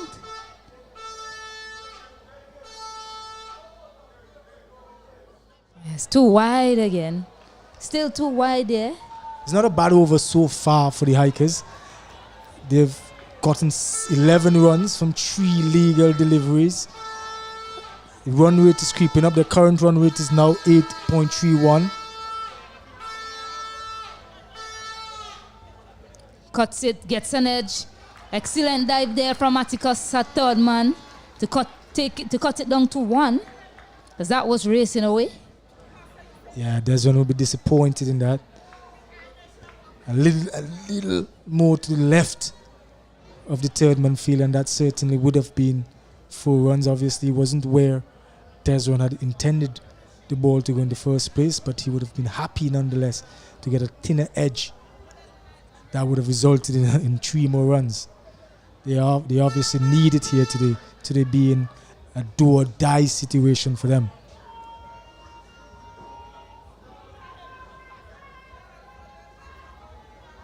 Looks to reverse on this occasion. Loud appeal. It's turned down by the umpire. They run back. They hustle back for 2. So valuable runs for the Lassifree Hikers. It's just 2, but every run counts right now. I was pitching outside leg. It's a good decision by umpire, front by him. Leg by. Still 1 legal delivery left in the over. Run rate creeping up to 8.34. Slightly different feel from when Desron was batting. They have employed a man on the 45 on the onside. Stands tall and hits it. It picks the gap immaculately for a high run smashing for there, Larry Edward. That was too short from Kotoy. Yeah, Larry will be happy for that. It was really short. He waited on it and he hit it well into the gap, just in front of the fielder at deep square and to the left of the fielder on the deep mid-wicket boundary. Seemed to me to have been an attempted googly from Kieran Kotoy, but Larry was equal to the task. So 16 runs off that over. Some much needed impetus in the batting innings of the last three hikers. They are now 61 for 5, 3 overs remaining. Captain Desron Maloney, he's still there. He's 29 off 20. Larry Edward, he's also there. He's 5 off 4. So a lot to do for the hikers to get up to a formidable target, or competitive, I should say. Yeah, they have to. Desmond Malone is still there. 3 overs remaining. He has faced 20 deliveries, so he should be seeing the ball reasonably well. He has 29 runs so far. Larry Edwards, he has hit a 4, so he should have some level of confidence. Ronil Jeffrey is taking his run up now. He's a medium fast bowler. Desmond Maloney obviously would be looking to take advantage of this. Not terribly fast, so there wouldn't be that threat of a dangerous bouncer, you would say. So it's important here that Desmond capitalizes. The field is interesting. They have nobody in saving any single on the onside. So you would imagine they obviously are protecting the onside. There's going to be a slight change in the field. Third man is back. Fine leg is up. So the only 3 men on the onside that are on the boundary, the deep square leg, backward square, deep mid wicket and long on. And Desmond Maloney against Ronil Jeffrey. Interesting here at the Annisfield playing Yes, field. interesting change given that young Edwards picked up that wicket in the previous over. Short delivery, but that's the plan. Seems as if they are asking him to bowl it into the surface, the field that they have set to Maloney. But I think he'll like it short, given how he's played throughout this VPL5. He likes the short stuff. But let's see how Jeffrey goes to him. They'll definitely be looking to target Jeffrey in this over.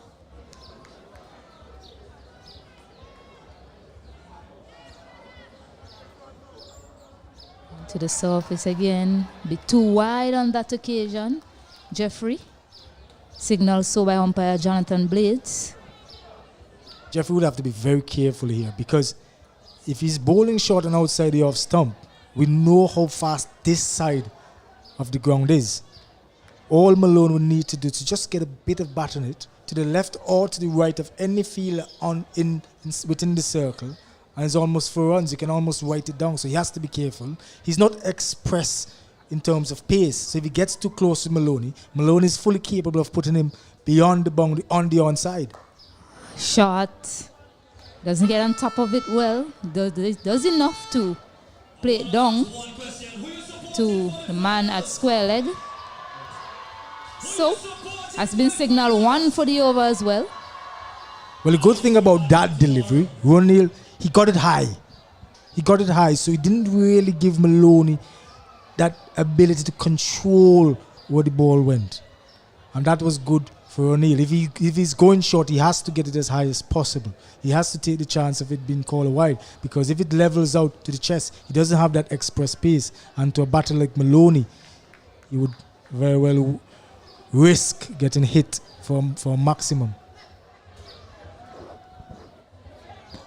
Yes, full whipped away for a single, but similar plans to Desron Maloney is what they're looking to bowl to the left-hander, Edward. But Edward, on that occasion, walked across his stump to walk it on the onside.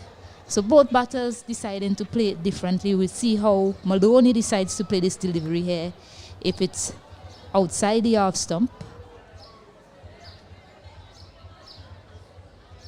Looks to go down the wicket. Nice change of pace there from Jeffrey. Saw him coming. Very good delivery from Jeffrey there. Yeah, they're really tightening the screws. They're really tightening the screws. Hikers are under the pump. Desron is eager. He's eager to get to the bowling. He's eager to destroy the bowling. But Ronil is having different ideas, obviously. Shot. Waiting on the signal and for the umpire. There was one in the over already, but that wasn't deemed to be over the shoulder. So, good bouncer there from Jeffrey. Yeah, that was a tight one. That was a tight one. Desmond Maloney is asking for it. Can I get that extra delivery, please? They need it. 64 for 5. One delivery left in the 8th over. Just one delivery. The projected total is now 82. They know it's not going to be enough. So they have to get the move.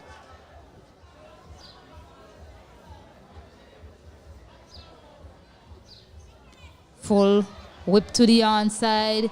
I think this will beat the man. Yes, it does.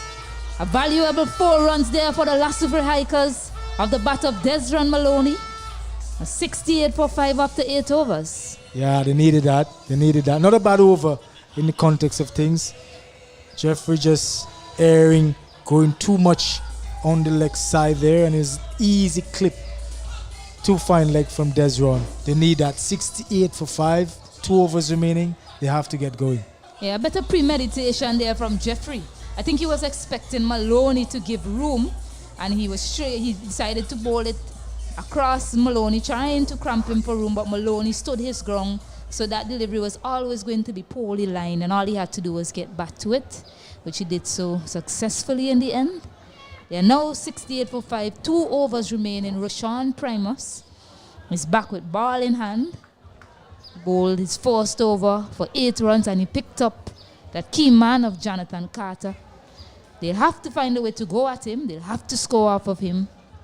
But he's a tough customer to get away from what we've seen in his last 2 matches, Romel.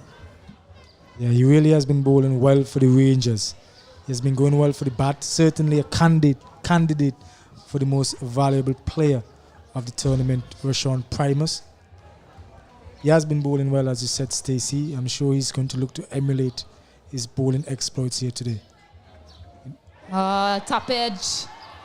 And carried to Ravenger Prasad, and Larry Edward is dismissed by that man again, Roshan Primus, who's been brilliant with the ball for the Botanical Gardens Rangers. Yeah, big blow. Big blow inflicted there by the Rangers. Roshan Primus using his experience, hitting the deck, rolling his fingers over the ball, a slow delivery. Larry Edwards not timing the delivery as he would have wanted, and therefore given an easy catch to the man at point. Rangers, they're in the ascendancy.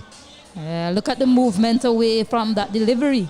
It started on leg and just moved to the onside, to the offside. Romel, a brilliant piece of bowling from Roshan Primus there.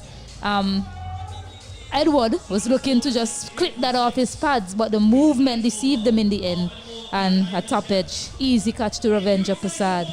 Marvelous bowling display from the Botanical Gardens Rangers so far. Yeah, the Rangers are happy. I'm looking at the fans. The Hikers fans, they won't be happy. They're accustomed to seeing their team in the finals. They're accustomed to seeing their team raising that championship trophy. They are 3-time winners in this VPL. But they are under the pump here today. Whether or not they'll be able to defend whatever total they make would left to be seen. They don't have this year, I would say, the best of attacks. They have gone for quite a bit in a couple of games that we have seen so far. So they should be feeling it. They are feeling it.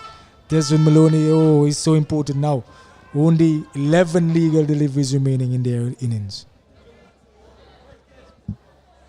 Scott and Lavier, the new man in, picks up a single to get off the mark and get off strike importantly, as Desron Maloney needs to be facing the majority of these remaining deliveries if his team is to get anywhere near a competitive target here today. Yeah, risky single, but a necessary single. You had to get Desron, as you said, on the strike. He has to face as much of the deliveries remaining as possible. He is critical. He has to get at least 95, I would say. projected scores 83, but he would want much more than that, knowing who Desmond is. It is possible for them to get 100. We have seen overs going for as much as 30 runs, Stacey. We saw just the other day what Carlos Brathwaite did to his fellow countryman. Destroyed him, literally, destroyed the bowling attack.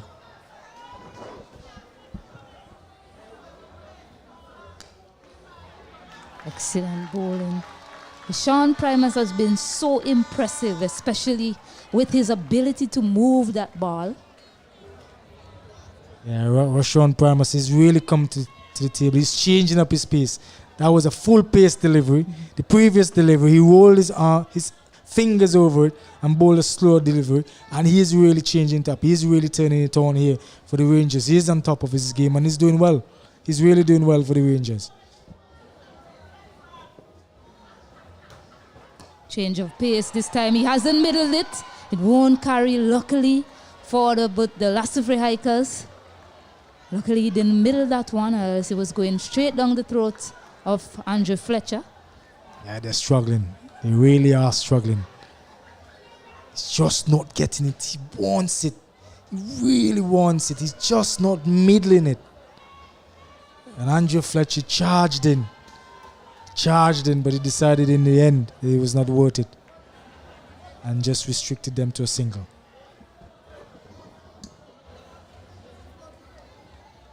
Full skied. A fielder is getting under it, and Demba takes an easy catch. The impressive Rashawn Primus strikes again. The Lassifree Hikers, they are under some immense pressure here. Oh my, 6 wickets down. And Rashawn Primus, he has struck again. Demba, he was never going to drop that. He has one of the safest pairs of hands you can imagine in all regional cricket. Oh, the Hikers, they're really up against it now. The 6 legal deliveries remaining. It's important that Desron remains on strike, at least for the next over. The new batter coming in, he would have to face the last delivery, hopefully the last delivery, providing he doesn't bowl a no ball from Rashawn Primus. But the way he has been bowling, I think everything is going the Rangers' way. And I won't be surprised if this ball results in another wicket, Stacey. Yes, Andre Hunt, the new batter, he has to go. This delivery is effectively a free hit for him. He just has to go for it. He has no other choice, because then Desron Maloney will be on strike. Whether he gets dismissed or not, he has to find a boundary somewhere here of this last delivery of the impressive man, Rashawn Primus. 3 for 10 so far, 1 ball remaining in his spell. Marvelous display of bowling from Rashawn Primus here today.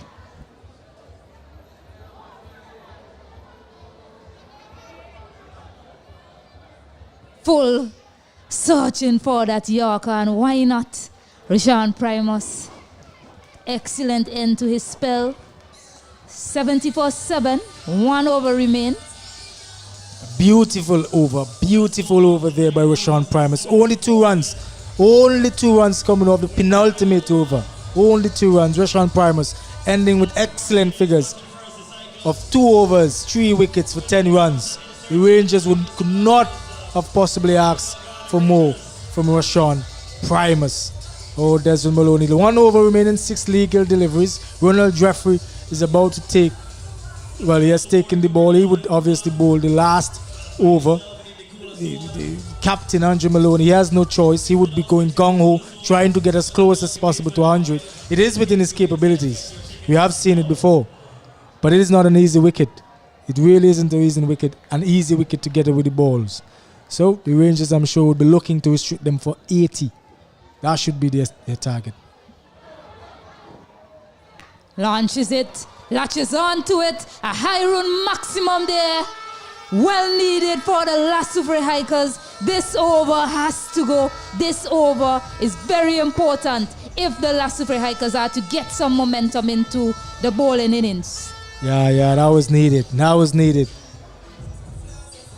was well picked up, mind you. Hitting against the wind and going a fair way beyond the boundary. An excellent shot by Desmond Maloney.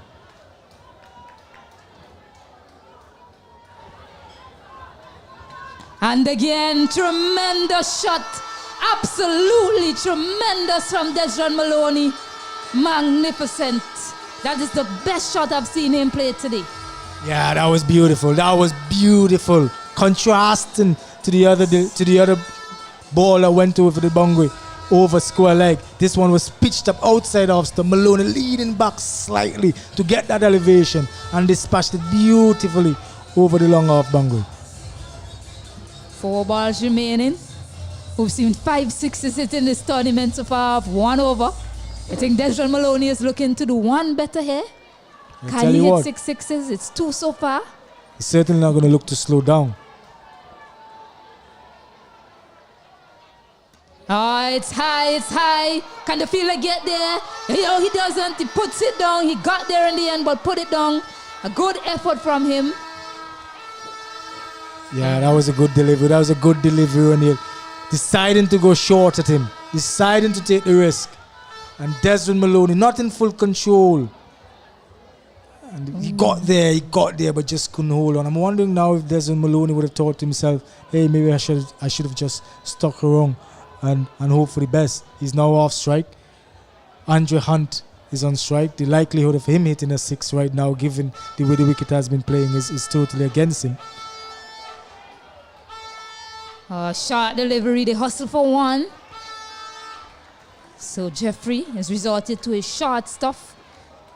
His pitched up stuff has been launched for 6, so he's deciding he's going to bowl into the wicket, hard into the surface. I think that's a good choice on this surface. The pitched up stuff will go.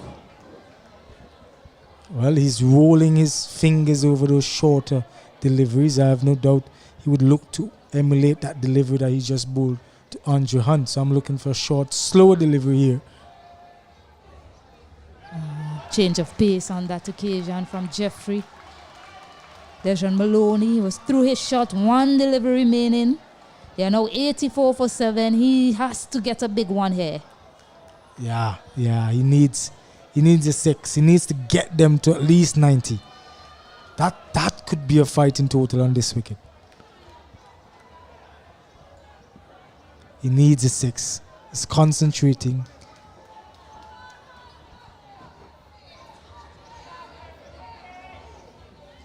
Looks to launch it inside edge. Finishes with a single. I tell you what, that was, in the context of how things have gone, that was a decent over by O'Neill. Yes, he was hit for 6s in the first 2 deliveries, but he came on well. He came back well. His 4 remaining deliveries, only leading, healing, 3 runs, was it? 1 single, a leg by a dot delivery. So he came back well. So a good last over by O'Neill there. And the Rangers, of course, would be the happier team, I would say, going in to the second half of this final eliminator game. Yes, So the Rangers would be very, very happy. The thought process in that over. Those last 4 deliveries from Jeffrey. They showed experience, in my opinion. I think he's probably an experienced campaigner. The short ball was pumped for 6. The pitched up one was hit for 6, and he decided to go shorter and wider and then use that variation as well. The last of Vehicles, they've managed to get to 85 runs, beg your pardon, 85 for 7. The Botanical Gardens Rangers, the happier team at halftime. They need 86 runs to win, but it's cricket. Anything can happen here. I believe we're in for an exciting contest. As we take a short break, it's an Island Sips innings break. When we come back, the Botanical Gardens Rangers will be in pursuit of 86 runs for victory. Let's go! It's cricket. VPL cricket. And you know we love it. It's cricket. VPL cricket. Hey, everybody coming up. Hey, we will see every bro. Show me the team that you're at. Bacala, don't give me the cricket, cricket, cricket, cricket our way. Cricket, cricket, cricket, look at 6 over there. Cricket, cricket, cricket, on fire where you say. Cricket, ITFX. ITFX. Be bold. Be loud. Go live. Anytime, anywhere.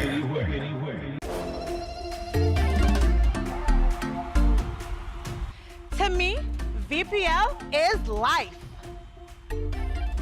VPL is excitement. Cricket is we. VPL makes me proud to be Vinci. I can't wait for VPL. The Vinci Premier League returns for 2023 from April 10th to 23rd. VPL, we are back in. Explorers! Hi guys! Diver! Rangers! Breakers! Strikers! Cricket, our way.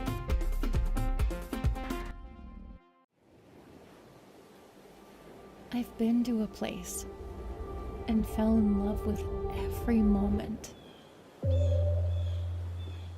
The sounds I heard, the touch I felt, the views I saw, the fresh flavors, the beautiful craftsmanship, the people I met, the celebration of freedom, the scenic nature. There's only one way I can describe this place, and it's by its name. Welcome to St. Vincent and the Grenadines. Welcome to my country. Welcome to our islands.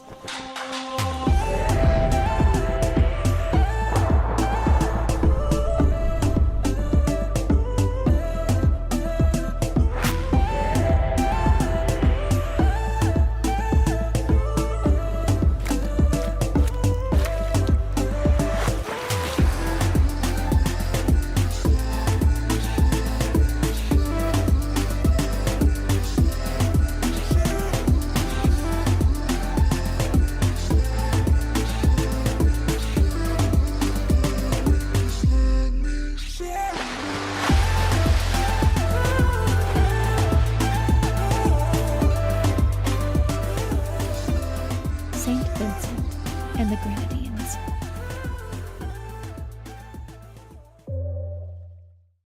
ITFX. ITFX. Be bold. Be loud. Go live. Anytime, anywhere.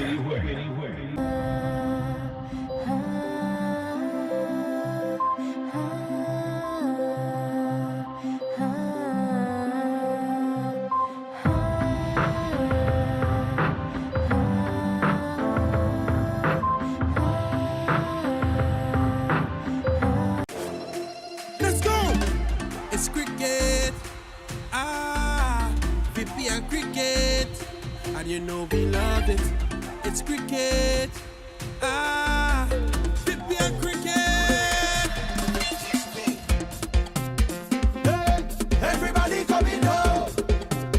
Hey, we will see how we grow. Show me the team that you're at. Bacala, down in the middle. Cricket, cricket, cricket, cricket our way. Cricket, cricket, cricket, look at 6 over there. Cricket, cricket, cricket, umpire what you say. Cricket, cricket, cricket, VPL our way. Hey, everybody coming home. Hey, we will see how we grow. Show me the team that you're at. Bacala, down in the middle. Let's go! It's cricket. VPL cricket. And you know we love it. It's cricket. VPL cricket. Hey, everybody coming home. Hey, we will see how we grow. Show me the team that you're at. Bacala, down in the middle. Cricket, cricket, cricket, cricket our way. Cricket, cricket, cricket, look at 6 over there. Cricket, cricket, cricket, umpire what you say. Cricket, cricket, cricket, VPL our way. ITFX. ITFX. Be bold. Be loud. Go live. Anytime, anywhere.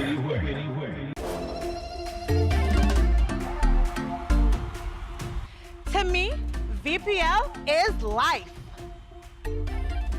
VPL is excitement. Cricket is we. VPL makes me proud to be Vinci. I can't wait for VPL. The Vinci Premier League returns for 2023 from April 10th to 23rd. VPL, we are back in. Explorers! Hi guys! Diver! Rangers! Breakers! Strikers! Cricket, our way.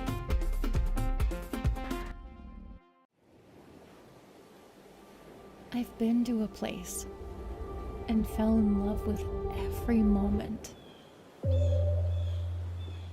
The sounds I heard, the touch I felt, the views I saw, the fresh flavors, the beautiful craftsmanship, the people I met, the celebration of freedom, the scenic nature.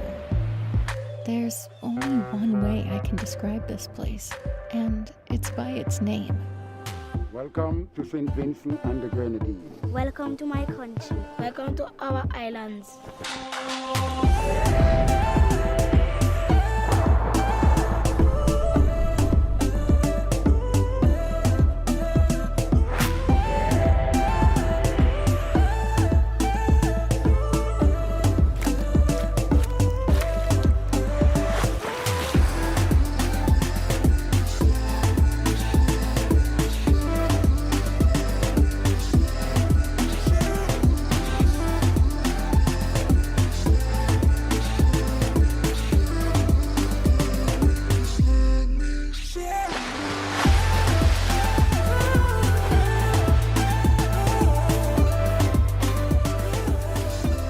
St. Vincent and the Grenadines.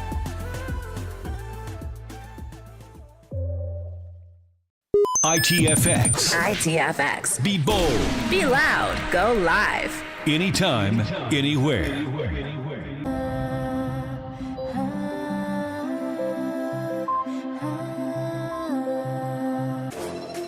Let's go! It's cricket. VPL cricket. And you know we love it. It's cricket. Welcome back to this encounter between the Lasuvre Hikers and the Botanical Gardens Rangers. I beg your pardon, as we have an exciting encounter on our hands here. This is the second half of the match. The Lasuvre Hikers, they made 85 for 7. Batting for them, Jonathan Carter, he was dismissed for 2 of 3 deliveries. Desron Maloney played a lone hand, he made 49 of 32. Dylan Douglas, 1 from 6. Jahil Walters, he made 2 from 4. Otney Lewis was run out, he made naught. Andrew Thomas, he was dismissed for 5 of 4. Larry Edward, he made 6 of 6 deliveries. Curtin Lavia, he was dismissed for 1 of 2. The bowling card, Roshan Primus, impressive figures, 2 overs, 3 for 10 runs. Kenneth Demba, 2 overs, 9 runs, 1 wicket. Revenge Prasad, 14 runs off his 2 overs, 1 wicket. Jarrell Edwards, 8 runs, 1 wicket, 1 over. Katoy, 1 over 8, 16 runs, no wickets. Ronil Jeffrey, 2 overs, 21 runs, no wickets. So, the situation that we have here is that the Botanical Gardens Rangers, they need 86 runs to take them into the finals tomorrow to face the 4 Charlotte Strikers. 86 from 60 balls, Kieran Katoy, left-handed batter, and Andrew Fletcher, the non-striker, Larry Edward, has the ball in hand for the Lasuvre Hikers.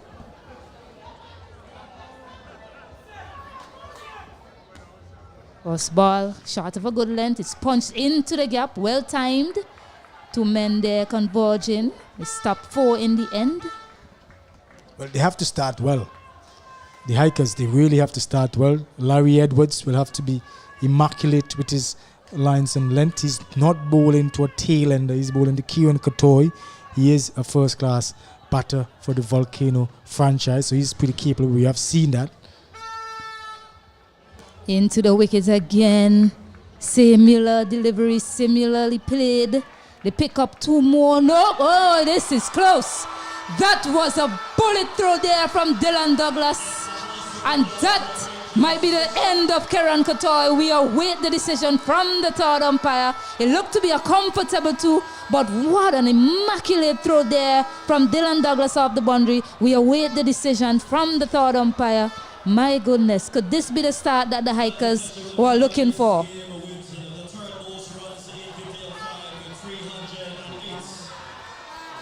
That was beautiful. Dylan Douglas, he ran to his left. The ball was coming down at good pace.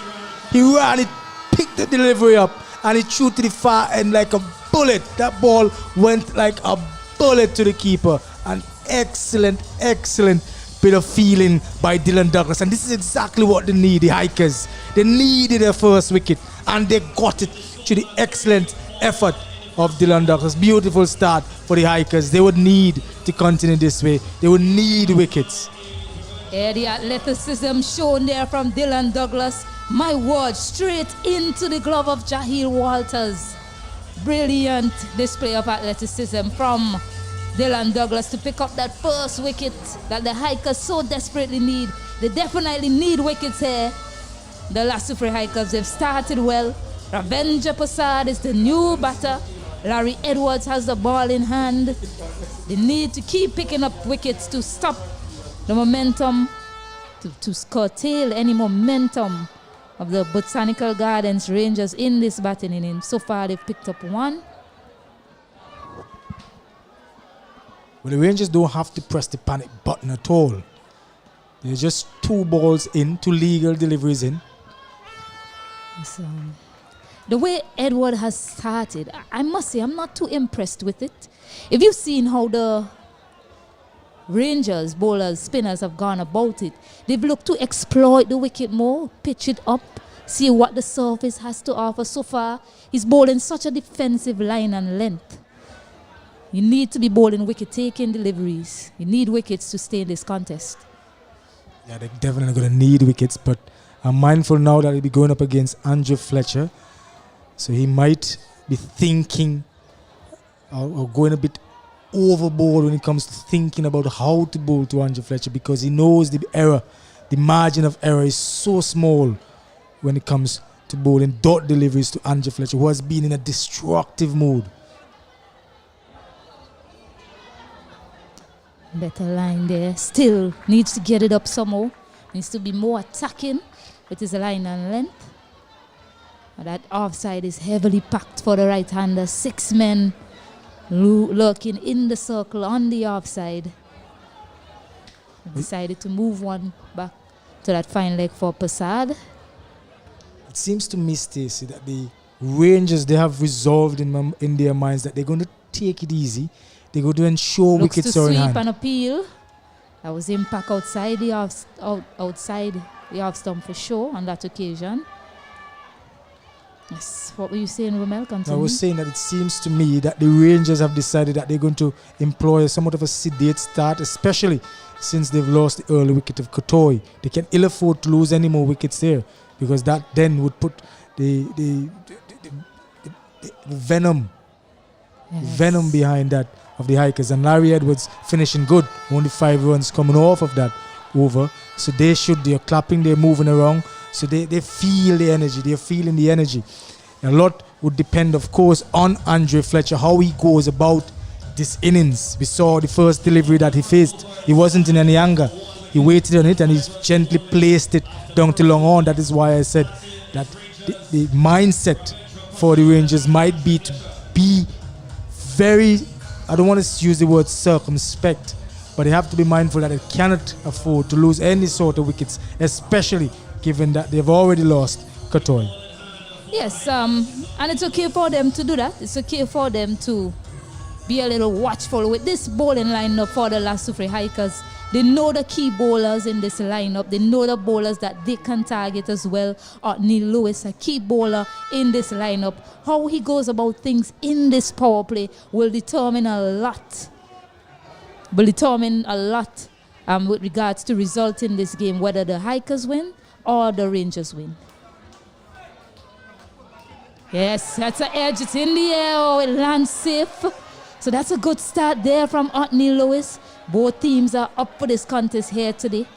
Yeah, dicey stuff here. Dicey stuff. The ball not coming on as Andrew Fletcher would have hoped. So I think he has recognized that. He has recognized that this wicket is not going to be an easy wicket to bat on. He has to stay there.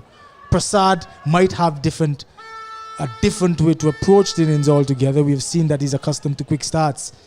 He has very nice wrist. Looks to go across. Appeal for stumping. Wide call by umpire Blades. Straining a line there on that occasion, Lewis. Interesting feel by the Hikers. They've employed 2 men behind square.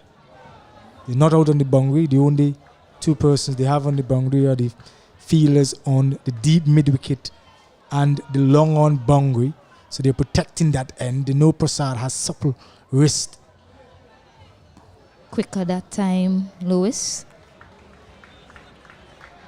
Looking to change his pace, vary his pace, doing that quite well so far. They need him to come to the party today.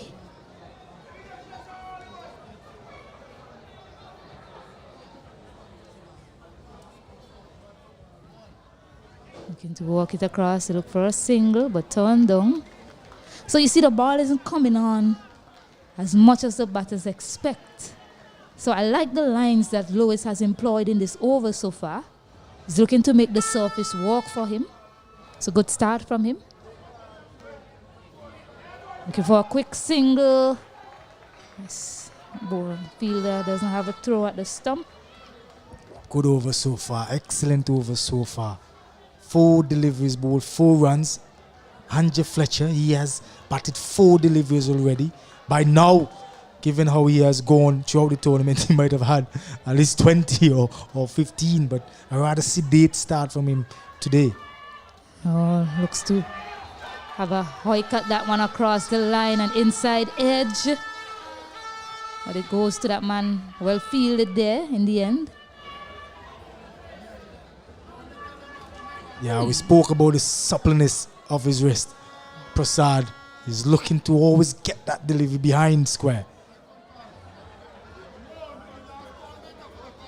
And nicely worked there.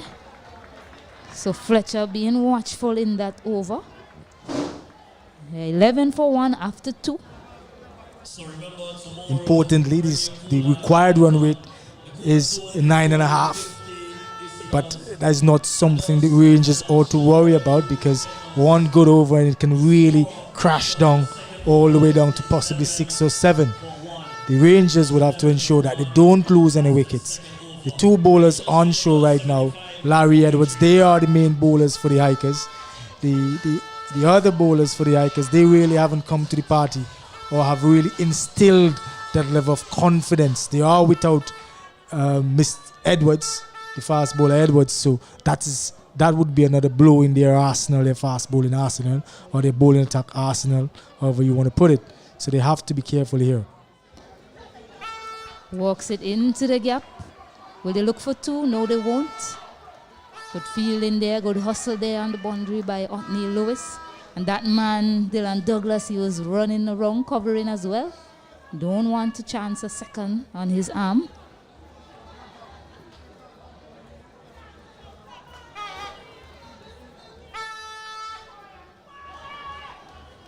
Gets it up, it's high in the air. Can the fielder get around to it? He does, he takes it. And Larry Edwards strikes again. Ravendra Prasad looking to go on that onside.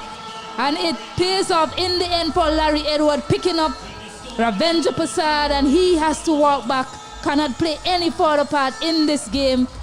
Second wicket down for the Botanical Gardens Rangers. Dangerous stuff here, dangerous stuff where we thought at the beginning of the innings that it would have been an easy walk in the park for the Rangers, but they are proving us here wrong. They are really proving us here wrong. There are 12 runs on the board. We're into the 3rd over. They're scoring at less than a run a ball. Andrew Fletcher is still at the crease, thank God for them. But they are losing their way there. An excellent delivery there by Larry Edwards. And Andre Hunt was able to take that catch comfortably in the end, ensuring that he got everything under it. He couldn't afford to drop that delivery. He could not. And the Hikers, they would be feeling that there is an opening here. critical for the Rangers and the Hikers. You have Rashawn Primus coming in. And this is what I spoke about in that Larry Edward first over. His first 4 balls was so defensive. He was just looking to bowl that defensive line and length. Now we see he's decided to get it up, and it's paying off for him in the end. So that is what you want to see. Use the surface, Edward. It's going well for you so far. 2 balls gone in this over. Rashawn Primus, the dangerous Rashawn Primus. He was quite impressive with the ball. He has a job to do here with bat in hand. They'll need to get rid of Primus early as well, the Lasuvre Hikers.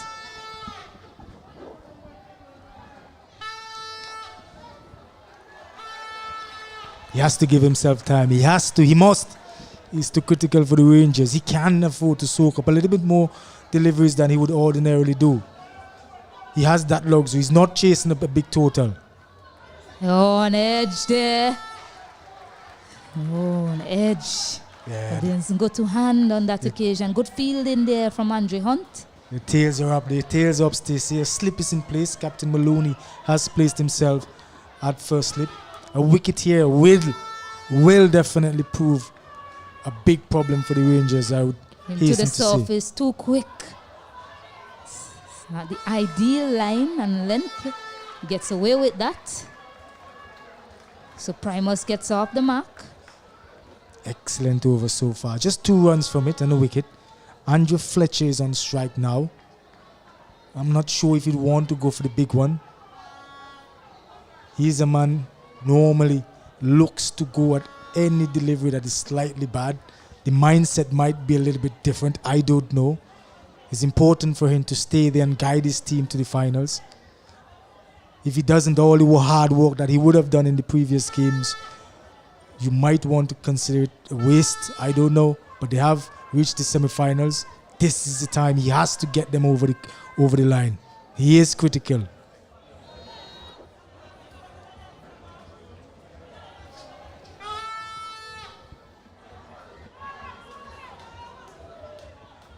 Oh, an appeal. Some bat on it there, I believe. Looking to play that forward defensive shot there. 13 for 2 after 3 overs. 1 more over remaining in this power play. Oh, it's tense here so far, the Annisvale Cricket Ground. Both teams are highly competitive right now. Yeah, it's tense times here. Tense. 13 for 2 after 3 overs. Required run rate, Stacey, has ballooned up to over 10 runs, heading on to 11. Yeah. This won't be much of a big deal if these 2 stay at the wicket for the remaining 7 overs for sure. That we know for sure. The challenge here for the Hikers would be who comes next, and can they, or would they be able to sustain the pressure that Otney Lewis and Larry Edwards have both beautifully sustained on the Rangers.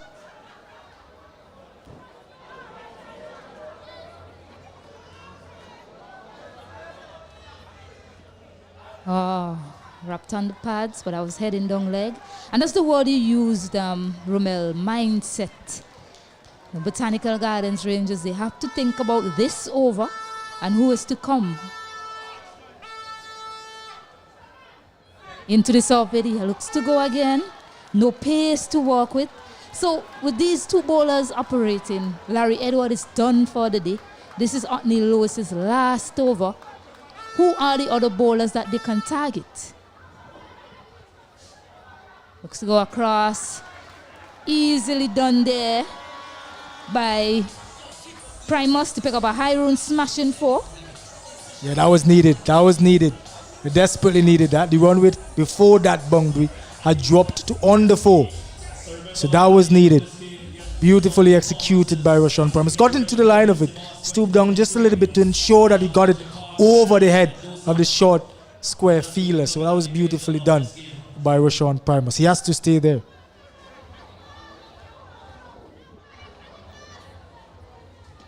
Fuller this time, loud appeal, they're still appealing, and he's been given. So Otney Lewis and the Lasuvre Hikers strikes again. This time it's a huge wicket. That huge wicket of Rashawn Primus has to go back to the dugout. And the Botanical Gardens Rangers, they are under some pressure here. They are 17 for 3. Yeah, that was a big blow. A massive blow.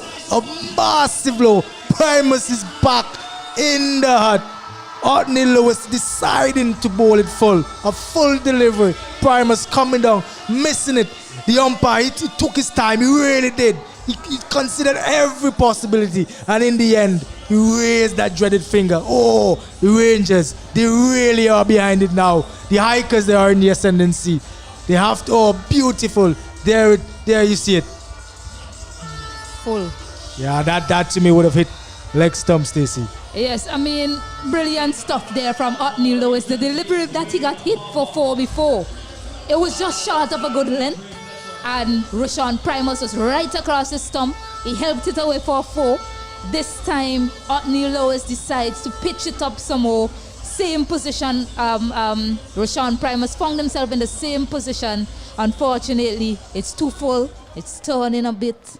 And he was trapped right in front. So marvelous stuff here. 2 more deliveries in the over remaining for Otney Lewis. He'll be looking to strike again. They need wickets, the Hikers. Well played there.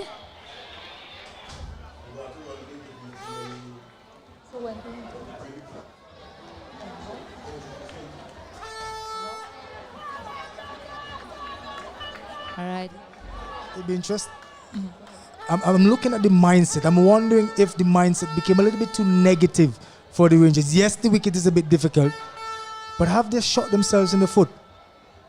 Another huge appeal, and they're appealing, and the finger goes up. Otney Lewis strikes again, and Andre Fletcher, who has struggled in this inning so far, has to go back. He's been trapped on the crease. 18 for 4 now, the Lasuvre Hikers. Oh my goodness, they are up and about here. The fans are cheering in the stands. The Lasuvre Hikers, 4 wickets down. The Botanical Gardens Rangers. Oh my goodness, how we seeing a change in the script here. It's pandemonium at Annisvale. Oh, the Rangers, they're behind it. Andrew Fletcher, their talisman, the man who has been hitting the ball over the boundary all the time, has gone back. He has joined Primus. Oh, that was an excellent over by Otney Lewis. Let's look at the review. I think he knew it right away as soon as that ball missed. I think he knew he was gone for all money. Plumb in front there. Excellent decision by umpire Jonathan Blades. The power play is done. 4 wickets down. 18 runs on the board. All scenes are set for a thrilling contest here. As we join Bonava Brown in the stand, she surely would have an excited fan for us. Bowling over number 5. It's sheer excitement here at VPL 5.0, and I'm here with Odini Sutherland of Petter Designs, the designer of our staff uniforms and team uniforms. How are you, Odini? I am very good. I mean, this game is so exciting. What's going on? How are you doing? I'm well. How was it like seeing your uniforms on display, your designs on display? Honestly, the first time I came to the games and I saw them in person, I was like, oh my gosh, I can't believe I actually did that. But it was so amazing to see it in person. Again, thanks to the whole VPL staff and the admin team for having me be a part of this. It's so exciting. What about the vibes at VPL? I know you're no stranger to VPL. You're here every year. I was just saying to somebody last year, I used to keep going by ASA. When I used to really become in VPL instead. So no stranger at all, but the excitement today is beyond. It's so good. And if anyone is at home and considering coming, what you telling them? They should be considering. They should already have their tickets. They should already be packing. I don't know if it's a cooler. They should have their posse already. They have to be at the finals tomorrow. Have to be. Like there's nowhere else to be tomorrow. Thank you so much, Odini, and excellent work on the uniforms. All local, all Vinci. Cricket our way. It's heating up here at the Annisvale Cricket Ground. 19, 4 wickets down. We're in the 5th over. Kenneth Demba, the new man in captain. He has a lot to do here for the Rangers. Gets a short one, cuts it. He's off the mark. Oh, it's going to be difficult. It's really going to be difficult for the Rangers. But they have Kenneth Demba. He is no slouch to the bat. He has proven that he has the ability to hit it over the boundary. They have to bat at almost 12 runs and over. Oh, and he's bowled them. Another one goes. 20 now for 5 wickets. Oh my goodness, Wayne Harper has to go back. And at halftime, a score of 85 on the board. We were thinking it's all over for the Hikers, but they have shown it's a different movie we're viewing here, Romel Currency. Oh my God. Different movie. Oh my, I am watching the movie. The Hikers fans, they are jubilant. They really are jubilant. They didn't expect it. Their team, when they batted, they didn't come off. They only had 80-something runs on the tins. They thought, oh, we were done. And now they have come out here. Larry Edwards begun with it. Rodney Lewis continued with it. And Andre Hunt now is following through with it. Getting a beautiful delivery. Coming through with that delivery. And oh, Harper, he has to go. He really has to go. And the Rangers, they're up against it. 20 for 5. That was the arm ball there from Andre Hunt. Full and straight and clattering into those stumps of Wayne Harper. My word. At halftime, I don't think the Hikers fans thought they had a chance. 5 wickets down, but this game is not over yet. We've seen the fight that all these teams have put up in this tournament so far. So by no means is this game over yet. As Tijon Pope is the new batter. Andre Hunt, 3 deliveries remaining in this over. Walked it well off his hips. These two have to form a partnership. Kenneth Demba, the captain, the young man Tijon Pope. A lot to do here. It's not out of reach. They just need 12 runs and over. But the wicket column is the problem now for the Botanical Gardens Rangers. They don't have a choice, They don't have a choice. Kenneth has to go. He has to choose the right ones. Tries to go for it. Doesn't get a hold of it. Into the gap, but an excellent fielding effort there from Dylan Douglas. Cuts off that boundary. So 2 runs adding to the total. We're in for entertainment galore here. This is turning out to be a cracking contest. But Denbar, he knows the run rate is climbing. He knows he has to score. Goes for it. This is a massive hit. Massive hit off the bat of Kenneth Demba for a high run maximum. That should help. Hopefully that gives him that confidence he needs. They're going to need it. They're really going to need it. Denbar has beat it beautifully. Andre Hunt is straight a little bit into him as we're going to see the replay. He runs in. Yeah, beautiful swing right in the arc of Kenneth Denbar, and he was able to dispatch it beautifully over the boundary for 6. He held it shaped well on that occasion. 57 more runs needed off 30 balls, 29, 5 wickets down. Another spinner, Jeremy Haywood, about to be introduced into the attack, and we have seen that Kenneth Demba is no slouch with the bat at all. Yesterday he made 20 of 7 deliveries. Prior to that, he made 48 of 19 deliveries. So by no means is this game over yet. We are in for some entertainment here at the Annisvale Cricket Ground.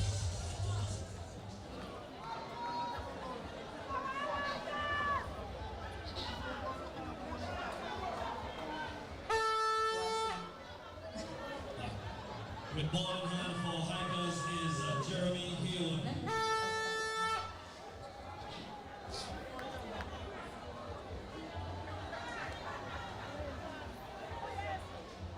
Shot, single. I think that was probably the instruction by Kenneth Demba, telling the young man, get me back on strike. Well, he has big shoulders. His team is resting on his shoulders now. He is the captain. A lot will be expected from Jeremy Haywood. The other spinners, they have bowled well. So he has a big role to play. He has to ensure that he does not earn length. Denbar, of course, will looking to capitalize. Bit too short on that occasion. I don't think that's the right length he's bowling, the first 2 deliveries. I think he needs to take a chance and get it up somehow. We've seen that the spinners that has been more successful today has tried to walk with the surface and get it up to the batter somehow. That length is an easy length to put away on the surface. So he needs to get it up to these batters. Into the surface again, he swings it out. Just landing short of Otney Lewis. Yeah, the wicket is really helping. The ball is not really coming on. They're finding it difficult to time it. As long as you face a couple deliveries and you have that positive intent, but you don't try to hit it too hard. That has been the downfall, I think. Swan swings way to that man at square leg. So I've seen a few deliveries in this over that could have gone for boundaries. They're singles, and this is what pressure does to you, Romel. This is a pressure situation the Rangers are in right now. So 4 balls, 2 balls remaining in this over. Shot into the wicket, hit down the ground. I think it's a clear instruction there, Stacey, because almost every delivery bowled by Haywood has been bowled at a quick pace and into the wicket. They've recognized that it's increasingly difficult for the batters to time the balls. So I think there's a clear instruction to maybe use the wicket as much as possible by digging it into the wicket. Yeah, well, not a bad plan. It's a very defensive line of attack, really, from the bowler. Right now, the Botanical Gardens Rangers, they're on the back foot at the end of the over. It's 35 for 5, 51 needed from 24. So that is a good over. 6 singles coming from it. It was a defensive type of bowling. He didn't. I guess the captain told him not to search for anything. Just bowl it into the surface. Get out of the over without a boundary. Push that run rate up. So 6 runs coming off that over. 35 for 5 after 6 overs. 4 overs remaining. All to do here for both teams. It's not over by any means yet. Demba back on strike to Andre Hunt. Again, that line they've decided to employ into the surface. They're not pitching it up. They're not allowing them to get under any deliveries here. So that's definitely the plan from the last Sufre Hikers. I tell you what, at the start of the Rangers innings, if I were a betting man, I certainly would not have bet. The Rangers would have been in this position and I would have lost all my money, because this really has been phenomenal. I really thought that the Hikers had to climb a mountain to survive here, but they're climbing well. Again into the surface, down the ground, no pace to work with. So they're defending well here. They've picked up those key wickets. I think in the changing room, the wickets that they would have spoken about, the Hikers, Rashawn Primus, Andre Fletcher, even breaking that opening partnership as we see a breaking play here. Kenneth Demba seems to have done himself some mischief. Seems to be holding his wrist. I don't know if he had a previous injury, but he cannot afford to leave. Well, he's not going to. I doubt he's going to. But they do really need that impetus. They need a big over here, Stacey. If they don't get that big over, this is the 7th over being bowled. They need a big over. They need it fast. And the only person I believe can provide that impetus and that big over is Kenneth Demba. He has to take it upon himself. Tijon Pope, he's not in a slouch because we have seen him in the past hit some big ones. So I'm sure he can maybe rely on Tijon to hit a 4 or 6. They definitely need it if they were to come out on top here today. Yes, and Demba is key. Looking ahead in this bowling lineup for the Hikers, who is that 5th bowler that they look to use? 3 overs will remain after this. This is Andre Hunt's last over. Jeremy Haywood, he bowled an inexpensive over, so they'll probably go back to him. But after that, they do have 2 more overs remaining in the innings. So who are these bowlers that they will look to bowl out for them? Well, the score is 37. Look at it this way. The score is 37. They've taken 5 wickets. They're doing well, and they've only employed spinners. So I would think that they might want to consider Dillon as the other option. Jonathan Carter is there, but I don't think they would want to go down with him. the ground. This looks like a good hit. Captain Maloney does well. They look for two. They're hustling back. So 2 runs to the total. Kenneth Demba, he is key here. He looms as the key batter for the Botanical Gardens Rangers. Run rate is up to, they need to get 13 runs per over from here on out. Yeah, they need a big over.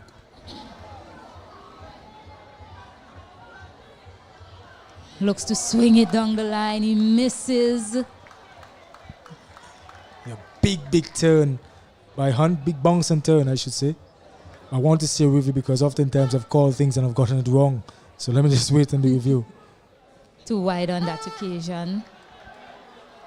It's too wide, left alone. Wisely there by Demba.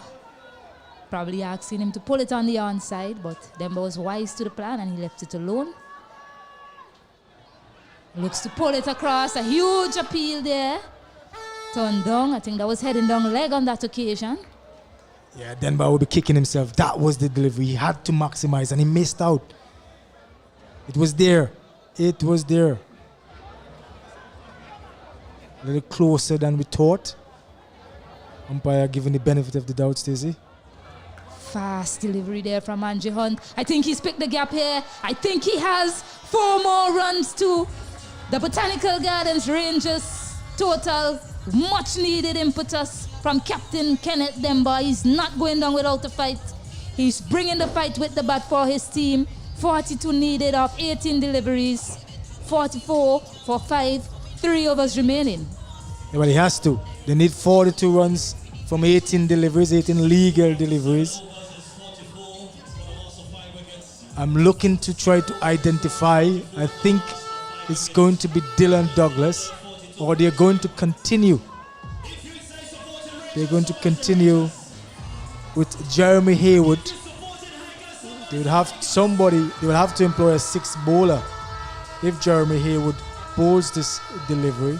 They haven't yet introduced the 5th bowler, if I'm correct. So that would mean they will definitely have to employ a 6th bowler. Rashawn Primus, he has bowled out, yes? Or does he have one? Not Primus, sorry. So they definitely have to employ a 6th bowler. Yes, they'll need 2 new bowlers for the penultimate and the last. And the way this contest is shaped up so far, it is definitely going down to the last over. We need 42 of 3 overs, sorry. Haywood into bowl. Crunches this. This is a huge hit. Tijan Pope has launched this for a high run maximum. The Botanical Gardens Rangers, they are up for it again. They are now moved on to 50. Half century coming up there. Huge hit from Tijan Pope. Yeah, that was beautifully done. He got low on it. He waited on it. It was a short of the length delivery, but Tijan Pope, he waited on it. He has been there for 6 balls now. Beautifully executed. They need this. They really do. Looks to go again. Doesn't make sufficient contact on that occasion, but wiser bowling from the young man. Dot balls are gold. Dot balls are gold.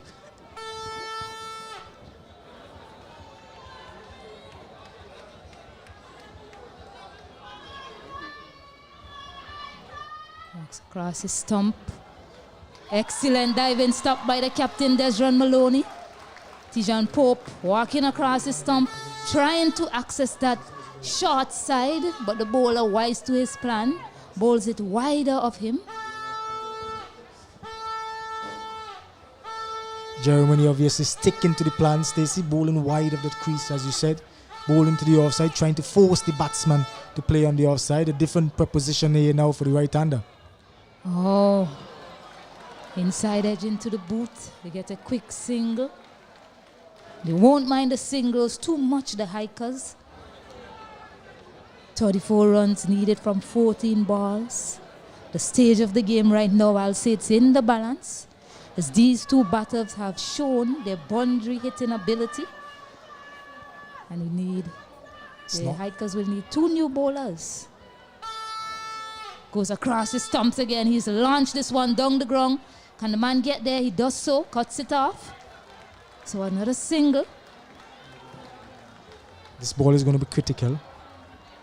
They need the boundary. The Rangers, they need the boundary here.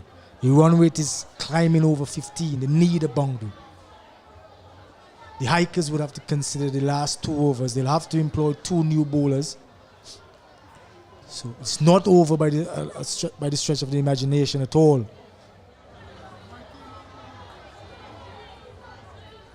Big hit. Skied. It's in the air. There's a fielder coming under it. And he's dropped it. My goodness, he's put down Kenneth Demba. And the game has changed again. What looked to be an easy catch there from the fielder. He's put it down. Pressure here at the Annisvale Cricket Ground. They pick up 2. 55 for 5 at the end of that over. It went high. It went high. It almost touched the clouds. He settled. He got there. He slowed down. He watched it. And he spilled it. Pressure moment. A big moment that. Now, Stacey, 2 more overs left remaining. 31 for victory. The Rangers, they have nothing to lose. The Hikers, they have nothing to lose. They have to get going. They really have to. They need this over to be a big over. They can ill afford to wait until this last over. They need a 20-run over. It is possible. It is in the realm of possibility. They must get it. Yeah, they need to go big here, the Rangers. Will that chop catch come back to haunt the Lassufree Hikers? We'll soon tell you at the end of this innings. 2 more overs remaining. 31 runs to get. All the 5s. 5 for 5. I mean, that was an excellent comeback from Jeremy Haywood. After being spanked for a 6. He came back brilliantly in the end. But the fielder just couldn't hold on to get him a wicket for his team. That wicket would have been key for the Hikers. There you see the replay station, that ball going high. And the fielder was just going to hold on to it. Denver would be happy. He lives to fight another day. He has 22 from 13 deliveries. Strike rate is very high. T-John Pope, they'll be running for everything. Singles don't really matter that much. They have to find the boundaries. Singles won't do it. The Hikers know it. The fielders on the inside, they are at the edge of the circle. They have to get going. Curtin Lavia has been given the responsibility to bowl this penultimate over. He needs to leave something in it for that man who has to bowl that last over. So here he is to T-John Pope. First ball in the slot, launched down the ground. He doesn't get a hold of it. Dylan Douglas cleans up. But Kenneth Demba is back on strike. He has 22 of 13 deliveries. Supported well by Pope, who's 14 of 10. Good start to the over from Curtin Lavia, deciding to bowl it full and wide. Tijon hoping for the elevation, but not getting it. Not getting it at all. And the Hikers are pretty happy to concede just a single. They have Dylan Douglas, as you would expect, on the boundary, on the long on boundary. The captain is on the long off boundary. The top fieldsmen are on the boundary, as you would expect at this time. So the Hikers, there is that plan. Looks to go across his stump. Excellent delivery there by Cotton. Dylan Douglas misfield. They take 2 on the arm. Misfield there by Douglas. They take 2. What an excellent delivery there from Cotton Lavia. Right in the black hole. Excellent delivery so far. Unlike Dylan, you don't normally see him or associate him with anything that you would consider blemish in the outfield. But the Rangers were able to capitalize on that misfield by Dylan Douglas.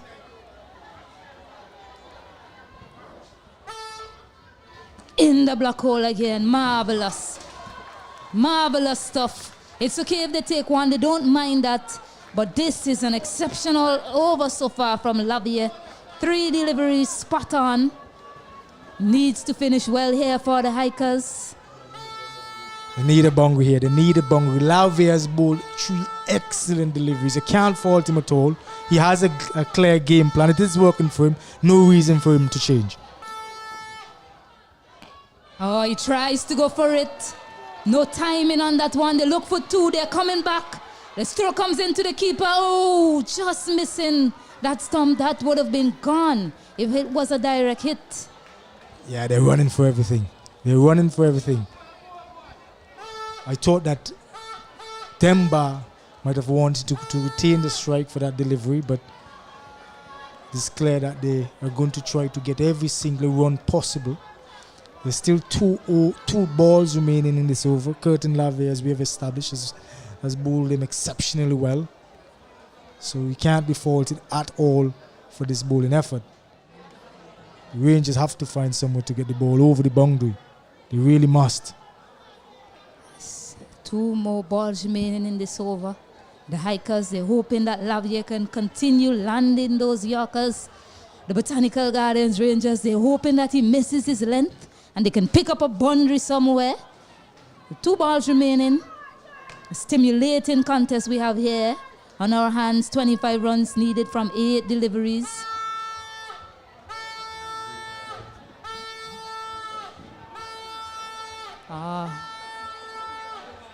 Seems like young Pope.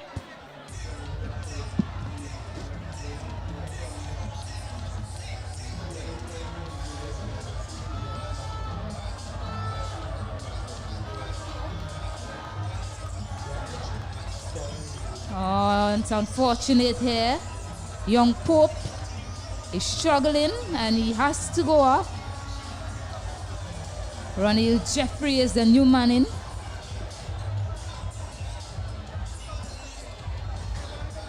Stacey, Ronnie Jeffrey has walked to the wicket. It seemed to us from this end. Yeah, it seems that as if young Tijon Pope, he carried a previous injury and has ruptured it apparently, and they have decided to make the switch. I'm not sure if this is going to be advantageous for the Rangers. Ronnie Jeffrey, as we call him here, is Pullard. We call him Pullard here. He's prolific in terms of getting these deliveries way and beyond the boundary. He is a big man. Lavey would want to tread carefully. He has executed the arc as well so far. big shot. That is some power there from Ronnie Jeffrey. A high run smashing for much needed. 21 required of 7 deliveries. And he has his iron, 1 ball, and he has his iron like a bullet that raced across the track like a bullet. I tell you what, Stacey, had I been feeling out there and that ball was coming to me, I would have ducked. That ball was struck ferociously. I see why now they call him Pollard, because, ooh, boy, was that hit. Fuller edged away. Luckily, doesn't wait on the signal from the umpire. Oh, it's a wide. It's wide. He tried to look search for that in-swinging Yorker, but it was badly lined. Luckily, it didn't run away for 5 wides. It's not over here. It's not over here at all. 1 delivery left. Can Denbar get the boundary? He needs it. He needs that boundary. Goes for it. Can't get under that one. Straight to that man there, Douglas. So just a single. They now require 18 of 6 deliveries. 3 hits to get them across the line. Ronnie Jeffrey is 4 of 1 delivery. Kenneth Demba, 26 from 16. Stimulating contest we have on our hands here. Well, I tell you what, I think they're going to have a cuddle. Carter has taken off his cap. He is heading towards the wicket. It's good. This is the biggest over of the game. Carter will certainly need to come good. The only pacer introduced for the Hikers, Curtin Lavey, bowled an excellent over in the context of how things have gone. His penultimate delivery went for 4, but you can give him a bit of leeway for that because the deliveries prior were all Yorkers. He bowled excellently. Can Carter emulate that? He would definitely need to. Denbar is there already. He has batted quite a bit of 16 deliveries to exact. His eyes would be opened wide. Carter can ill afford to make a wrong step. Ronnie Jeffrey's eye seems to be in already from the first delivery. Oh, Stacey, this thing It's a big over, a massive over to come. Yeah, Carter is going to get the ball. Since Carter was hit for those 5 sixes from Brathwaite, we haven't seen them use him with the ball. On this occasion, they've decided they're going to trust their overseas pro. He's bowled well in the over, apart from that last encounter when Brathwaite hit him for 5 sixes. He hasn't bowled the ball since then. He has the ball in hand. They require 18 off 6 balls. He's bowled into Demba. This is tense stuff here. Breathtaking stuff here at the Annisville Cricket Ground in VPL5. The entertainment in these matches, it's been spectacular.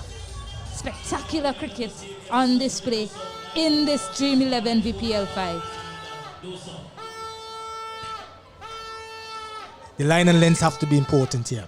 They have to get it right. They have long off in place. They have long on in place. There's a deep sweeper. Third man is in the circle. Fine leg is up. Carter to Demba. Shot. Edged. In the air. Is it going to run away? The man gives chase. And it's a high run smashing 4. Fortuitous boundary there for the Botanical Gardens Rangers. But they'll take it any way they can. 14 required of 5 deliveries. Oh, the Rangers. It was a short delivery. Carter deciding to go against the wise words of the men who normally bowl the last set of overs. He's going short instead of going full. He caught the opportunity. It was a half opportunity, you would say. Denbar wasn't in full control of it, but the important thing for him was that he was able to get a good enough edge to elude the man at short turn man and the ball right into the boundary. Rangers, first delivery, 4 runs, pressure back on the Hikers. If you look at the field right now, the last 2 for Hikers, okay, they're sending one more back.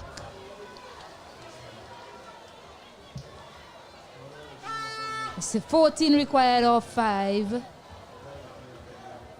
This is going down to the wire.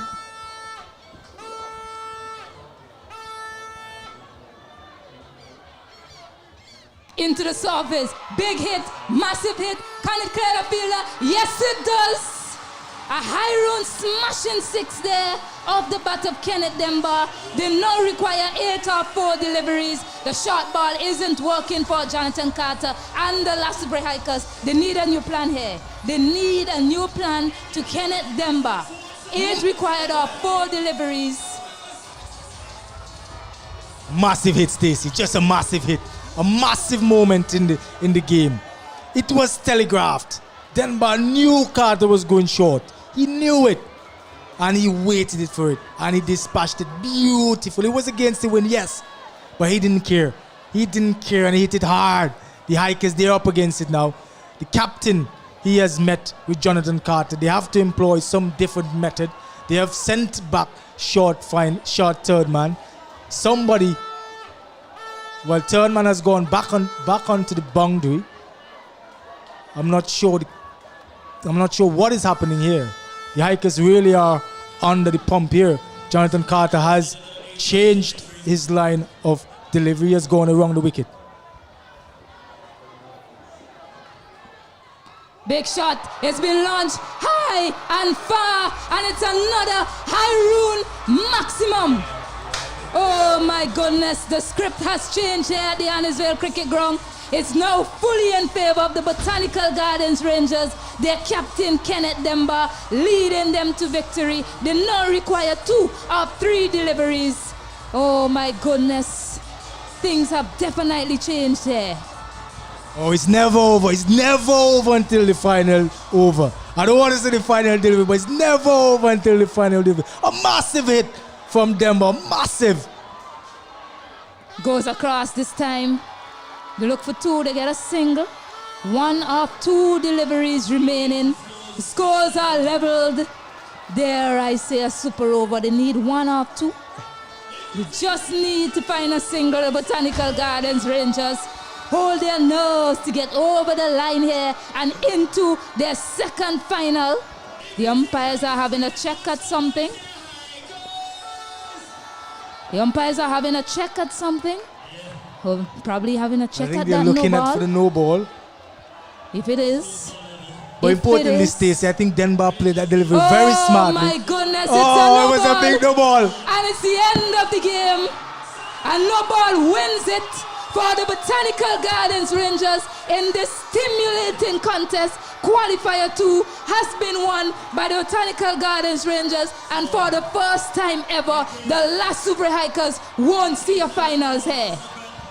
Big moment. Kenneth Denver, he came to the party. His team were in big trouble. They lost so many wickets. The Hikers, they were in the ascendancy. And Kenneth Denver, being the man he is, he decided, hey, I'm the captain. I'm going to take my team over the ropes. He kept his nerve and he played some tremendous shot. And Jonathan Carter and the Hikers, oh, they had it for a moment.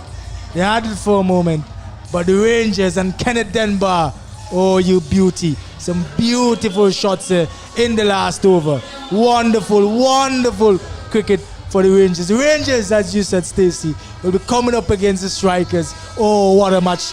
What a match we expect tomorrow. That was some heart-stopping cricket. The Botanical Gardens Rangers a bit nervous there, losing some quick wickets. The Hikers, they stayed in the contest all through the last over.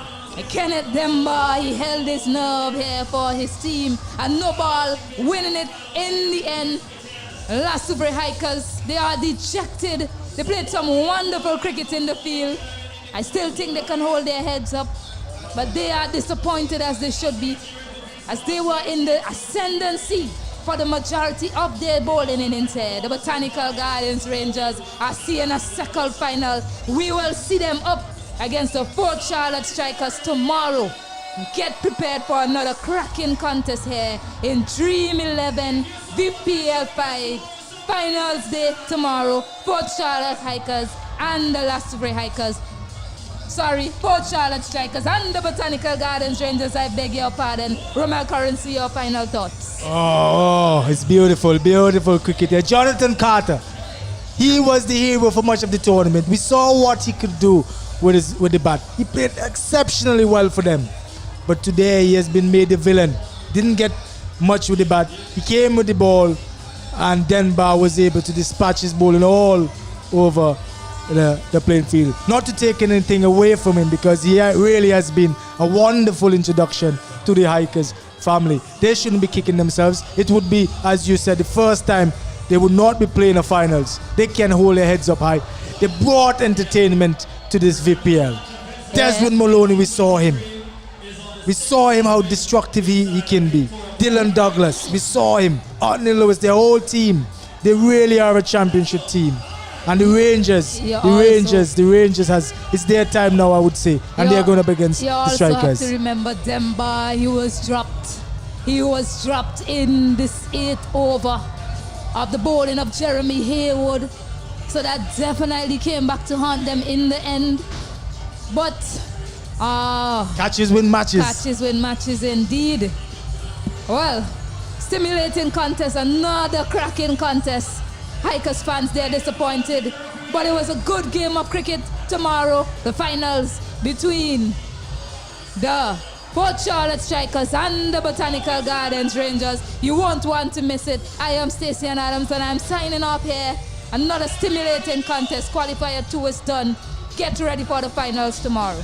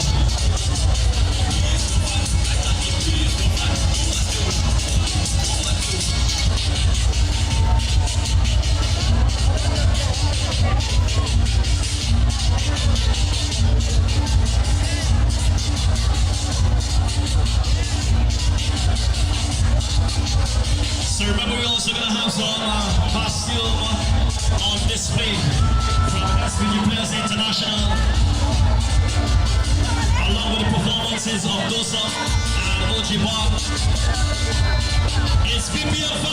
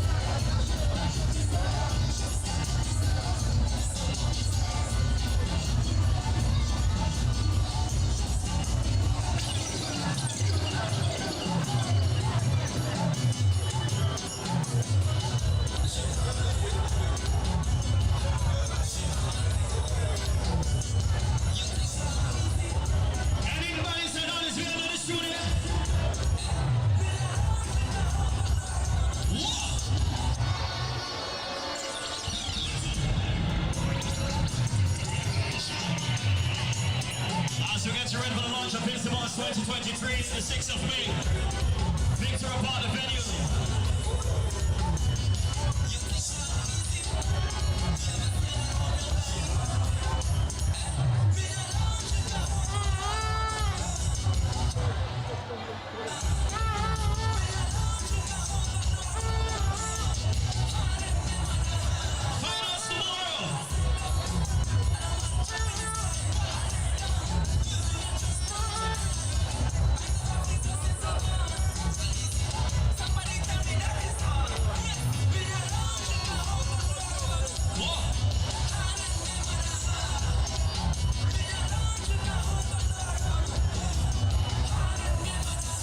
So remember the cooler zone. Open your cooler tomorrow. And you pay $50, alright?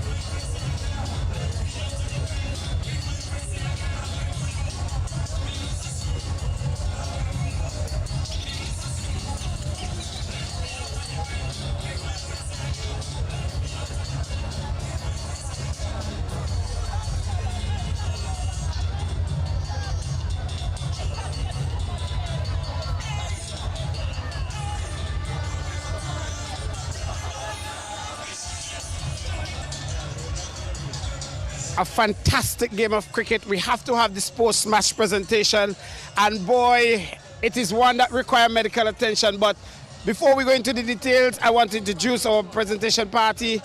We have Desmond Maloney, captain, and Miss Vanessa Rogers, who is country manager of First National Bank.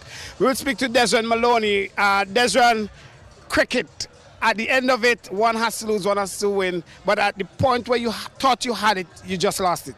Honestly, we played to the way Rangers played. I mean, they played better cricket than us in the end. We basically played good cricket in patches. The 86 on the board, I knew it was going to be a challenging total based on the way how the wicket was playing. But we played to them in the end. At what point did you thought that you had lost this game in the second innings? When Demba hit the last 6. Right. Okay. So, how does it feel not to be in the finals of a VPL? I mean, this is something new too. 4 tournaments, 4 finals. This is the 5th one. Just sad that we couldn't make it to the finals, but kudos to the way how the guys played throughout the tournament. I think we played good cricket all around, so I'm proud of the guys. Okay, thank you very much, Desmond. Wish you all the best for the future in VPL. So that's the captain of the losing team, Lassafrey Hikers, Desmond Maloney. At this time, we'll talk to the winning captain, Kenneth Demba of the Botanical Garden Rangers. Kenneth Demba, you need some time to catch your breath, but this is a game that really go up and fluctuate in all aspects. Yes, definitely. First of all, I say thanks and praise to God, because definitely without him, what happened this evening wouldn't have been possible. And yes, that may be so. But let me ask you, at what point did you thought that you had this game in your hands? When I walked to square leg and I repeated Philippine 413 10 times, and then I knew that I was going to win it. At the halfway stage, when you got the Lassafrey Hikers at 86, did you thought at that time that it was enough to defend and you got yourself in some jeopardy early up? I mean, at the start of the game, at the start of the second inning, I told the guys if we showed up this afternoon and they gave us 86 to chase, we would have taken it any day. So we felt comfortable with chasing 86. It's just unfortunate that we had a bad start, but thankfully we recovered in the end and brought us home. What's the mood in the camp going into a final for the second time? We are all happy. We are all happy. Okay. You have been a judge man of the match. I will allow you to collect your award from the country manager of First National Bank. You've got the First National Bank check to receive here. The Miss Vanessa Rogers. She will give you the first man of the.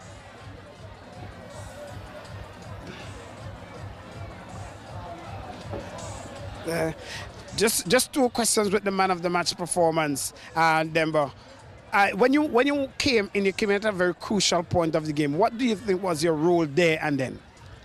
Just rotate the strike and back myself to put away the bad balls. Good. And quickly, what is it like to go into tomorrow's game? What will be the game plan? Any idea? Pretty simple. When we bowl, we stick to our bowling plans, and when we bat, we try to put as many runs as possible on the board. I believe enjoyment all around tonight, so please enjoy, and it was a good game of cricket for the fans. Wish you all the best. Thank you very much. That brings us to the end of this post-match presentation, where the Lassafrey Hikers was defeated by the Botanical Garden Rangers. It's back up to you guys. Let's go! It's cricket. VPL cricket. And you know we love it. It's cricket. VPL cricket. Hey, everybody coming up. Hey, we will see how we grow. Show me the team that you're at. Bacala, down in the middle. Cricket, cricket, cricket, cricket our way. Cricket, cricket, cricket. Look at 6 over there. Cricket, cricket, cricket on fire where you say. Cricket, cricket, cricket, VPL our way. ITFX. ITFX. Be bold. Be loud. Go live. Anytime, anywhere.